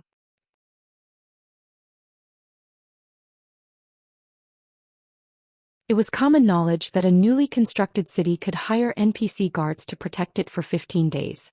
To current players, level 150 NPC guards were invincible. Even if the surrounding level 40+ monsters sought to cause trouble, Raven could take care of them easily. This town was indestructible. That's right. This town has been destroyed once before. Even after hiring so many guards, in the end we failed to defend it. Raven has invested too much into this town during its early stages.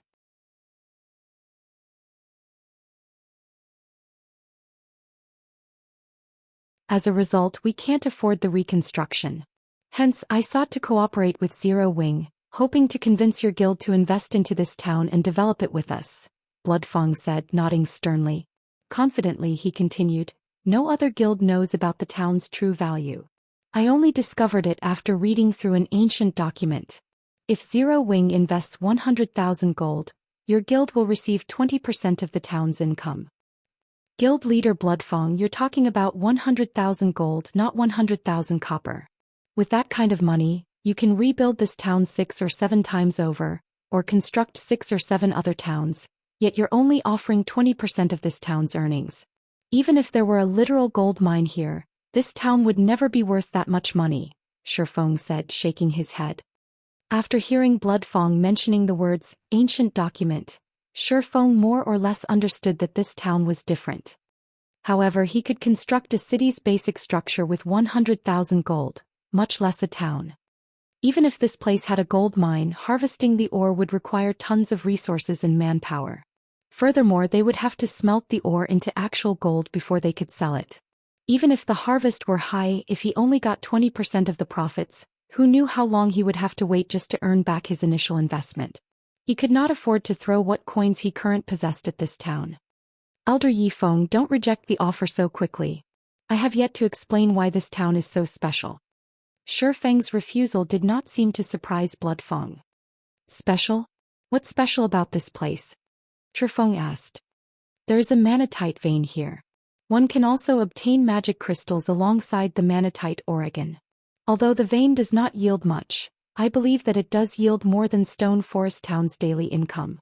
This could certainly benefit the Candlelight trading firm, Bloodfang said, chuckling. How about it? Do you think my offer is worth consideration now? It's no wonder why guild leader Bloodfang is so confident. However, why Zero Wing? Wouldn't it be better to work with super guilds? With the financial strength and manpower of a super guild, you would have more than enough to develop the town, Shifeng said. He had to admit that the offer was tempting. Manatite was one of God's domain's particularly rare minerals. As manatite ore contained dense mana, magic crystals formed as a byproduct in a manatite vein.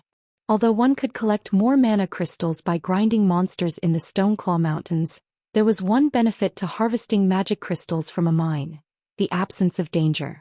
As long as they had a sufficient mining level, any player could mine magic crystals. Moreover, the higher their mining level was, the greater their chances were of obtaining magic crystals.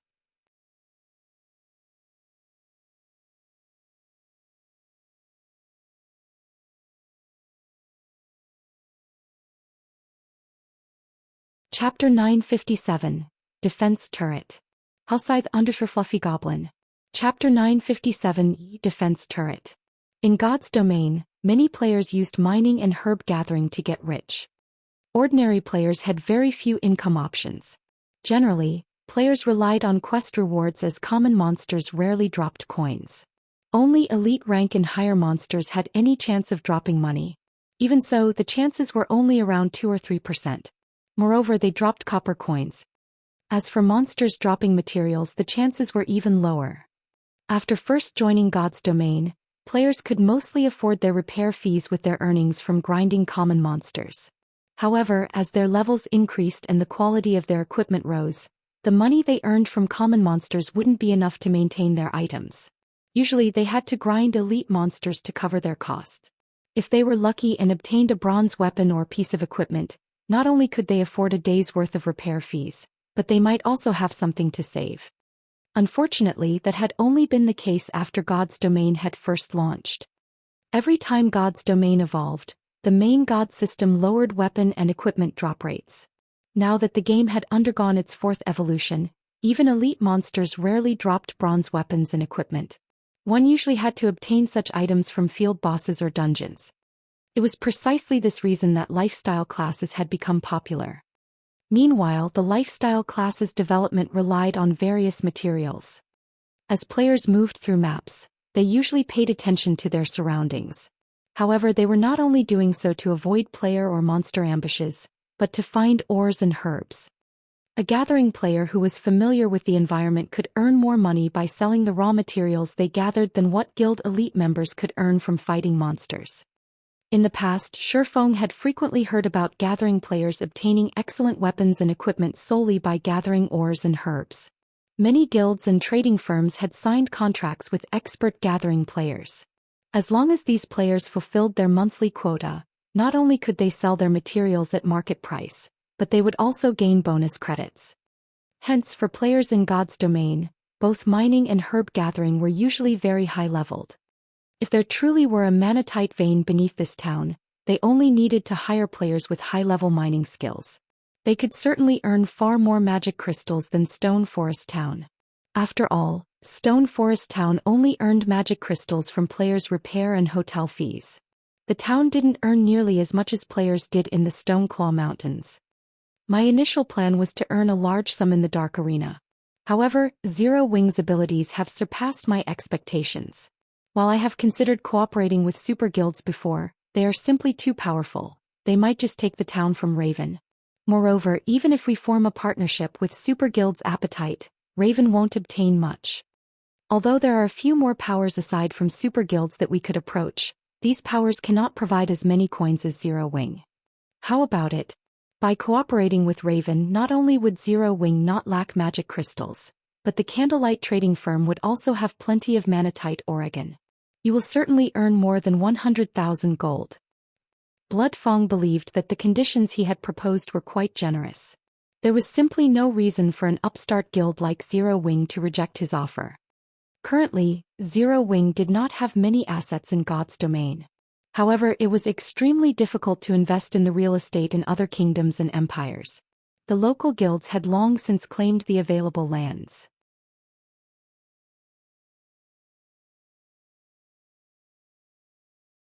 As for kingdom and empire's main cities, although some golden lands were still available without sufficient reputation in those cities, purchasing those lands was impossible. By the time someone from Zero Wing obtained the required reputation, others would have claimed those lands. In other words, Zero Wing should have a lot of money lying around right now, yet it could not effectively utilize the coins, spending money to make money. However, this could not be helped. After all, Zero Wing was merely an upstart guild.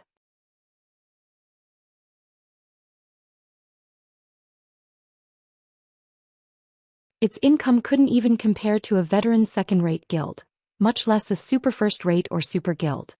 If Zero Wing continued to hold on to its funds, it would eventually depreciate. This was also why, despite earning boatloads of gold, super guilds had very little liquid funds. This was because these super guilds had long since invested the money into something more valuable, particularly various cities' lands with high potential. If Zero Wing invested its excess coins into Raven, it could kill two birds with one stone. Guild leader Bloodfang, as I've said before, 100,000 gold coins are not 100,000 copper coins.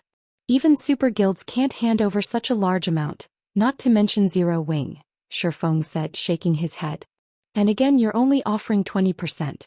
It will take ages to earn back our initial investment. God's domain changes each day. Zero Wing cannot make such a huge gamble. Why don't we change our method of cooperation? Bloodfang shook his head, responding, if you wish to invest manpower, forget it. Current players cannot defend this town. With the number and level of monsters attacking this town, we can only rely on NPCs to defend it. In fact, we need a small army. We also need to construct extremely powerful magical arrays and defense turrets before the 15-day protection period is over, all of which requires a large sum of coins. If not for his urgent need for money, he wouldn't have considered cooperating with Zero Wing at all. He very much preferred to have the town's profits to himself. There was not a single power in God's domain that would complain about having too much money, not to mention an essential item like the magic crystal. As expected, these monsters must be unusual. Hearing Bloodfang's words, Shifeng could faintly discern the true reason the town had been destroyed, and he could not help the corners of his lips curling up. In the past, towns with rare mineral and herb fields nearby were often harassed by the local monsters. Needless to say, a town with manatite would be assaulted once every few days. During God's domain's early stages, the various large guilds had headaches over these towns. After all, most of the money they earned had to be spent on the town's defense, with some towns needing additional investment. As Bloodfang had said, constructing one Tier 3 defensive magic array to defend a town would cost 32,000 gold. Although the magic array would block any monsters below Tier 4 level 200, it required a lot of mana to operate. As for the defense turret, each one cost 7,000 gold to construct. Generally, monsters would come from all directions when raiding a town. Even if they placed only one defense turret at each of the 4 cardinal points, they needed at least 4 defense turrets. Moreover, the turret's artillery shells were very expensive. At market price, each shell cost 5 gold, with higher quality ones costing dozens. Furthermore, a single defense turret at each corner wasn't nearly enough. They would need at least 2. With this, the total cost was around 88,000 gold. It was no wonder why Bloodfang wanted a 100,000 gold investment. However, players' wisdom was infinite. In the past, after the various large guilds had experimented countless times, they had finally found a method to not only save on the high construction cost, but also resist against the swarms of invading monsters.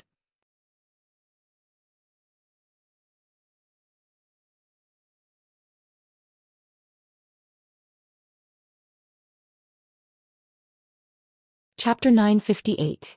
Inconceivable Zero Wing. Hellscythe Underscore Fluffy Goblin. If you can't make a decision right now, you can return after discussing it with your guild leader. However, I can only give you a day to consider.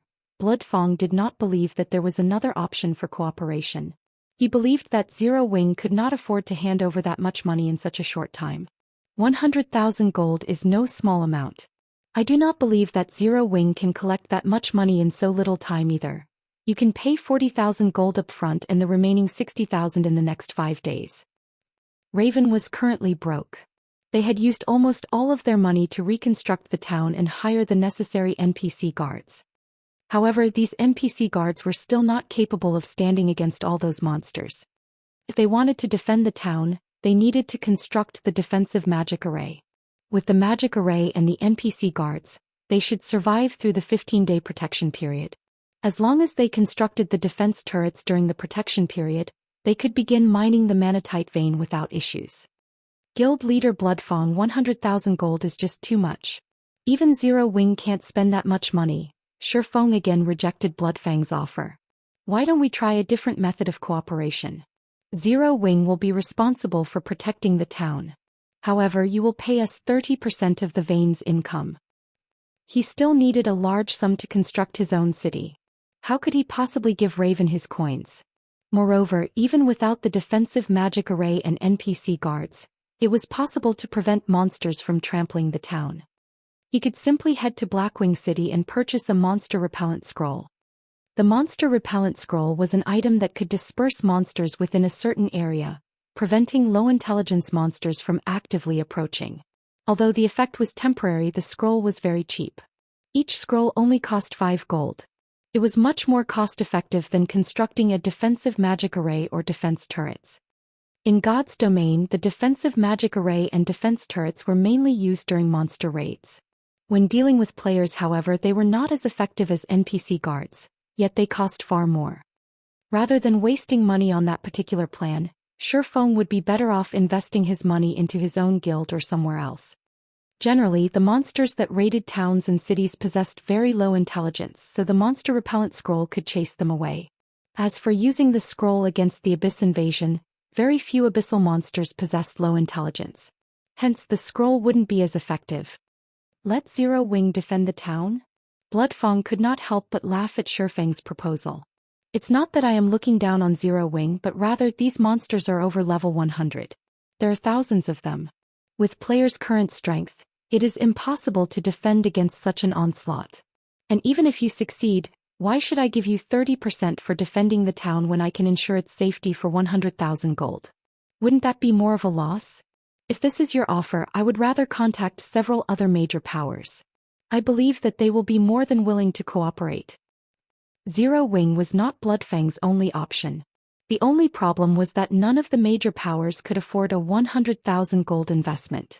However, he did not necessarily need 100,000 gold. As long as he had the initial 40,000 gold, he could construct a sufficient number of hotels during the 15-day protection period. With a place to replenish their stamina in, his subordinates could mine for magic crystals continuously. He could earn enough money to construct the required defense turrets before the protection period ended. However, Raven would have to be particularly frugal during this period. If so, I have another suggestion.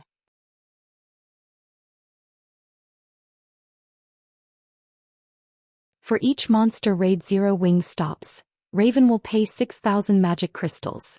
What do you think of that? Shifeng casually suggested. Are you serious? Bloodfang asked in surprise.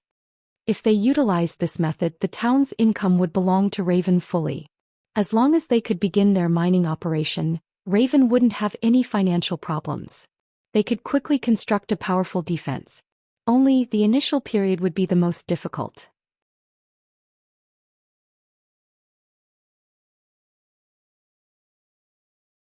He hadn't expected Shifeng to be interested in such an exchange. Had Shifeng simply handed over 100,000 gold, he could have received 20% of the town's income.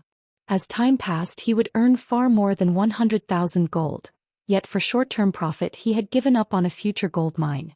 Bloodfang found it hard to believe that a large guild's upper echelon would make such a rash decision.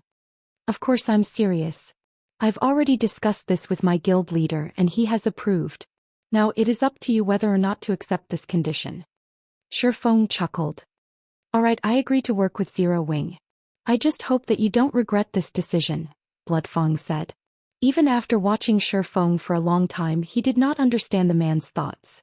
He could not figure out what Black Flame Zero Wing's guild leader was thinking either. The only reason he had agreed to offer Zero Wing a share of the town was because he had worried the guild would not be willing to fork over the money. That Zero Wing had refused the shares, only asking for some magic crystals, was good news for Raven. The monster raids did not occur every day. Generally they only attacked every other night. Even if Zero Wing defended the town from 10 attacks, he would only spend 60,000 magic crystals. When the town's defenses were complete, he would not need Zero Wing's assistance. Based on the current market price, each magic crystal was worth 25 silver. Even if Zero Wing defended the town for 20 days, he would only spend 15,000 gold. No matter how he looked at it, he would profit from this trade. Following which, Shifeng signed a contract with Bloodfang. As long as Zero Wing helped Raven defend against a monster raid, Raven would pay 6,000 magic crystals. Moreover, the payment could only be made in magic crystals. If Raven could not pay up, it would have to pay 5 times the value of the magic crystals with coins or other products. Aside from that, Raven must also allow Zero Wing to construct a guild residence in the town so that Zero Wing's members could travel here easily. Of course, if Zero Wing failed to defend the town, it would have to pay Raven a reconstruction fee of 30,000 gold. It is highly likely that the next raid will happen tomorrow night, but I can't say for sure. I hope that you will be prepared before then. Although Bloodfang had signed the contract with Shifeng, he was still worried. Could Zero Wing really defend against that many monsters? Rest assured, once Zero Wing's residence has been constructed, you won't have to worry about monsters, Shifeng replied confidently. Now that they had signed the contract, he was in a great mood. Although it seemed as if Raven had just secured Zero Wing's help, dealing with the Dark Guild's biggest concern, Zero Wing would gain far more than 20% of the town's income. However, Bloodfang didn't know this. While the monster repellent scroll was very convenient, it also had a huge flaw. The scroll could only chase monsters away, not exterminate them. As they fled, the monster army would grow. When players stopped using the monster repellent scroll, the subsequent raid would be intense, even horrific. As long as the army grew 4 or 5 times, the town would fall even if they had 30 turrets.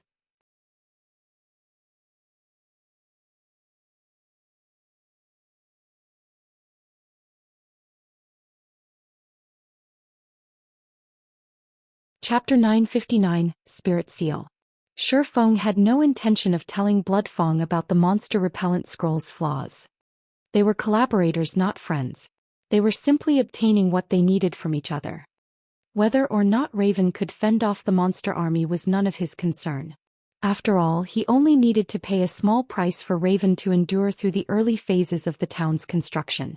Moreover, it would be a waste if he did not rip off a magic crystal tycoon like Raven. White River City's teleportation house urgently needed magic crystals. As long as he had enough magic crystals, he could turn them into coins. Once Zero Wing had its first city, it would have a safeguard of its own.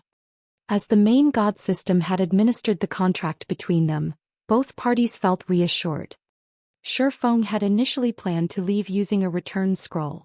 However, Bloodfang suddenly stopped him. A moment. Bloodfang held Shifeng back. Smiling, he continued, "I still have information that I think will be of use to Zero Wing." Saying so, Bloodfang took out a black envelope and passed it to Shifeng. Shifeng raised his brows when he saw the envelope. Although the envelope looked normal, it was actually an encrypted message. No one would be able to read the message aside from the intended player. Moreover, after the message was read, it would self-destruct. Even recording the message would not be possible. A video message? After opening the envelope, the message came in the form of a video file. Following which, Shifeng clicked to open the file. When he finished watching the video, however, he was shocked. In the video displayed numerous players encircling a one-horned humanoid creature that loomed over 3 meters tall and wore a black robe. Numerous crimson runes resembling flames decorated this humanoid creature's body. Moreover, the humanoid creature exuded black fog from its body, and players shuddered when its crimson eyes turned towards them. Aside from this monster's level and HP, the video showed nothing about it. Neither the monster's level nor its HP was very high at level 40 with just over 1,000,000 HP. With a rough guess, Shifeng surmised that the monster was only chieftain rank, yet even it had massacred several hundred elite players. However, rather than the deaths of several hundred level 35+ elites players, the one-horned monster's extraordinary actions were the key points of the video. The monster's combat style was similar to a player's. Moreover, whenever this monster killed a player, not only did it recover some HP, but its attributes also rose slightly. Most importantly, Shifeng noticed something familiar on the monster's body. The spirit seal used to absorb immortal souls. Charlin had only marked the spirit seal on the back of his hand so that he could complete his quest, and this spirit seal would only shine silver when absorbing an immortal soul. The same spirit seal had been imprinted on the humanoid monster's chest. Every time the monster killed a player, the spirit seal radiated a faint silver glow. From an outsider's point of view, the glowing spirit seal throbbed like the monster's heartbeat. A passing expert assassin had recorded this video. As this assassin had maintained his distance from the battlefield and stayed in stealth, they had been hard to detect. Hence this video was a record of the entire battle. After the one-horned monster finished killing the elite players, something even more astonishing happened. Usually, monsters didn't pay attention to the items players dropped when they died unless they were quest-related items. Yet after killing the players, the one-horned monster looted the drops. Before the monster left the area, several other figures appeared. Among these figures, a few looked like the monster. Not only were they tall, but a single horn also grew from their foreheads.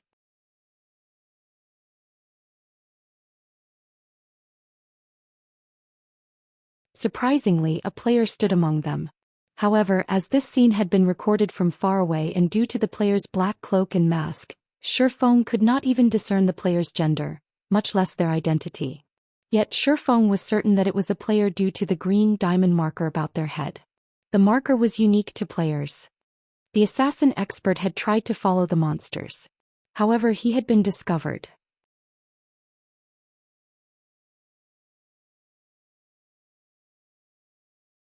Although the level 38 assassin expert tried with all his might to flee, in the end he failed to escape the one-horned monsters.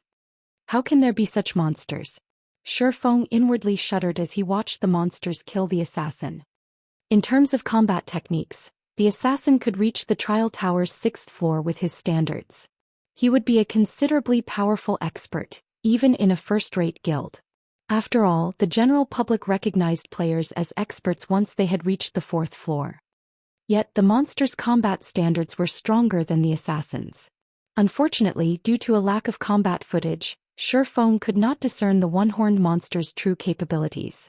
Even so, Shifeng roughly guessed them to be near the half-step refinement realm at the very least. If they had been NPCs, Shifeng would not be surprised if they had reached this standard. After all, he had encountered NPCs with much higher combat standards than that. However, for God's domain's monsters to fight like this, their intelligence must be extremely high. Even great lords didn't fight like this. The assassin who recorded this video is a red player and a slightly famous one at that. It had been 2 days since he had died, but even now he cannot log into God's domain, Bloodfang informed Shifeng.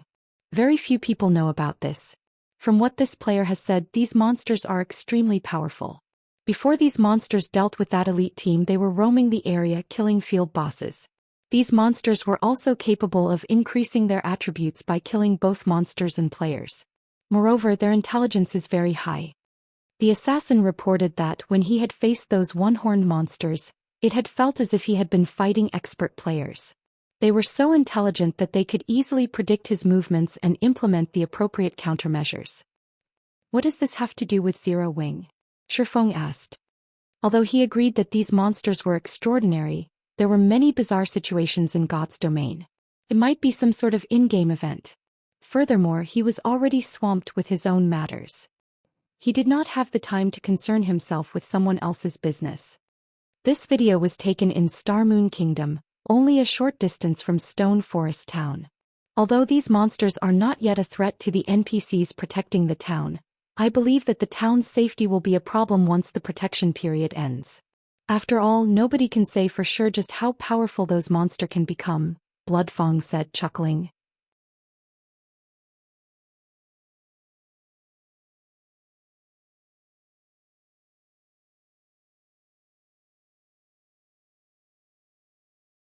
Chapter 960, Evil God Appears. They are near Stone Forest Town? Shifeng fell quiet as he pondered the situation. He could not remember such monsters in Starmoon Kingdom in his previous life. This was the first time he had ever seen such a thing. If they were mutants, they wouldn't let any creature live. And they might allow a pair to tag along. They were somewhat similar to mutants in that they could grow stronger by killing other monsters and players. Indeed, just as Bloodfang had said, while there was nothing to worry about right now, as the monsters grew stronger, they would become very dangerous. Before I sent Bloodsucker to negotiate with you, I sent him to investigate. Based on Bloodsucker's report, not only was every field boss in the area dead, but he couldn't find a single common monster either. Moreover, he discovered a similar situation in the nearby level 60 map, Bloodfang said. He then shared several pictures with Shifeng.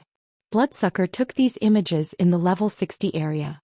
With the monster's growth rate, it won't be long before they're a threat to Stone Forest Town or NPC towns.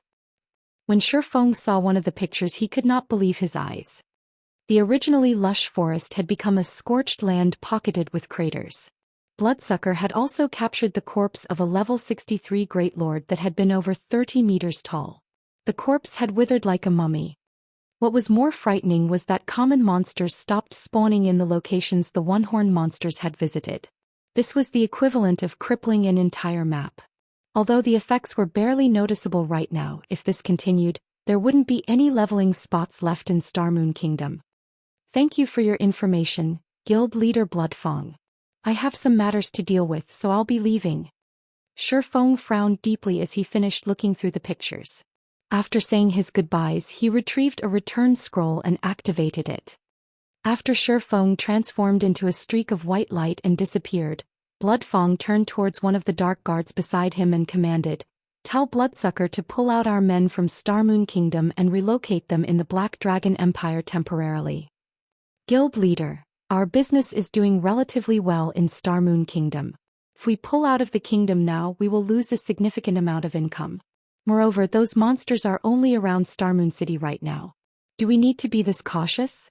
The Dark Guard asked in surprise. Do you really think those monsters are that simple? Bloodfang eyed the Dark Guard. There's one thing that I didn't mention to Zero Wing. I recently received a report from the Thorn Shadow team, stating that they've discovered the one-horned monster's whereabouts. Do you know what else they discovered? The Dark Guard shook his head. Those monsters are currently based in an NPC town in a level 50 map. They have nested in the town. The previous reports counted less than 10 monsters, yet now there are hundreds.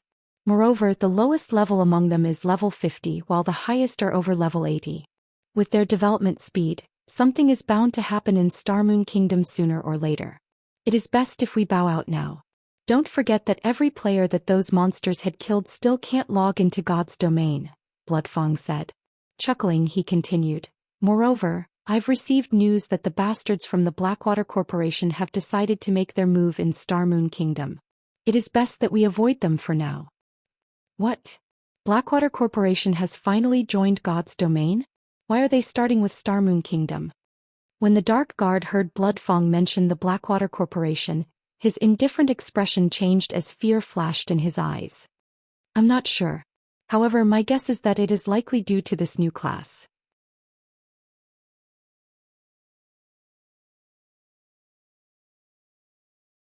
After all, throughout God's domain, it is the easiest for players to obtain the new class through Starmoon Kingdom. A batch of players with this new class would benefit their development in the game, Bloodfang said, shaking his head. Among the many major corporations, I hate Blackwater the most. They always use unscrupulous means to achieve their goals and they never follow the rules. Zero Wing will have to rely on its own power to weather this coming storm.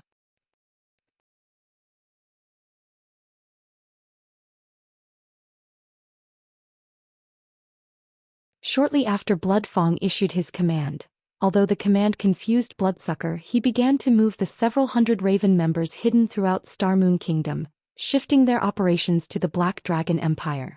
As for Shifeng, rather than traveling to Blackwing City to purchase the monster repellent scrolls, he visited Starmoon City instead. Starmoon City had visibly changed over the past few days. Many of the players roaming the streets were from other kingdoms and empires, all hawking their weapons and equipment. The city had also experienced an increase of their non-combat players. These players were relatively low-leveled, with some even below level 20. However, they were all very rich. These people were merchant players. In cities, it was extremely difficult for ordinary players to obtain their own shops. There were also fixed times when players could set up stalls in the free market.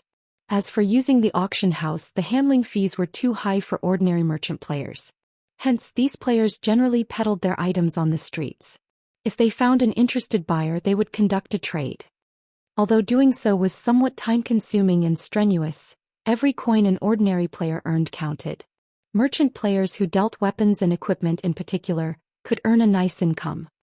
After reaching level 10, merchant players roamed between various cities and countries, purchasing items from players in one city and reselling those items elsewhere. After all, every city and country's prices were different. Merchants could earn a lot of money due to this difference. As these players had chosen the merchant class, they received a discount on teleportation fees as they traveled across God's domain. Moreover, like lifestyle classes, merchants were divided into ranks. The higher their rank, the higher their discounts were on teleportation fees. In the past, many players had earned enough capital from their travels to construct shops in NPC cities. Otherwise, if one relied on an ordinary combat player's income, they could never afford a plot of land, even after a lifetime of saving. Following which, Shifeng followed the main street to Grand Duke Heartfield's mansion. The NPCs guarding the mansion didn't stop Shifeng, allowing him to enter the Grand Duke's home. However, Shifeng had not come here for the Twilight treasure chests this time, but for the one-horned monsters. Shifeng had not initially recognized the one-horned monster's origin. However, from what he had learned from the pictures in Bloodfang, he was certain of one thing. Those one-horned monsters were somehow related to the evil god's temple. Across the continent of God's domain, abyssal monsters weren't the only threat to humans. There were other dark powers at play. Among these dark powers, the most dangerous was the evil god's temple. Unlike the war god's temple, which specialized in resisting abyss invasions, the evil god's temple focused on destroying God's domain.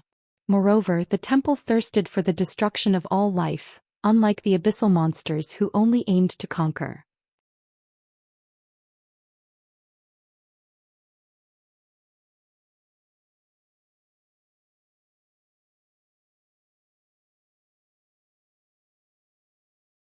Chapter 961.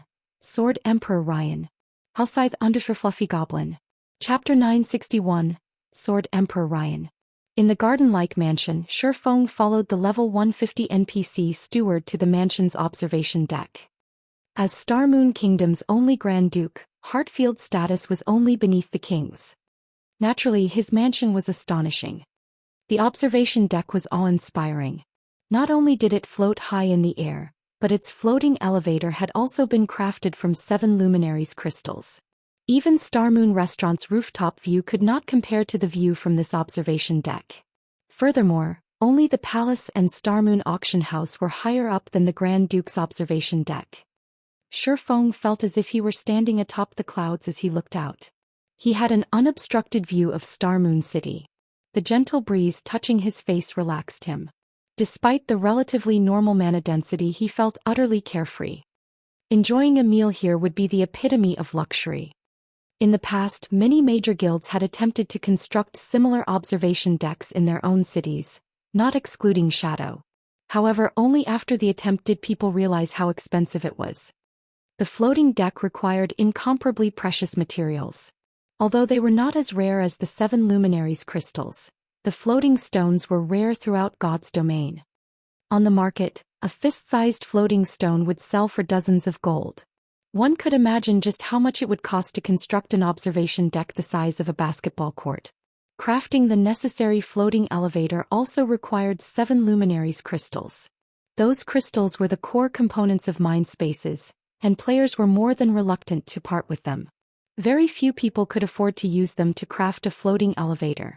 Moreover, the moment the floating elevator was complete, other players would likely attempt to steal it. Next to the level 200, Tier 3 Grand Duke Heartfield stood a middle-aged man in silver armor. A white mantle had been draped over the man's back, and a sword with a gem-encrusted hilt hung from his waist. Golden, divine runes had been engraved on the sword's scabbard, giving it both a sacred and magnificent appearance. Seeing this treasured sword, Zhou Xian had no doubt that when this man walked down the street with that blade, he attracted a lot of attention. Countless female players and sword enthusiasts would hover around him like flies. Oddly enough, Zhou Xian recognized this man. The man's name was Ryan Reiter, and he was the captain of Star Moon Kingdom's Royal Guard. He was also a level 200 Tier 4 Sword Emperor. He was even stronger than White River City's powerhouse, Weissman, and was known for being the closest person to becoming a sword saint in Star Moon Kingdom. Although there were Tier 5 NPCs in Star Moon Kingdom, none of these NPCs were affiliated with the kingdom. They originated from the several major NPC organizations in God's domain. Eucharis, the Temple Lord of Star Moon Kingdom's War God's Temple, was one such example. Even the king had to show Eucharis respect. There was also the incomparably mysterious Charlene. Although Zhou Xian did not know which NPC organization Charlene belonged to, he was certain that she did not belong to Star Moon Kingdom. Hence, aside from the Grand Marshal Adolphe Serret, one could say that Ryan Reiter was the strongest NPC in Star Moon Kingdom. In front of the Grand Duke and the Royal Guard captain standing side by side, any ordinary player would be petrified. Surprisingly, Zhou Xian approached them casually. The NPC steward respectfully moved to the side. 2 of Star Moon Kingdom's VIPs are here together. Seems that something serious is really happening in the kingdom. Seeing the 2 NPCs before him, Zhou Xian was more confident of his assumptions. The appearance of the evil god's temple hinted that something major would happen soon.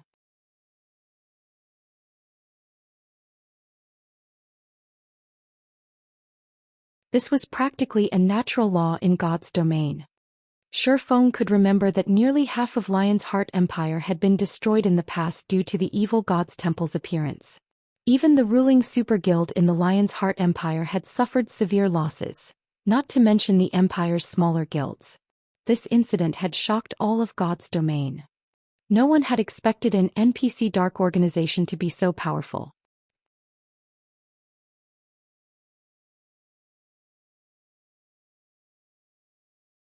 After that incident, players exploded into action to remove the evil god's temple the moment any related issues occurred. Even so, every country in which the temple appeared suffered heavy damages. After all, when the evil god's temple appeared, all life and land were forfeit. Even after the threat was eliminated, the area took a long time to recover. Such situations' impact on local players and guilds was massive. Hence, Zhou Xian had hurried here. It was very difficult to gain entry into Star Moon Palace. Meeting with Grand Duke Hartfield, however, was easier. Everything would be fine as long as he reported the matter regarding the evil god's temple to Hartfield. The Grand Duke could then travel to the palace and inform the king. With the power of the kingdom's army, eliminating the one-horned monsters should be easy. Young adventurer, we meet again, Grand Duke Hartfield greeted Shifeng as he approached. Caressing his goatee, Hartfield chuckled lightly before continuing. Weissman has told me much about you. I would never have imagined that, despite being so young, you were capable of helping Lady Charlene with various matters. If my two sons were as outstanding as you, I could retire without worry. As Hartfield finished his praise, Ryan Ryder could not help but look at Shifeng. This made Shifeng feel somewhat strange. He had not expected his fame to spread to NPCs. Moreover, these two influential characters in Starmoon Kingdom had heard of him. Lord Hartfield, I have come with an urgent message that must reach His Majesty the King. However, I cannot enter the palace, so I was hoping that you might transmit the message for me, Shifeng requested respectfully. All right then. If your news is as important as you say, I will pass on the message. Hartfield nodded, sternly agreeing to Shifeng's request. I have found traces of the evil god's temple in the Starfield Forest. The forest is currently devoid of life. If we don't stop the evil god's temple in time, it will quickly become a threat to the capital, Shifeng said after considering his words. As for the validity of my claim, Lord Hartfield simply needs to send someone to investigate Starfield Forest. High-ranking NPCs in God's domain were incredibly intelligent. Oftentimes, players were not required to present proof when reporting an incident. The NPC would take action as long as they reported the facts, initiating their own investigations. Once the report was verified, players would receive a reward. If the report were proven false, players would be punished. However, players needed to earn these NPCs' trust before they could report various issues. If a player lacked credibility, NPCs wouldn't bother to investigate the situations even if the player told the truth. Previously, Shifeng had gained some favorability with the Grand Duke. His words alone could prompt an investigation. If he were dealing with any other NPC, however, they wouldn't even give him the light of day. The Evil God's Temple. The Evil God's Temple has appeared so close to the capital.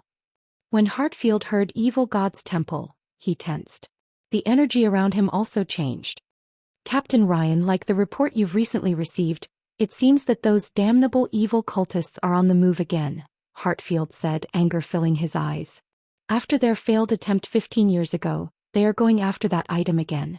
This time I will erase them from Starmoon Kingdom. After the Grand Duke's statement, the sound of a system notification reached Shifeng's ears, with Starmoon Kingdom's system announcement following closely.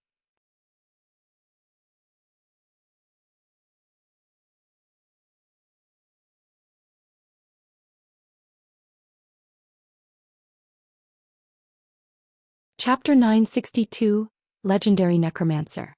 System, congratulations. You have accepted the epic ranked main storyline quest, Evil God's Birth. Quest content: exterminate the evil god's believers in the Starmoon Kingdom. If you fail to exterminate the evil god's believers before they summon the evil god, Starmoon Kingdom will fall into ruin. As the system was notification repeated 3 times, Shifeng was momentarily stunned. He had only been the messenger, yet he had triggered an epic-ranked main storyline quest in Starmoon Kingdom. This was not good news for Zero Wing.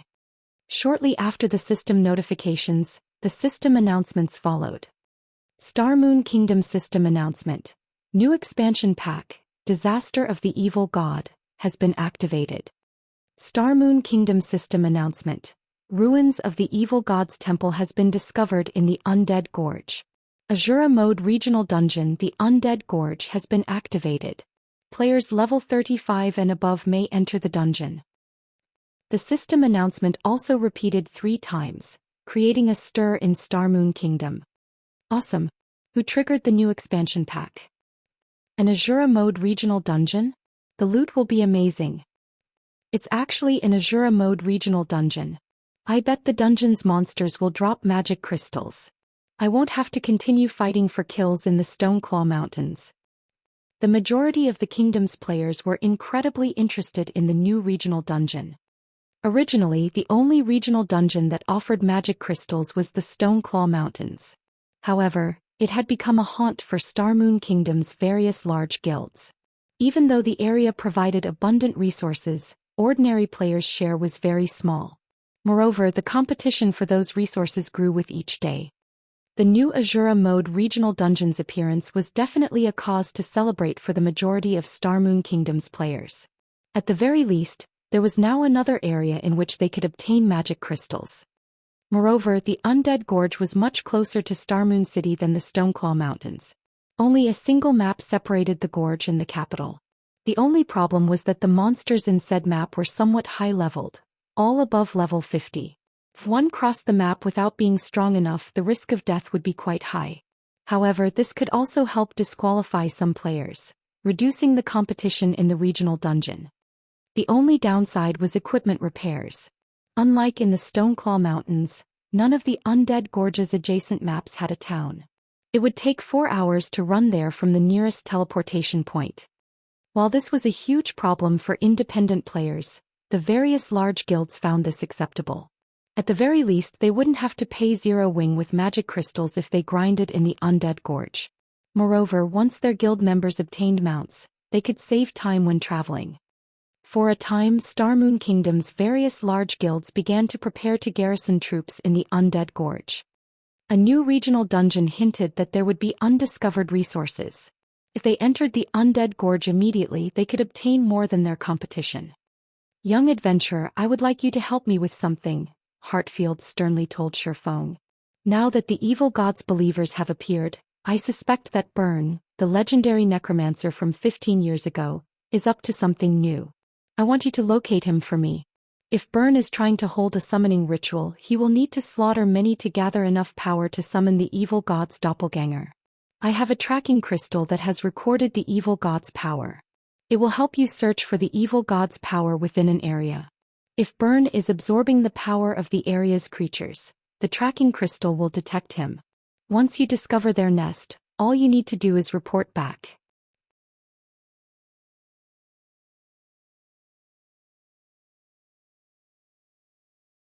However, be careful in your search.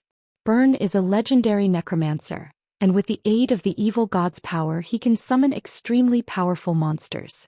Summoning the evil god's doppelganger will require a lot of power, so he will have certainly nurtured many powerful monsters to help him gather what he needs. If you want to deal with these monsters, you should head to the remains of the evil god's temple in the Undead Gorge.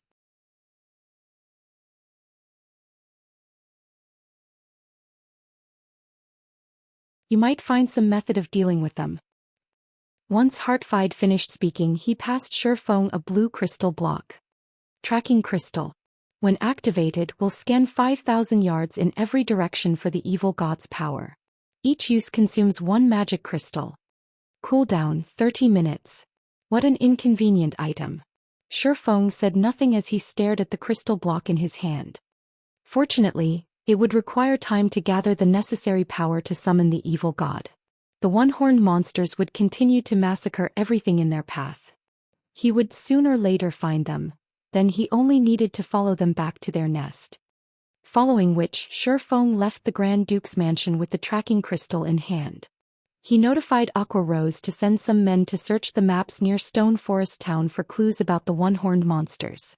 After completing that task, he teleported to Blackwing City. Meanwhile, inside Ouroboros's guild residence in Starmoon Kingdom, a meeting was being held. Usually only the guild's upper echelons were invited to such meetings. This meeting, however, included 3 outsiders. Guild leader Snow, there are many benefits to becoming one of the Blackwater Corporation's subordinate guilds. Won't you consider it? The gloomy, short-haired youth who headed the group of outsiders asked, smiling at Gentle Snow. Many benefits? Zhao Yueru repeated from beside Gentle Snow, anger tinging her words. You're asking for management of Ouroboros and 90% of its shares, yet you're offering us less than 1/10 of the market price. These are your so-called benefits? Oh, don't put it like that. With Blackwater Corporation's fame and influence, I am sure that you know how much our management will benefit Ouroboros. The guild will become immensely strong, the short-haired youth said, chuckling. Joining the Blackwater Corporation now is your best choice. Otherwise you'll run into a dead end in the future. You won't get anything at all. Are you threatening me? Gentle Snow frowned. It is not a threat. I am simply offering a suggestion. I doubt that your investors will want to make an enemy of Blackwater, the youth said. He then turned to Ouroboros's elders saying, Your guild elders are aware of this. Did they not tell you yet? What is going on? Gentle Snow shifted her gaze towards the several guild elders beside her. Each elder represented one of Ouroboros's investors. Their words were the investors' will. Our companies have already reached a consensus and decided to join the Blackwater Corporation. Snow, please don't blame us. We don't have a choice. Blackwater has been putting pressure on our companies as of late, so our profits are in jeopardy. If this continues, our companies may go bankrupt. We had to compromise, an elder explained softly.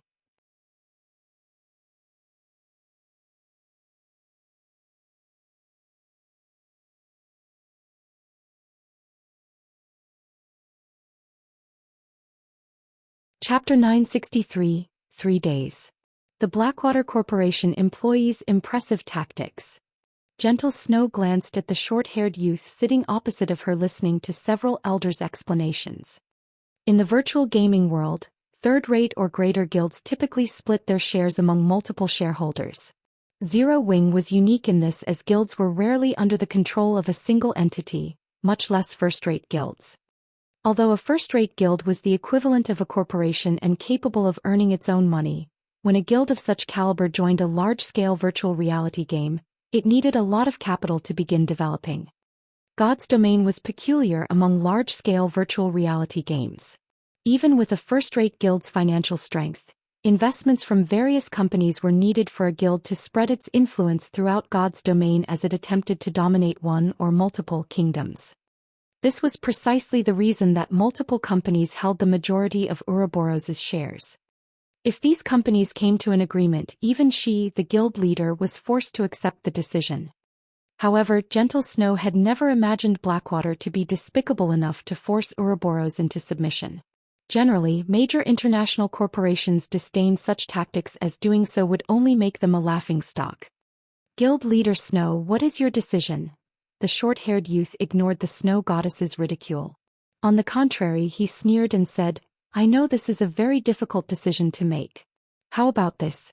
We'll give you 3 days to consider your options. If you insist on rejecting our offer in 3 days, we'll be forced to put someone else in the guild leader's seat.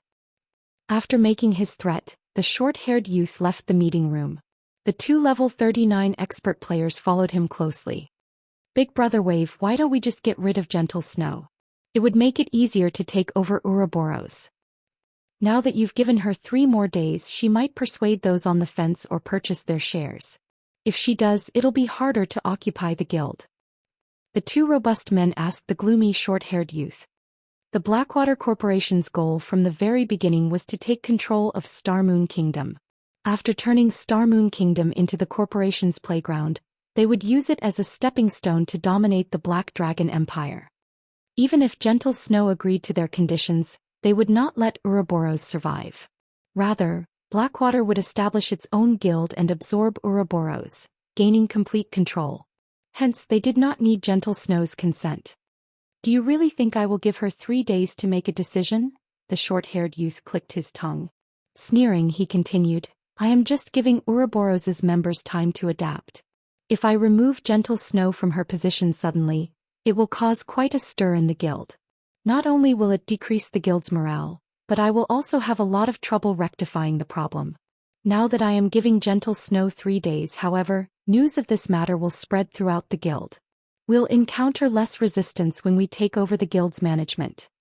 Most importantly, young Master Jing has not yet sent me enough experts to take Ouroboros over. In 3 days we should have enough personnel to assume control. At that time we will gain control of Starmoon City, and it won't be long before we possess all of Starmoon Kingdom. Big Brother Wave, what about Starmoon Kingdom's #1 guild, Zero Wing? Are we not negotiating with them? I've heard that Zero Wing is particularly stubborn, and the guild leader alone controls the guild. it will be more difficult to take over. We won't need to worry about that. Young Master Jing has other plans for Zero Wing, the youth named Abandoned Wave responded nonchalantly.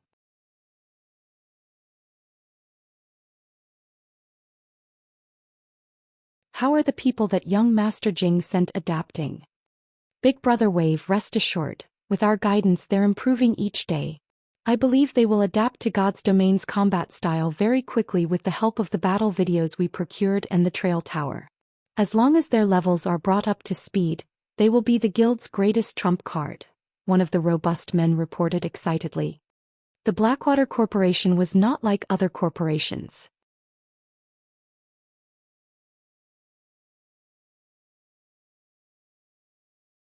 It could actually fit quite well in God's domain. After all, Blackwater was an international corporation that dealt with fighting competitions. The corporation's dojos spanned the globe. Moreover, the corporation was also one of the world fighting competition's main hosts. With the amateur fighters in God's domain, it would be a piece of cake for Blackwater to dominate the game. If not for the recent launch of the Mind Space system, the Blackwater Corporation wouldn't have harbored the slightest thought of investing in God's domain. Once Abandoned Waves group left, pandemonium swept through Ouroboros. The guild was no longer focused on the new regional dungeon.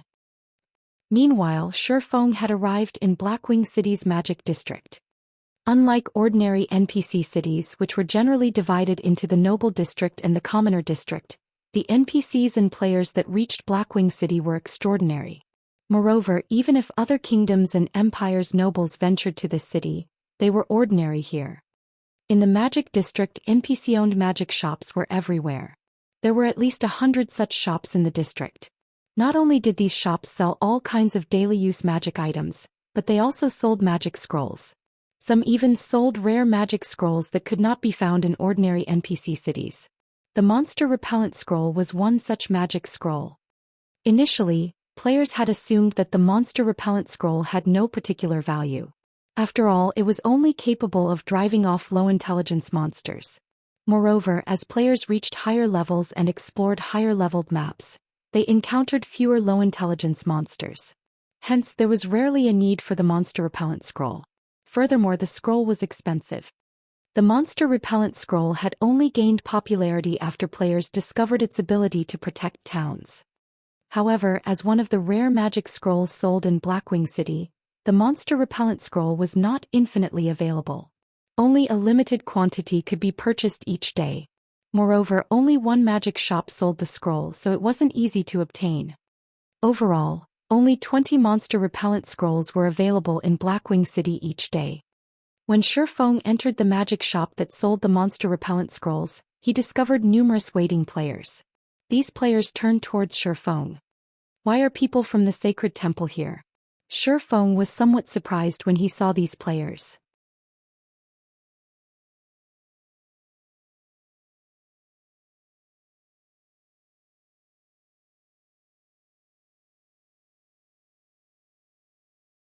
Chapter 964, Extraordinary Nobody. Connor's magic shop was an unassuming shop in Blackwing City. The shop was hidden deep in an alley, making it difficult to spot. Moreover, the goods sold in the luxurious magic shops lining the Magic District's main street were already more than enough to satisfy players' needs.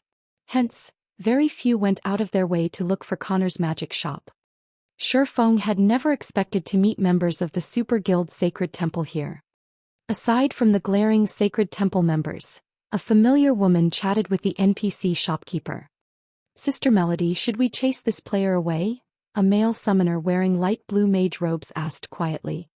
This male summoner looked relatively young, around 20 years old, yet he was already at level 39. The aura of strength and arrogance he exuded revealed him as more than an ordinary expert. Moreover, his staff was a Tier 1 weapon unique to summoners, the Illusion Staff. Tier 1 weapons were the most suitable for Tier 1 classes aside from epic weapons. They could maximize a Tier 1 player's combat power, which even the best Dark Gold weapons could not accomplish. At the moment, even first-rate guild only had 1 or 2 epic items. Some had none at all. Although super guilds were slightly better off in this regard, they could not arm every one of their apex experts with epic items. Generally, these experts only used dark gold items. Wielding a Tier 1 weapon in the sacred temple spoke volumes of the youth's combat standards. No need. It just so happens that I have a reason to seek him out. Since he has presented himself, things couldn't be better. When Quiet Melody saw Shifeng, a faint smile appeared on her beautiful, charming face, her smile mesmerizing several of the sacred temple members. Seek him out. The summoner youth was slightly stunned. Doubtful, he turned to look at Shifeng as he wondered, who is he? Quiet Melody was the sacred temple's vice-temple master. She was also one of the guild's apex experts. Very few in the virtual gaming world could attract her attention.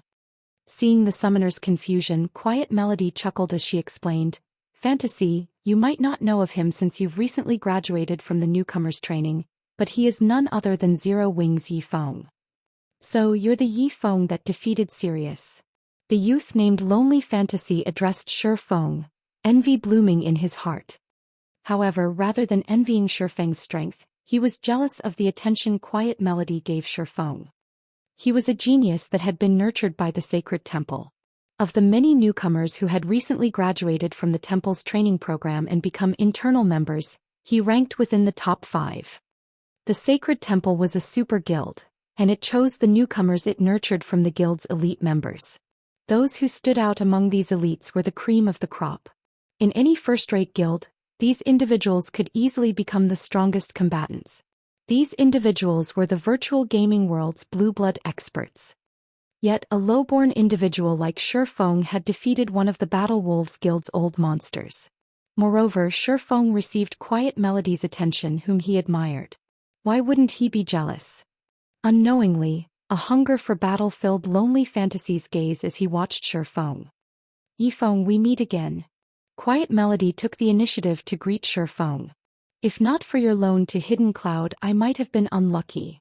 During the last Blackwing auction, the 9 Heavens Pavilion's Hidden Cloud had beaten her in the auction for the Golden Tablet. In the end, however, a mysterious NPC had assassinated him for that tablet. Moreover, Hidden Cloud had not been able to log into God's domain for a long period after that incident. He had become a laughingstock among the super guilds.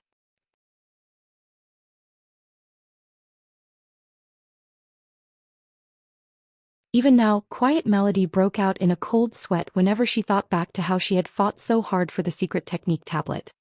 Losing money was one thing. Losing time was crucial. Every minute and second counted to the various guilds' experts. If they could, these experts would spend every minute in the game. If they couldn't log into God's domain for several days, their progress would be wounded.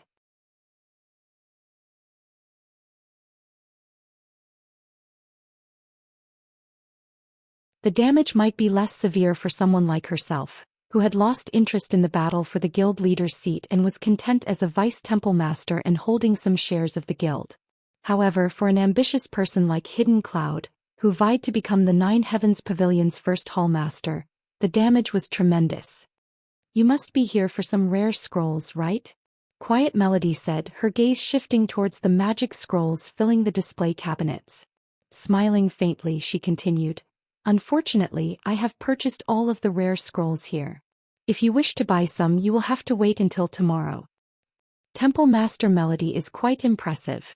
I'm surprised that you found this place," Shifeng said as he swept a glance over the display cabinets. Indeed, just as Quiet Melody had said, the rare scrolls were gone. Even the monster repellent scrolls, which had no apparent use at this stage of the game, were sold out. "It's nothing.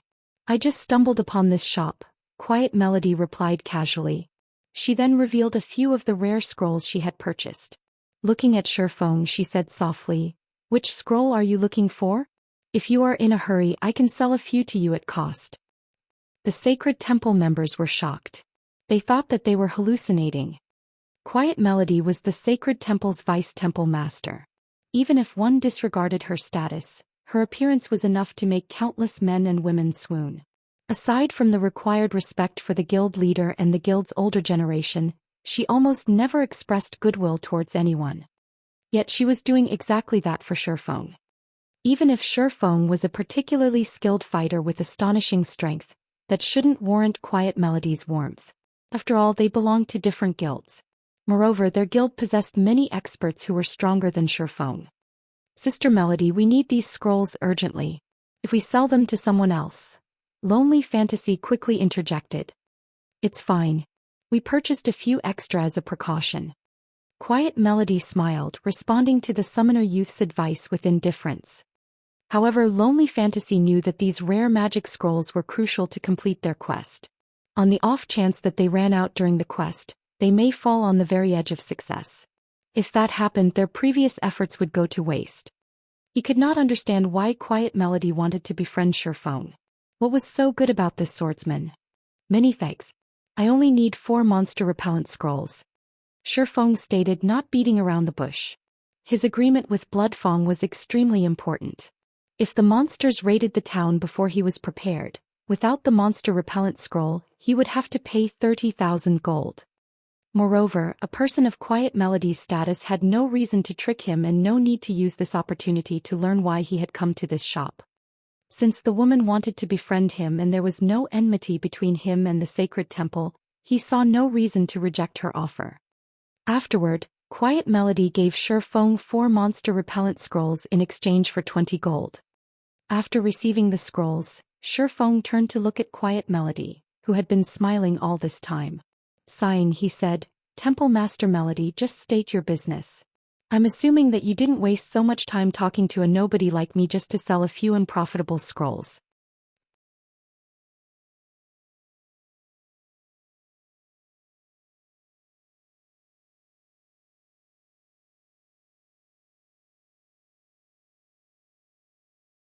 Chapter 965. Super Guild's Attention. Halscythe Undershirt Fluffy Goblin. It's nothing major. I just wish to purchase an item from Zero Wing. Quiet Melody chuckled at Shifeng's question. What item are you interested in? Shifeng began to grow curious. Generally, any items that Zero Wing sold could be purchased from the Candlelight trading firm. With the Sacred Temple's capabilities, Quiet Melody could even easily afford the limited intermediate mana armor kits. Rather than seeking him out personally, she could simply issue a command, and her subordinates would fetch the items and deliver them to her doorstep. The slots to the Holy City, Quiet Melody responded seriously.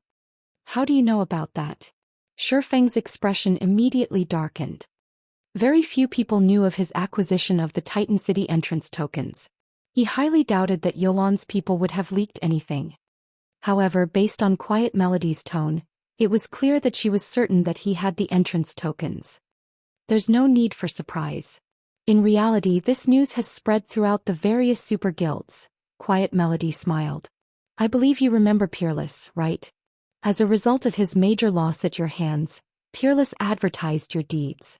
He even revealed the secret about Titan City. Moreover, he is very certain that you obtained slots to the Holy City. Before this incident, I never knew that God's domain had such a holy land. Many super guilds are now watching Zero Wing. It is only a matter of time before they contact your guild. I had intended to visit White River City after I had finished shopping here. However, it seems that won't be necessary. Hearing Quiet Melody's explanation, the Sacred Temple members were stunned. Even Lonely Fantasy wondered if he had heard wrong. They had never imagined that Shifeng was actually responsible for the Pantheon elders' suffering. Even newbies knew about Pantheon's Peerless. He was a big shot on the same level as Quiet Melody, yet Shifeng had killed such a powerful character. It was unbelievable. Field battles were different from the PvP battles in the Dark Arena. Although Peerless was not as powerful as Sirius, one could use various tools in a field battle. Many powerful experts had also accompanied Peerless, making it even more difficult to kill him. Moreover, from listening to Quiet Melody's words, the item in Shifeng's hands was even tempting to the various super guilds, so much so that a vice temple master like Quiet Melody deemed it necessary to make a personal visit. This was a first in Sacred Temple's history. Generally, when dealing with a guild like Zero Wing, it was a miracle if the Sacred Temple even sent someone from middle management, yet the guild had delegated the negotiations with Zero Wing to a core upper echelon. Lonely Fantasy was confused. Zero Wing was merely an upstart guild in God's domain, yet it warranted treatment that first-rate guilds dreamed of. How did it manage this? So he's the one who let it leak. Shifeng smiled bitterly as a realization struck him. It seems that had been his final chance. He now, more or less, understood Peerless' actions during the entrance trial. It was no wonder why the high and mighty Peerless of Pantheon had tried to negotiate halfway through the battle. Without a doubt, that had been his last chance to challenge the entrance trial. After losing that chance, he would have to wait a long time before he could try to enter the Holy City again. He might not even get another chance. Since he had lost this opportunity, he wouldn't let the culprit behind his failure get off scot-free. Hence, he had spread the news and pointed the various super guilds towards Zero Wing. Our sacred temple also knows how valuable the slots are, so we won't ask for too many. 10 will be enough. I believe that with how many slots Zero Wing obtained, trading 10 shouldn't be an issue.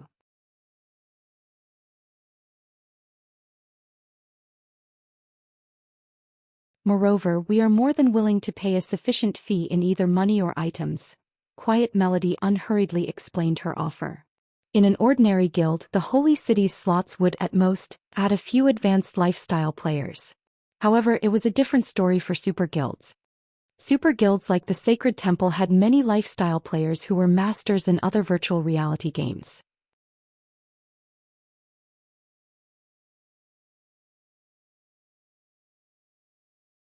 Unfortunately, as these masters were still unfamiliar with God's domain's lifestyle classes, they could only utilize a small fraction of their true abilities. However, with access to the Holy City of Titan, these past masters would rapidly become true lifestyle masters in God's domain. Once these masters could exert their true abilities, rather than just generating limited profits, the Sacred Temple's network of shops could finally be put to good use. Hence, to obtain the slots to the Holy City, the Sacred Temple was willing to pay a massive price. If Zero Wing is willing to sell the slots, the Sacred Temple is willing to trade epic items or golden lands in major cities for them. Since Shi Feng had remained silent, Quiet Melody decided to use the Sacred Temple's trump card. One needed more than just money to afford epic items in major cities' golden lands. It was especially true for the lands. Even a fool knew that these lands' value had room to grow. If not for how important lifestyle masters were to the Sacred Temple, the temple would never have considered these bargaining chips. Although I want to agree to your offer, the Holy City's slots are too precious. I believe that you know just how important they are. Moreover, to tell you the truth, Zero Wing has already used many of our slots. Even if I wanted to trade them to you, Zero Wing doesn't have many left. If you wish to buy them, I'll have to discuss your offer with my guild leader. Shi Feng did not openly reject Quiet Melody's request. After all, the Sacred Temple offered an impressive price. Moreover, based on Quiet Melody had said, it seemed that multiple super guilds were very interested in the Holy City's entrance tokens. Even if he told the truth and claimed that Zero Wing had used all of its slots, none of the super guilds would believe him. At which point, Zero Wing would have earned many new enemies for no reason at all. This was all a part of Peerless' sinister plan. I understand. I'll have to request that you speak with guild leader Black Flame then. If he is willing to trade, our offer will not disappoint. Quiet Melody nodded, not surprised in the least about this outcome. Updated by Novelful. Calm. In her opinion, Shi Feng was merely one of Zero Wing's upper echelons, and the Holy City's slots could decide the fate of a trading firm.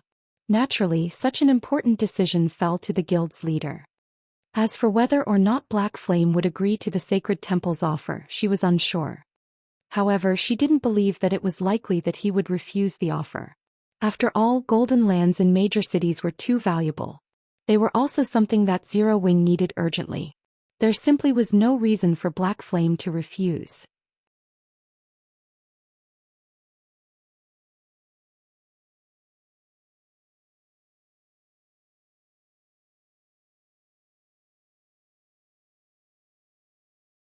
Chapter 966. Candlelight Auction. Halscythe Undershirt Fluffy Goblin.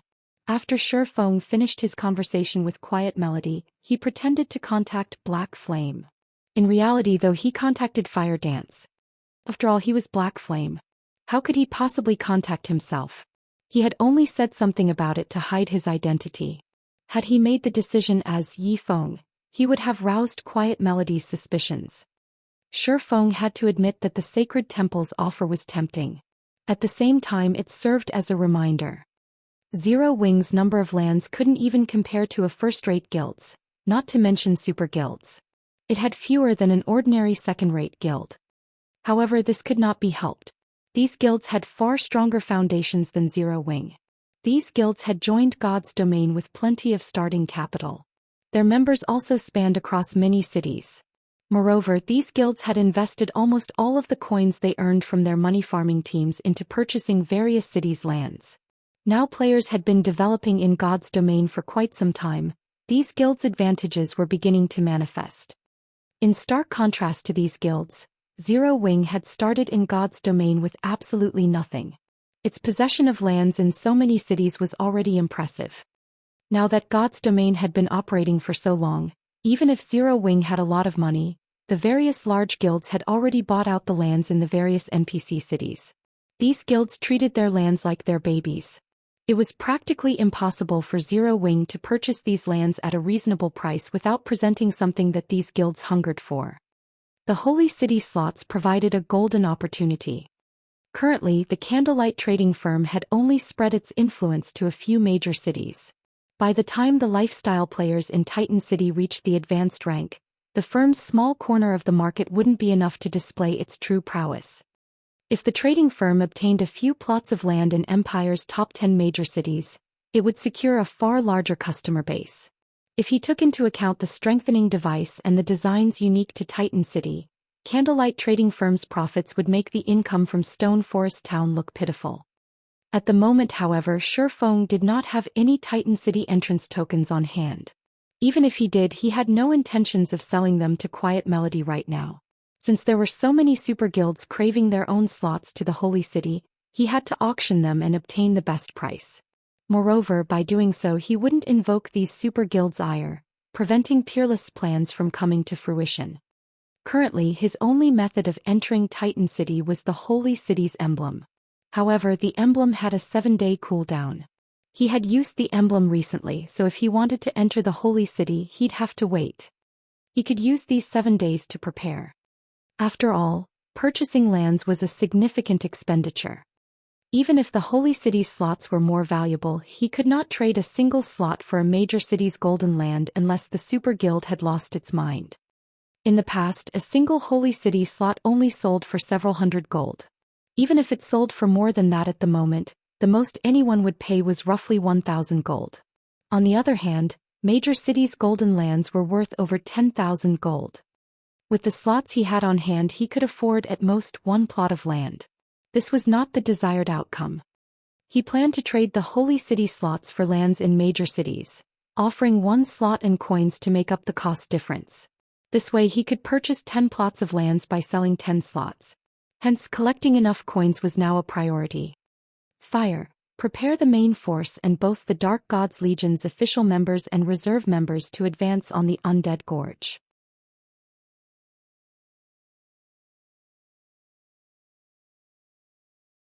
Halt all other quests and activities temporarily, Shifeng instructed.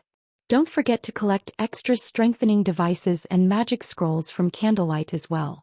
Although the Undead Gorge is an Azura mode regional dungeon, its monsters are much stronger than in the Stoneclaw Mountains. Don't carelessly lose your lives in there. Shifeng had never heard of the Undead Gorge before.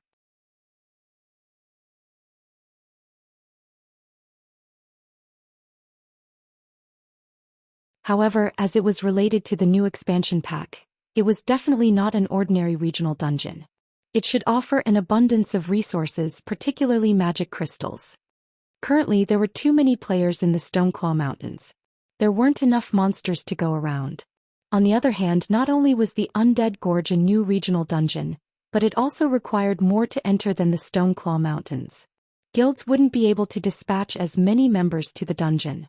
With this, Zero Wing could farm magic crystals far more efficiently. As long as he had enough magic crystals, he could use the teleportation house to turn them into mountains of glittering gold coins. With this, he could earn what he needed to purchase lands during the next 7 days. Understood. Fire Dance nodded. After Shifeng finished issuing his orders, he smiled as he turned back to Quiet Melody. Communication between players could be set to private mode. This way, unrelated parties would not overhear the conversation. Naturally, the surrounding sacred temple members had heard nothing Shifeng had said, so these people assumed that he had been speaking with Black Flame. Temple Master Melody, I've told our guild leader about your offer. Our guild leader has considered this problem, hence he has already prepared and decided to auction off the slots. In 7 days the Candlelight trading firm will hold its first auction. Not only will the Holy City's slots be available, but many other unimaginable items will also be for sale, Shifeng said. To participate in the Candlelight auction, you will need to hold at least one deed to a major city's golden land. These lands will be used to bid for the Holy City slots. Of course, Zero Wing will supplement the cost for each land with coins. However, Zero Wing will only announce the auction to the public in 3 days. This is all I can say for the moment. As for who obtains the Holy City slots, that will depend on the strength and capital of the various guilds attending. Updated by Novelful. Calm. The moment Shifeng finished talking, Lonely Fantasy, who stood beside Quiet Melody, flew into a rage, growling, "What do you guys take those Holy City slots for? Do you really think our sacred temple can't obtain our own?" Fantasy, that's enough. Quiet Melody reproached her subordinate. Although Lonely Fantasy tried to continue, when he saw the fury in Quiet Melody's eyes, he snapped his mouth closed. Since Zero Wing intends to sell the Holy City slots, we are lucky. The Sacred Temple will certainly attend the auction, Quiet Melody said, her eyes carrying a silent apology. She then departed from the shop with Lonely Fantasy and the others. Lonely Fantasy still wanted to say something after leaving the shop, but Quiet Melody's glare silenced him. Fantasy, you have just officially joined the Sacred Temple, so there is much about God's domain that you do not know. Zero Wing is not as simple as you think. It was bold enough to provoke the super first-rate guild Dragon Phoenix Pavilion and the Super Guild King's return. Do you really think Zero Wing will think much of the Sacred Temple's threats? Quiet Melody scolded Lonely Fantasy, shaking her head ruefully. While we wait, rather than following me around, head to the intelligence department and learn about the game's various guilds. God's domain is not the shallow game you think it is. Lonely Fantasy was taken aback by Quiet Melody's words. He had not realized that Zero Wing was powerful enough to provoke King's return. Just what kind of guild was it? As for Shifeng, after obtaining the monster repellent scrolls, he returned to White River City. As soon as he returned, he headed for his warehouse in the bank. Previously, too many things had demanded his attention. He hadn't yet had a chance to use the damaged god crystal he had obtained during the entrance trial.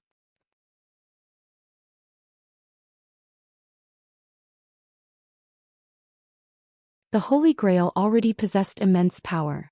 If he could upgrade it further. The thought alone excited him.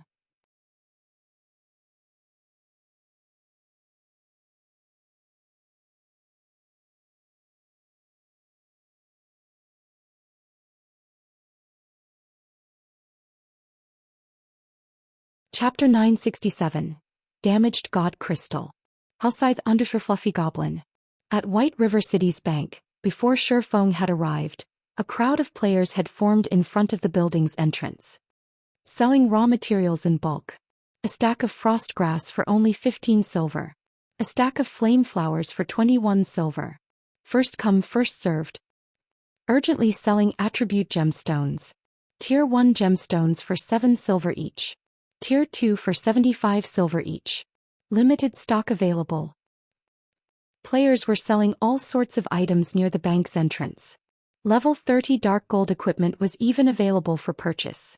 Current mainstream players were only level 33, while elite players were generally level 36. Even guild elite players dreamed of owning level 30 dark gold equipment. Very few people were willing to sell these items on the market. Generally, only players from small but powerful workshops sold equipment of such caliber. After all, ordinary teams could not obtain dark gold equipment. However, rather than sell dark gold equipment for in-game currency, these small-scale workshops generally sold their items to guilds for credits, which they used to maintain their workshops' operations. After all, such workshops usually didn't have the financial support of a corporation. These are so cheap. I want 3 Tier 1 Strength Gemstones and 1 Tier 2 Agility Gemstone. Get lost. I want 2 Tier 2 Strength Gemstones. I want 3 stacks of flame flowers. Aside from the group of peddling players, another crowd fought desperately to purchase the items for sale. A majority of these players were merchant players and guild logistic members. Are these people insane? Shifeng could not help his surprise when he heard the various prices. Regardless of the herbs and ores, the gemstone prices alone were astounding.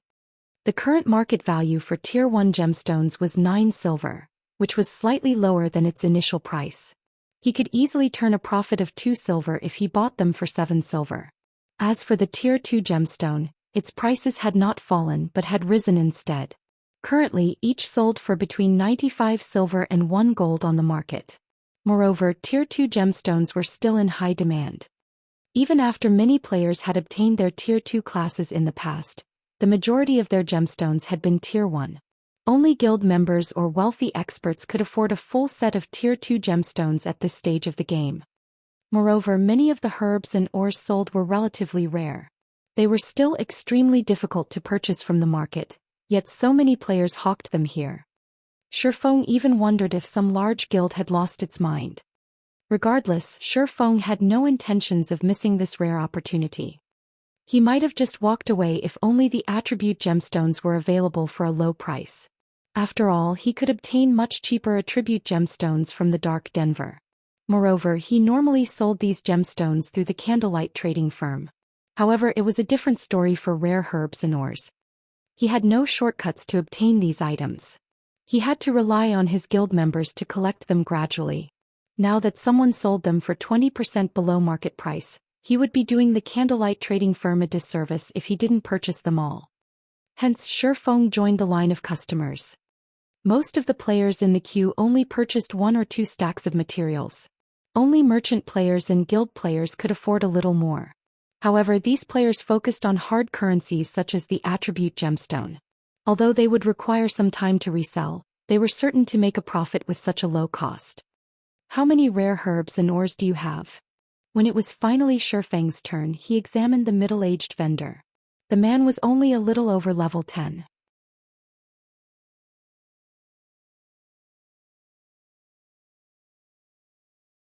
He was obviously a guild player, as only guilds had such logistic players. Yet neither the man nor the players helping him wore a guild emblem. Dear guest, let me assure you that we have an abundant supply. We have as much as you could possibly want. The middle-aged man revealed a businessman's smile as he glanced at the cloaked Shifeng. I see. All right then. I want 3,000 stacks of ice dew flower, 3,000 stacks of moonlight grass. Shifeng listed various herbs and ores, requesting 3,000 stacks of each.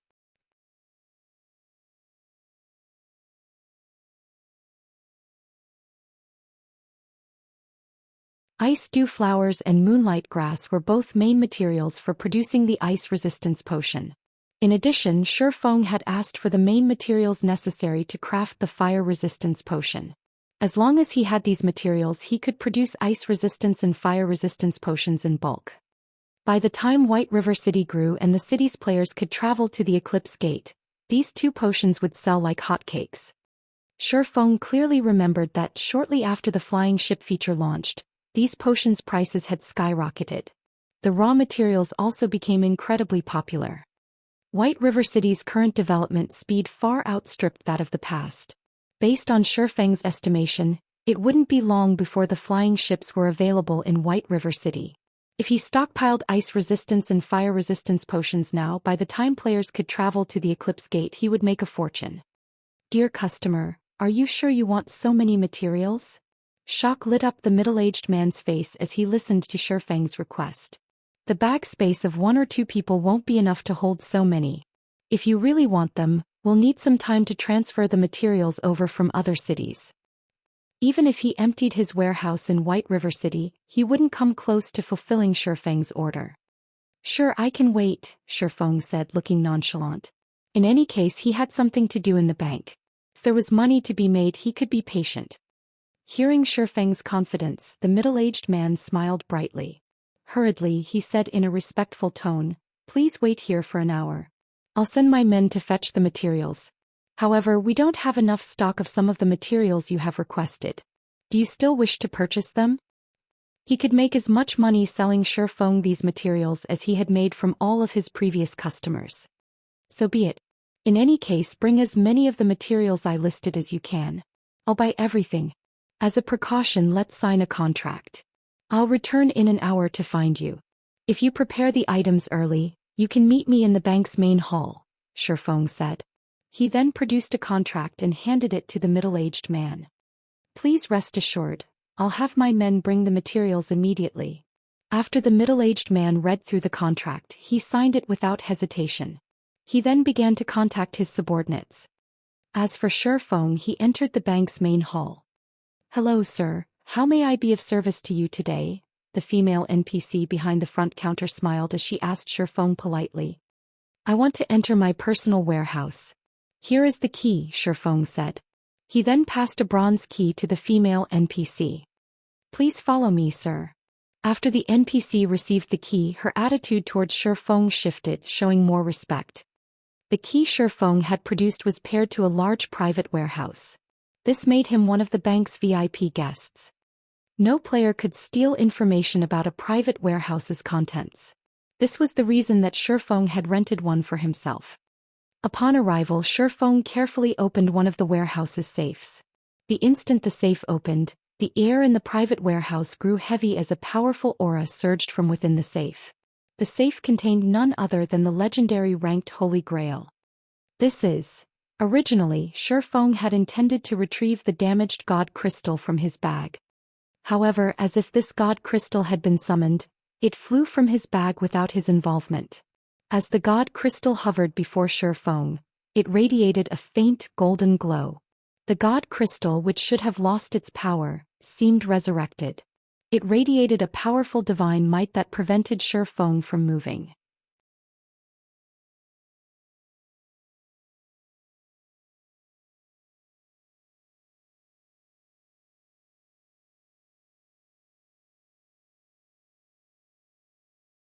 Chapter 968. Evolving the Emblem. Hellscythe _ Fluffy Goblin. How is this divine might be so powerful? Shifeng could only look at the damaged God Crystal. He could not even move a finger. The powerful divine might could even overpower Tier 5 NPCs. It was hard to imagine that this was merely a damaged God Crystal. Even the complete God Crystal he had previously snatched from a Tier 4 monster had not been as powerful as this.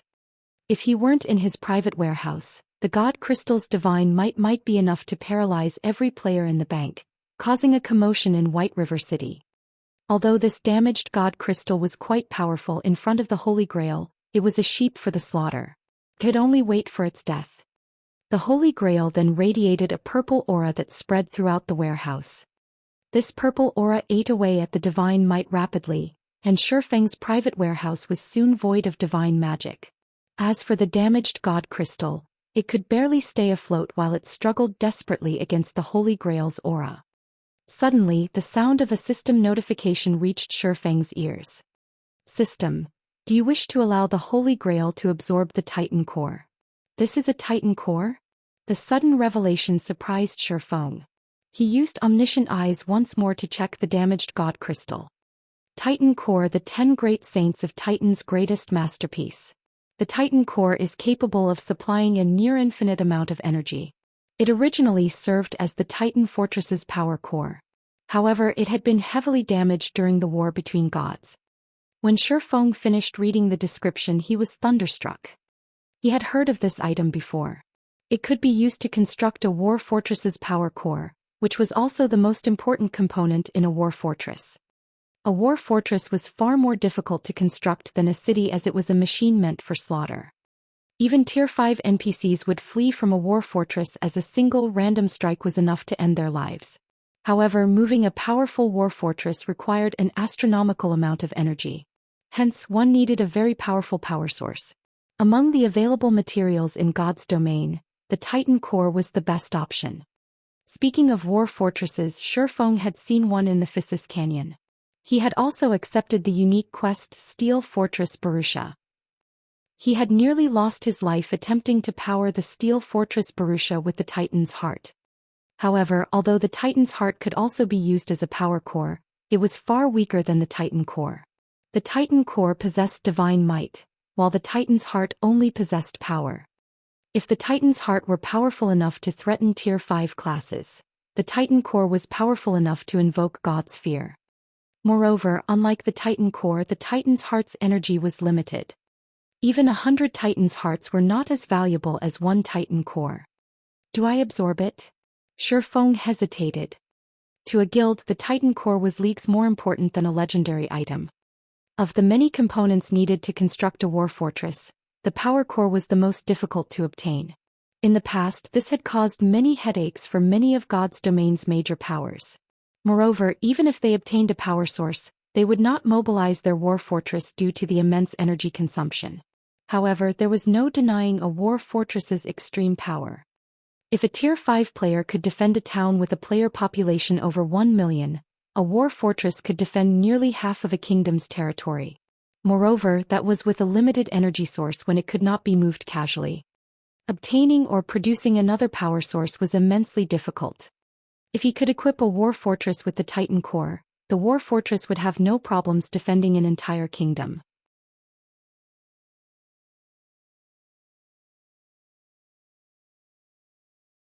Even the super guilds in the past had not had such a weapon of mass destruction. Moreover, powering a war fortress was only one of the Titan core's functions. The Titan core could also be used in a player-constructed city to emulate the holy city of Titan. According to legend, 18 Titan cores powered Titan City, granting it infinite energy. In the distant past, a large group of Tier 6 gods had attacked the holy city. In the end, however, these gods had failed.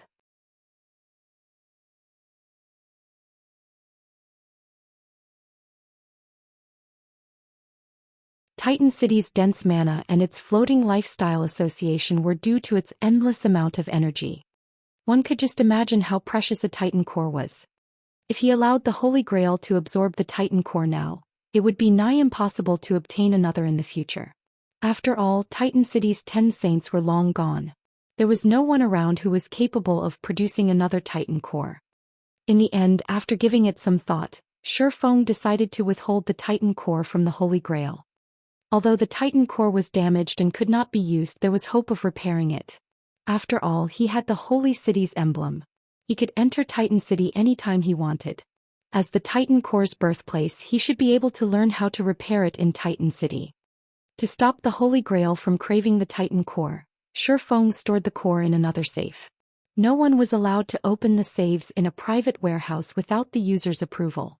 The items in these safes would also be disconnected from the outside world. Sure enough, after Shifeng stored the Titan core inside a safe, the Holy Grail receded its aura and fell dormant. It seems I'll have to look for other god crystals to restore the Holy Grail. Shifeng sighed as he looked at the Holy Grail, which emitted a purple hue. He suddenly had a realization. Since the Grail can evolve an item, I wonder if it can evolve the Holy City's emblem. Although there was no indication of the Holy City's emblem having a rank, the Titan City entrance tokens were divided into ranks. His black iron entrance tokens allowed wielders to enter the Holy City for 3 days. If players possessed sufficient reputation, they could extend their stay. Silver was the next rank. Wielders of the silver entrance token could stay in the Holy City for 6 days. Similarly, they could extend their stay with sufficient reputation. The highest ranking entrance token was the gold entrance token. It allowed players to stay in the Holy City for up to 10 days. Which token players acquired depended on which difficulty they chose when challenging the entrance trial. Titan City's entrance trial was not limited to one difficulty setting. Only, as Shifeng's team was still too low level and only consisted of Tier 1 players, they had not had any other options. When the team had Tier 2 players, the entrance trial would provide a hard mode difficulty. As long as players cleared the hard mode trial, they could obtain silver tokens. When Tier 3 players were present in the team, Hell mode would be made available, from which players could obtain the golden tokens. The normal mode of Titan City's entrance trial was already as difficult or more as the Hell mode difficulty of a 100-man large-scale team dungeon, not to mention hard mode and Hell mode. Even in the past, Shifeng had never heard of a team obtaining the gold tokens, and extremely few teams had managed to obtain the silver tokens. Most had settled for black iron. Flash novel full. Since the entrance tokens were divided by ranks, the Holy City's emblems should have ranks as well. After all, he had obtained his Holy City's emblem from normal mode.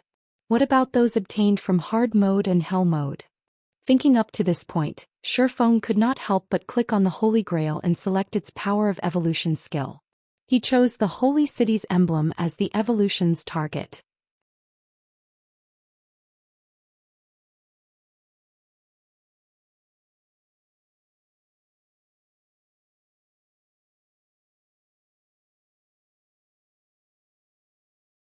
Chapter 969. Evolved Effects. Hellscythe _ Fluffy Goblin. I should be able to evolve it, right? Although Shifeng had chosen to evolve the Holy City's emblem, he still wasn't sure that his plan was feasible. After all, unlike weapons and equipment, the Holy City's emblem did not have a rank to differentiate it from others. Suddenly, a strand of purple mist flowed from the light blue Holy Grail, gently wrapping around the flashing silver emblem in Shifeng's hand as if scanning it. 3 seconds later, Shifeng heard the sound of a system notification. System, do you wish to sacrifice 1000 HP permanently to evolve the Holy City's emblem? Sure enough, a legendary item is amazing. Excitement lit up Shifeng's face. Although losing 1000 HP stung, the return was worth the cost. As long as the evolution succeeded, this item would be far more valuable than an epic item. Shifeng agreed to the evolution. Shifeng's maximum HP then fell by 1000 from 26,300 to 25,300. However, despite the loss, Shifeng's HP was still much higher than Cola's. If Shifeng activated the 7 Luminaries Rings Aura of Earth, he could even become a sturdier MT than Cola. As Shifeng's HP decreased, streams of green liquid flowed from his body and into the Holy Grail. In turn, the Holy Grail radiated a dazzling purple glow that gradually melded with the Holy City's emblem. Suddenly, the emblem radiated a dazzling golden glow that enveloped the warehouse. Was it a success? Shifeng stared at the Holy City's emblem, tension tightening his features. If the evolution were a success, the Candlelight trading firm's future would be limitless. While other guilds were expending effort and resources to nurture advanced lifestyle players, he could easily nurture one batch after another, giving the Candlelight trading firm a massive advantage over other trading firms. At that time, even if Candlelight lacked shops, it could easily overwhelm its rivals with a large stock of advanced products. If they could nurture a master rank player, they could earn staggering amounts of money. If the evolution failed, though, he would have to wait another 10 days before he could try again. He would also have to sacrifice another 1000 HP. The thought soured Shifeng's mood. However, as depressing as it was, he would gladly sacrifice another 1000 HP. After all, Titan City held the key to the Candlelight trading firm's future. After the golden glow dissipated, the originally silver Holy City's emblem shone a pale gold. Moreover, tiny divine runes had been carved on the emblem, which gathered surrounding mana. It almost seemed like a faint mist had wrapped around the emblem, giving it an aura of mystery. Following which, Shifeng inspected the Holy City's emblem statistics. Holy City's emblem opens a transfer gate to Titan City. A maximum of 20 people may pass through the gate. Each time the wielder of the Holy City's emblem enters the Holy City of Titan, they can extend their stay by up to 2 days. Cooldown, 7 days. After Shifeng finished reading the introduction, he was ecstatic.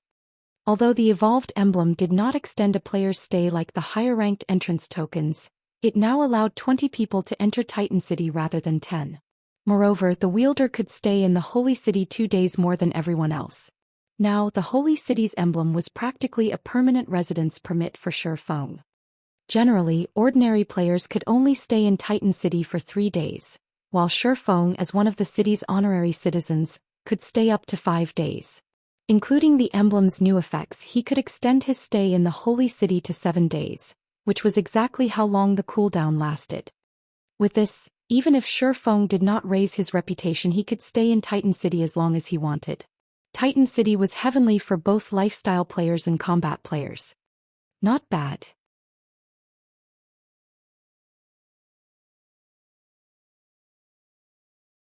With this, I won't have to worry about time constraints when I'm questing in Titan City.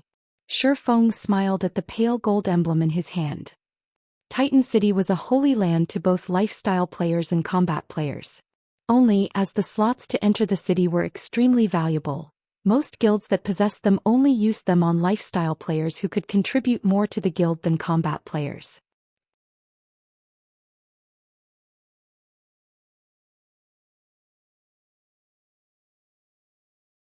However, as more players reached Titan City, combat players would discover the holy city's benefits.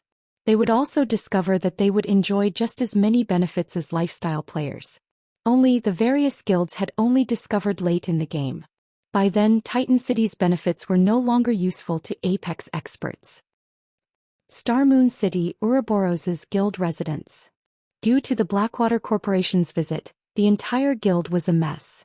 Many of the players lounged around the guild residence's main hall, not in the mood to level up.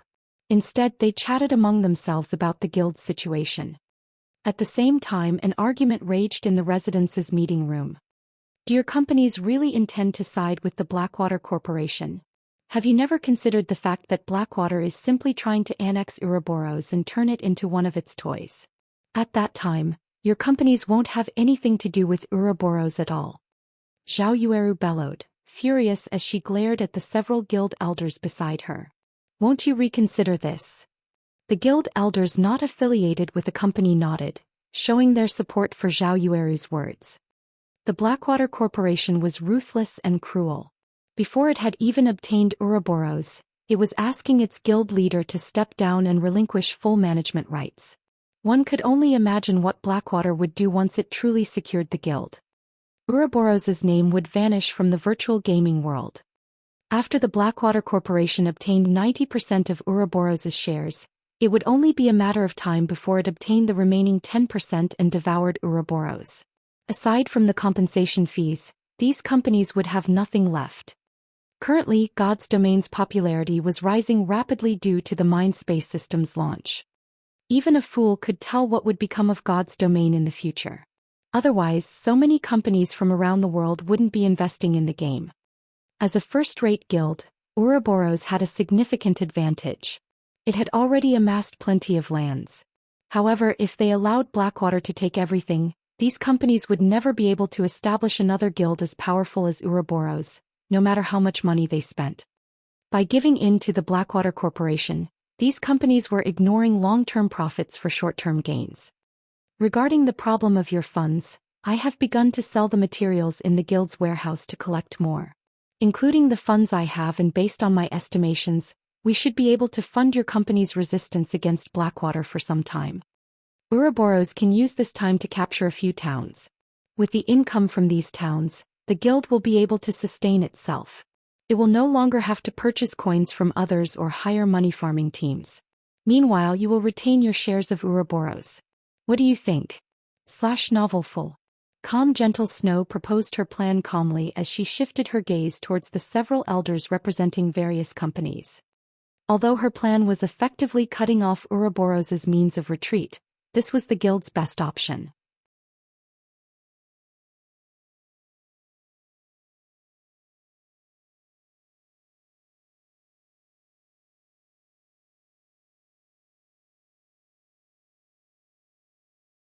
Chapter 970. Greatest Advantage. Halscythe Undershirt Fluffy Goblin. The company representative elders fell silent after Gentle Snow's proposal. They had never imagined that Gentle Snow would take such decisive action, sacrificing the materials their guild had struggled to accumulate.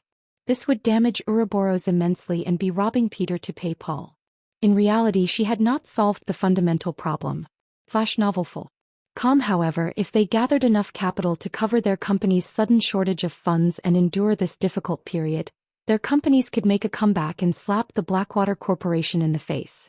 Moreover, as Gentle Snow had said, if Ouroboros could obtain a few towns within a short time and maintain Ouroboros's profitable state, their companies would hold on to Ouroboros tightly, rather than surrender their shares to Blackwater. In God's Domain, captured towns were different from NPC cities. Unlike in NPC cities where players were under many restrictions, players could build as they wished in their own town. Moreover, constructing a house in a town was far cheaper. Most importantly, players wouldn't be limited in what items they could sell. In the shops in NPC cities, players were only allowed to sell items that were native to God's domain. In a player-owned town, however, players could sell foreign products such as cosmetic items. Unlike weapons and equipment, cosmetic items did not possess attributes. At the same time, cosmetic items could only be worn within player-owned territory. They could not be worn in the fields or NPC cities. Moreover, designing cosmetic items in the game was not an easy task. Although it was not as troublesome and meticulous as weaving, leather making, or forging attributed equipment, and crafting required an advanced lifestyle player's skills, cosmetic items could only be crafted using native materials in God's domain. As a result, players were required to look for suitable materials to create pleasant-looking cosmetic items, which was not easy. Furthermore, more than one form of currency could be used. In player-owned towns, shops had the option of selling their items for either credits or coins, which was convenient for both players and shops. Take Stone Forest Town for example. As the first town to be captured in Star Moon Kingdom, it had grown considerably. Stone Forest Town's residential player population also increased by the dam. A lack of safety was the only issue as the area was home to high-level monsters. This prevented low-leveled players who only sought entertainment from visiting. Even so, many companies eagerly wanted to cooperate with Zero Wing. It was especially true for companies in the clothing industry. They all wanted to drown Zero Wing in credits. However, for some unknown reason, Zero Wing had turned these companies down. Instead, it constructed hotels, smithies, bars, and other establishments. The town was nearly out of space already. Seeing the large numbers of players swarming to Stone Forest Town, many companies had cursed Zero Wing as insane. The guild was ignoring a golden opportunity to earn a fortune. We'll contact our superiors immediately. However, we cannot guarantee that they will be willing to take this risk. The several elders representing companies nodded before logging out of God's domain. Hearing the several elders' answer, the other upper echelons relaxed slightly. Inside Starmoon Kingdom's Divine Colosseum, a large group of players ranging between level 10 and level 20 wandered in and out of Trial Tower. Although these players were not very high-leveled and their equipment was subpar at best, others were shocked by how many floors they were clearing. Of these players, the weakest among them had even reached the Trial Tower's 6th floor. Brother Wave, the people that young Master Jing sent are incredible. Their improvement speeds are astounding.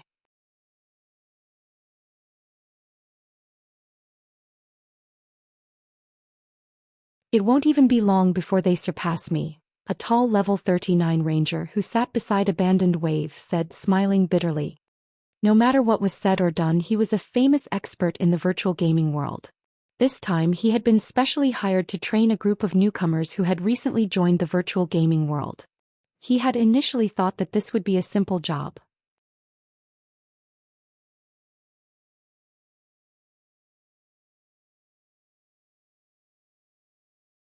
However, the moment he met these newcomers, he sensed the dense killing intent and hostility. Their auras were nothing like an ordinary player's, and he could instantly tell that these experts had been well-tempered in life combat. Among these newcomers, a few even felt stifling. These newcomers had already surpassed him and reached the realm he had always dreamed of. This is all thanks to your guidance. Otherwise, they wouldn't have grasped God's domain's combat basics so quickly. When more newcomers arrive, I'll have to trouble you again. Abandoned Wave was quite satisfied as he watched the new group enter the Trial Tower. As long as he raised these people's levels, it would only be a matter of time before Blackwater took over Starmoon Kingdom. Before he had joined the game, he would never have imagined that combat in God's domain was as realistic as real-world combat. The only differences were players' skills and superhuman physiques. To the Blackwater Corporation, the game's realistic combat was its greatest advantage. After all, Blackwater was a giant in the fighting world. No one had more combat experts or method of nurturing experts than Blackwater. Unlike other companies which struggled to nurture their own gaming experts in God's domain, it was a simple task for the Blackwater Corporation. Blackwater only needed to assist players in adapting to God's domain's combat style. Suddenly, a bald, robust man rushed up to Abandoned Wave and whispered, "Big Brother Wave, a message has arrived from Ouroboros. It seems that Gentle Snow is trying to use the guild's collected materials to compensate the companies for their missing funds. Moreover, Someone in White River City has already agreed to purchase all of Ouroboros's rare herbs and ores. Should we do something to stop her? Haha. Interesting. It seems that Gentle Snow is good for more than just her pretty face. She's a daring beauty. It makes me somewhat reluctant to let her go. Abandoned Wave could not help but roar with laughter. It's a pity that her efforts are pointless. She doesn't understand Blackwater's power. She doesn't know these companies' true intentions either. Gentle Snow has a considerable amount of Ouroboros's shares. Even if those companies pressure her, they can't stop her from selling the materials. However, I can't let her have her way. Notify Gale and the others and have them warn the buyer. I don't want Ouroboros to have a raw material shortage when I take control. Understood. After Abandoned Wave finished issuing his instructions, the bald man left the Divine Colosseum. You're tuning in to the Zhou Xian's Legacy YouTube channel. Don't forget to subscribe and join us on this journey to catch the most captivating stories.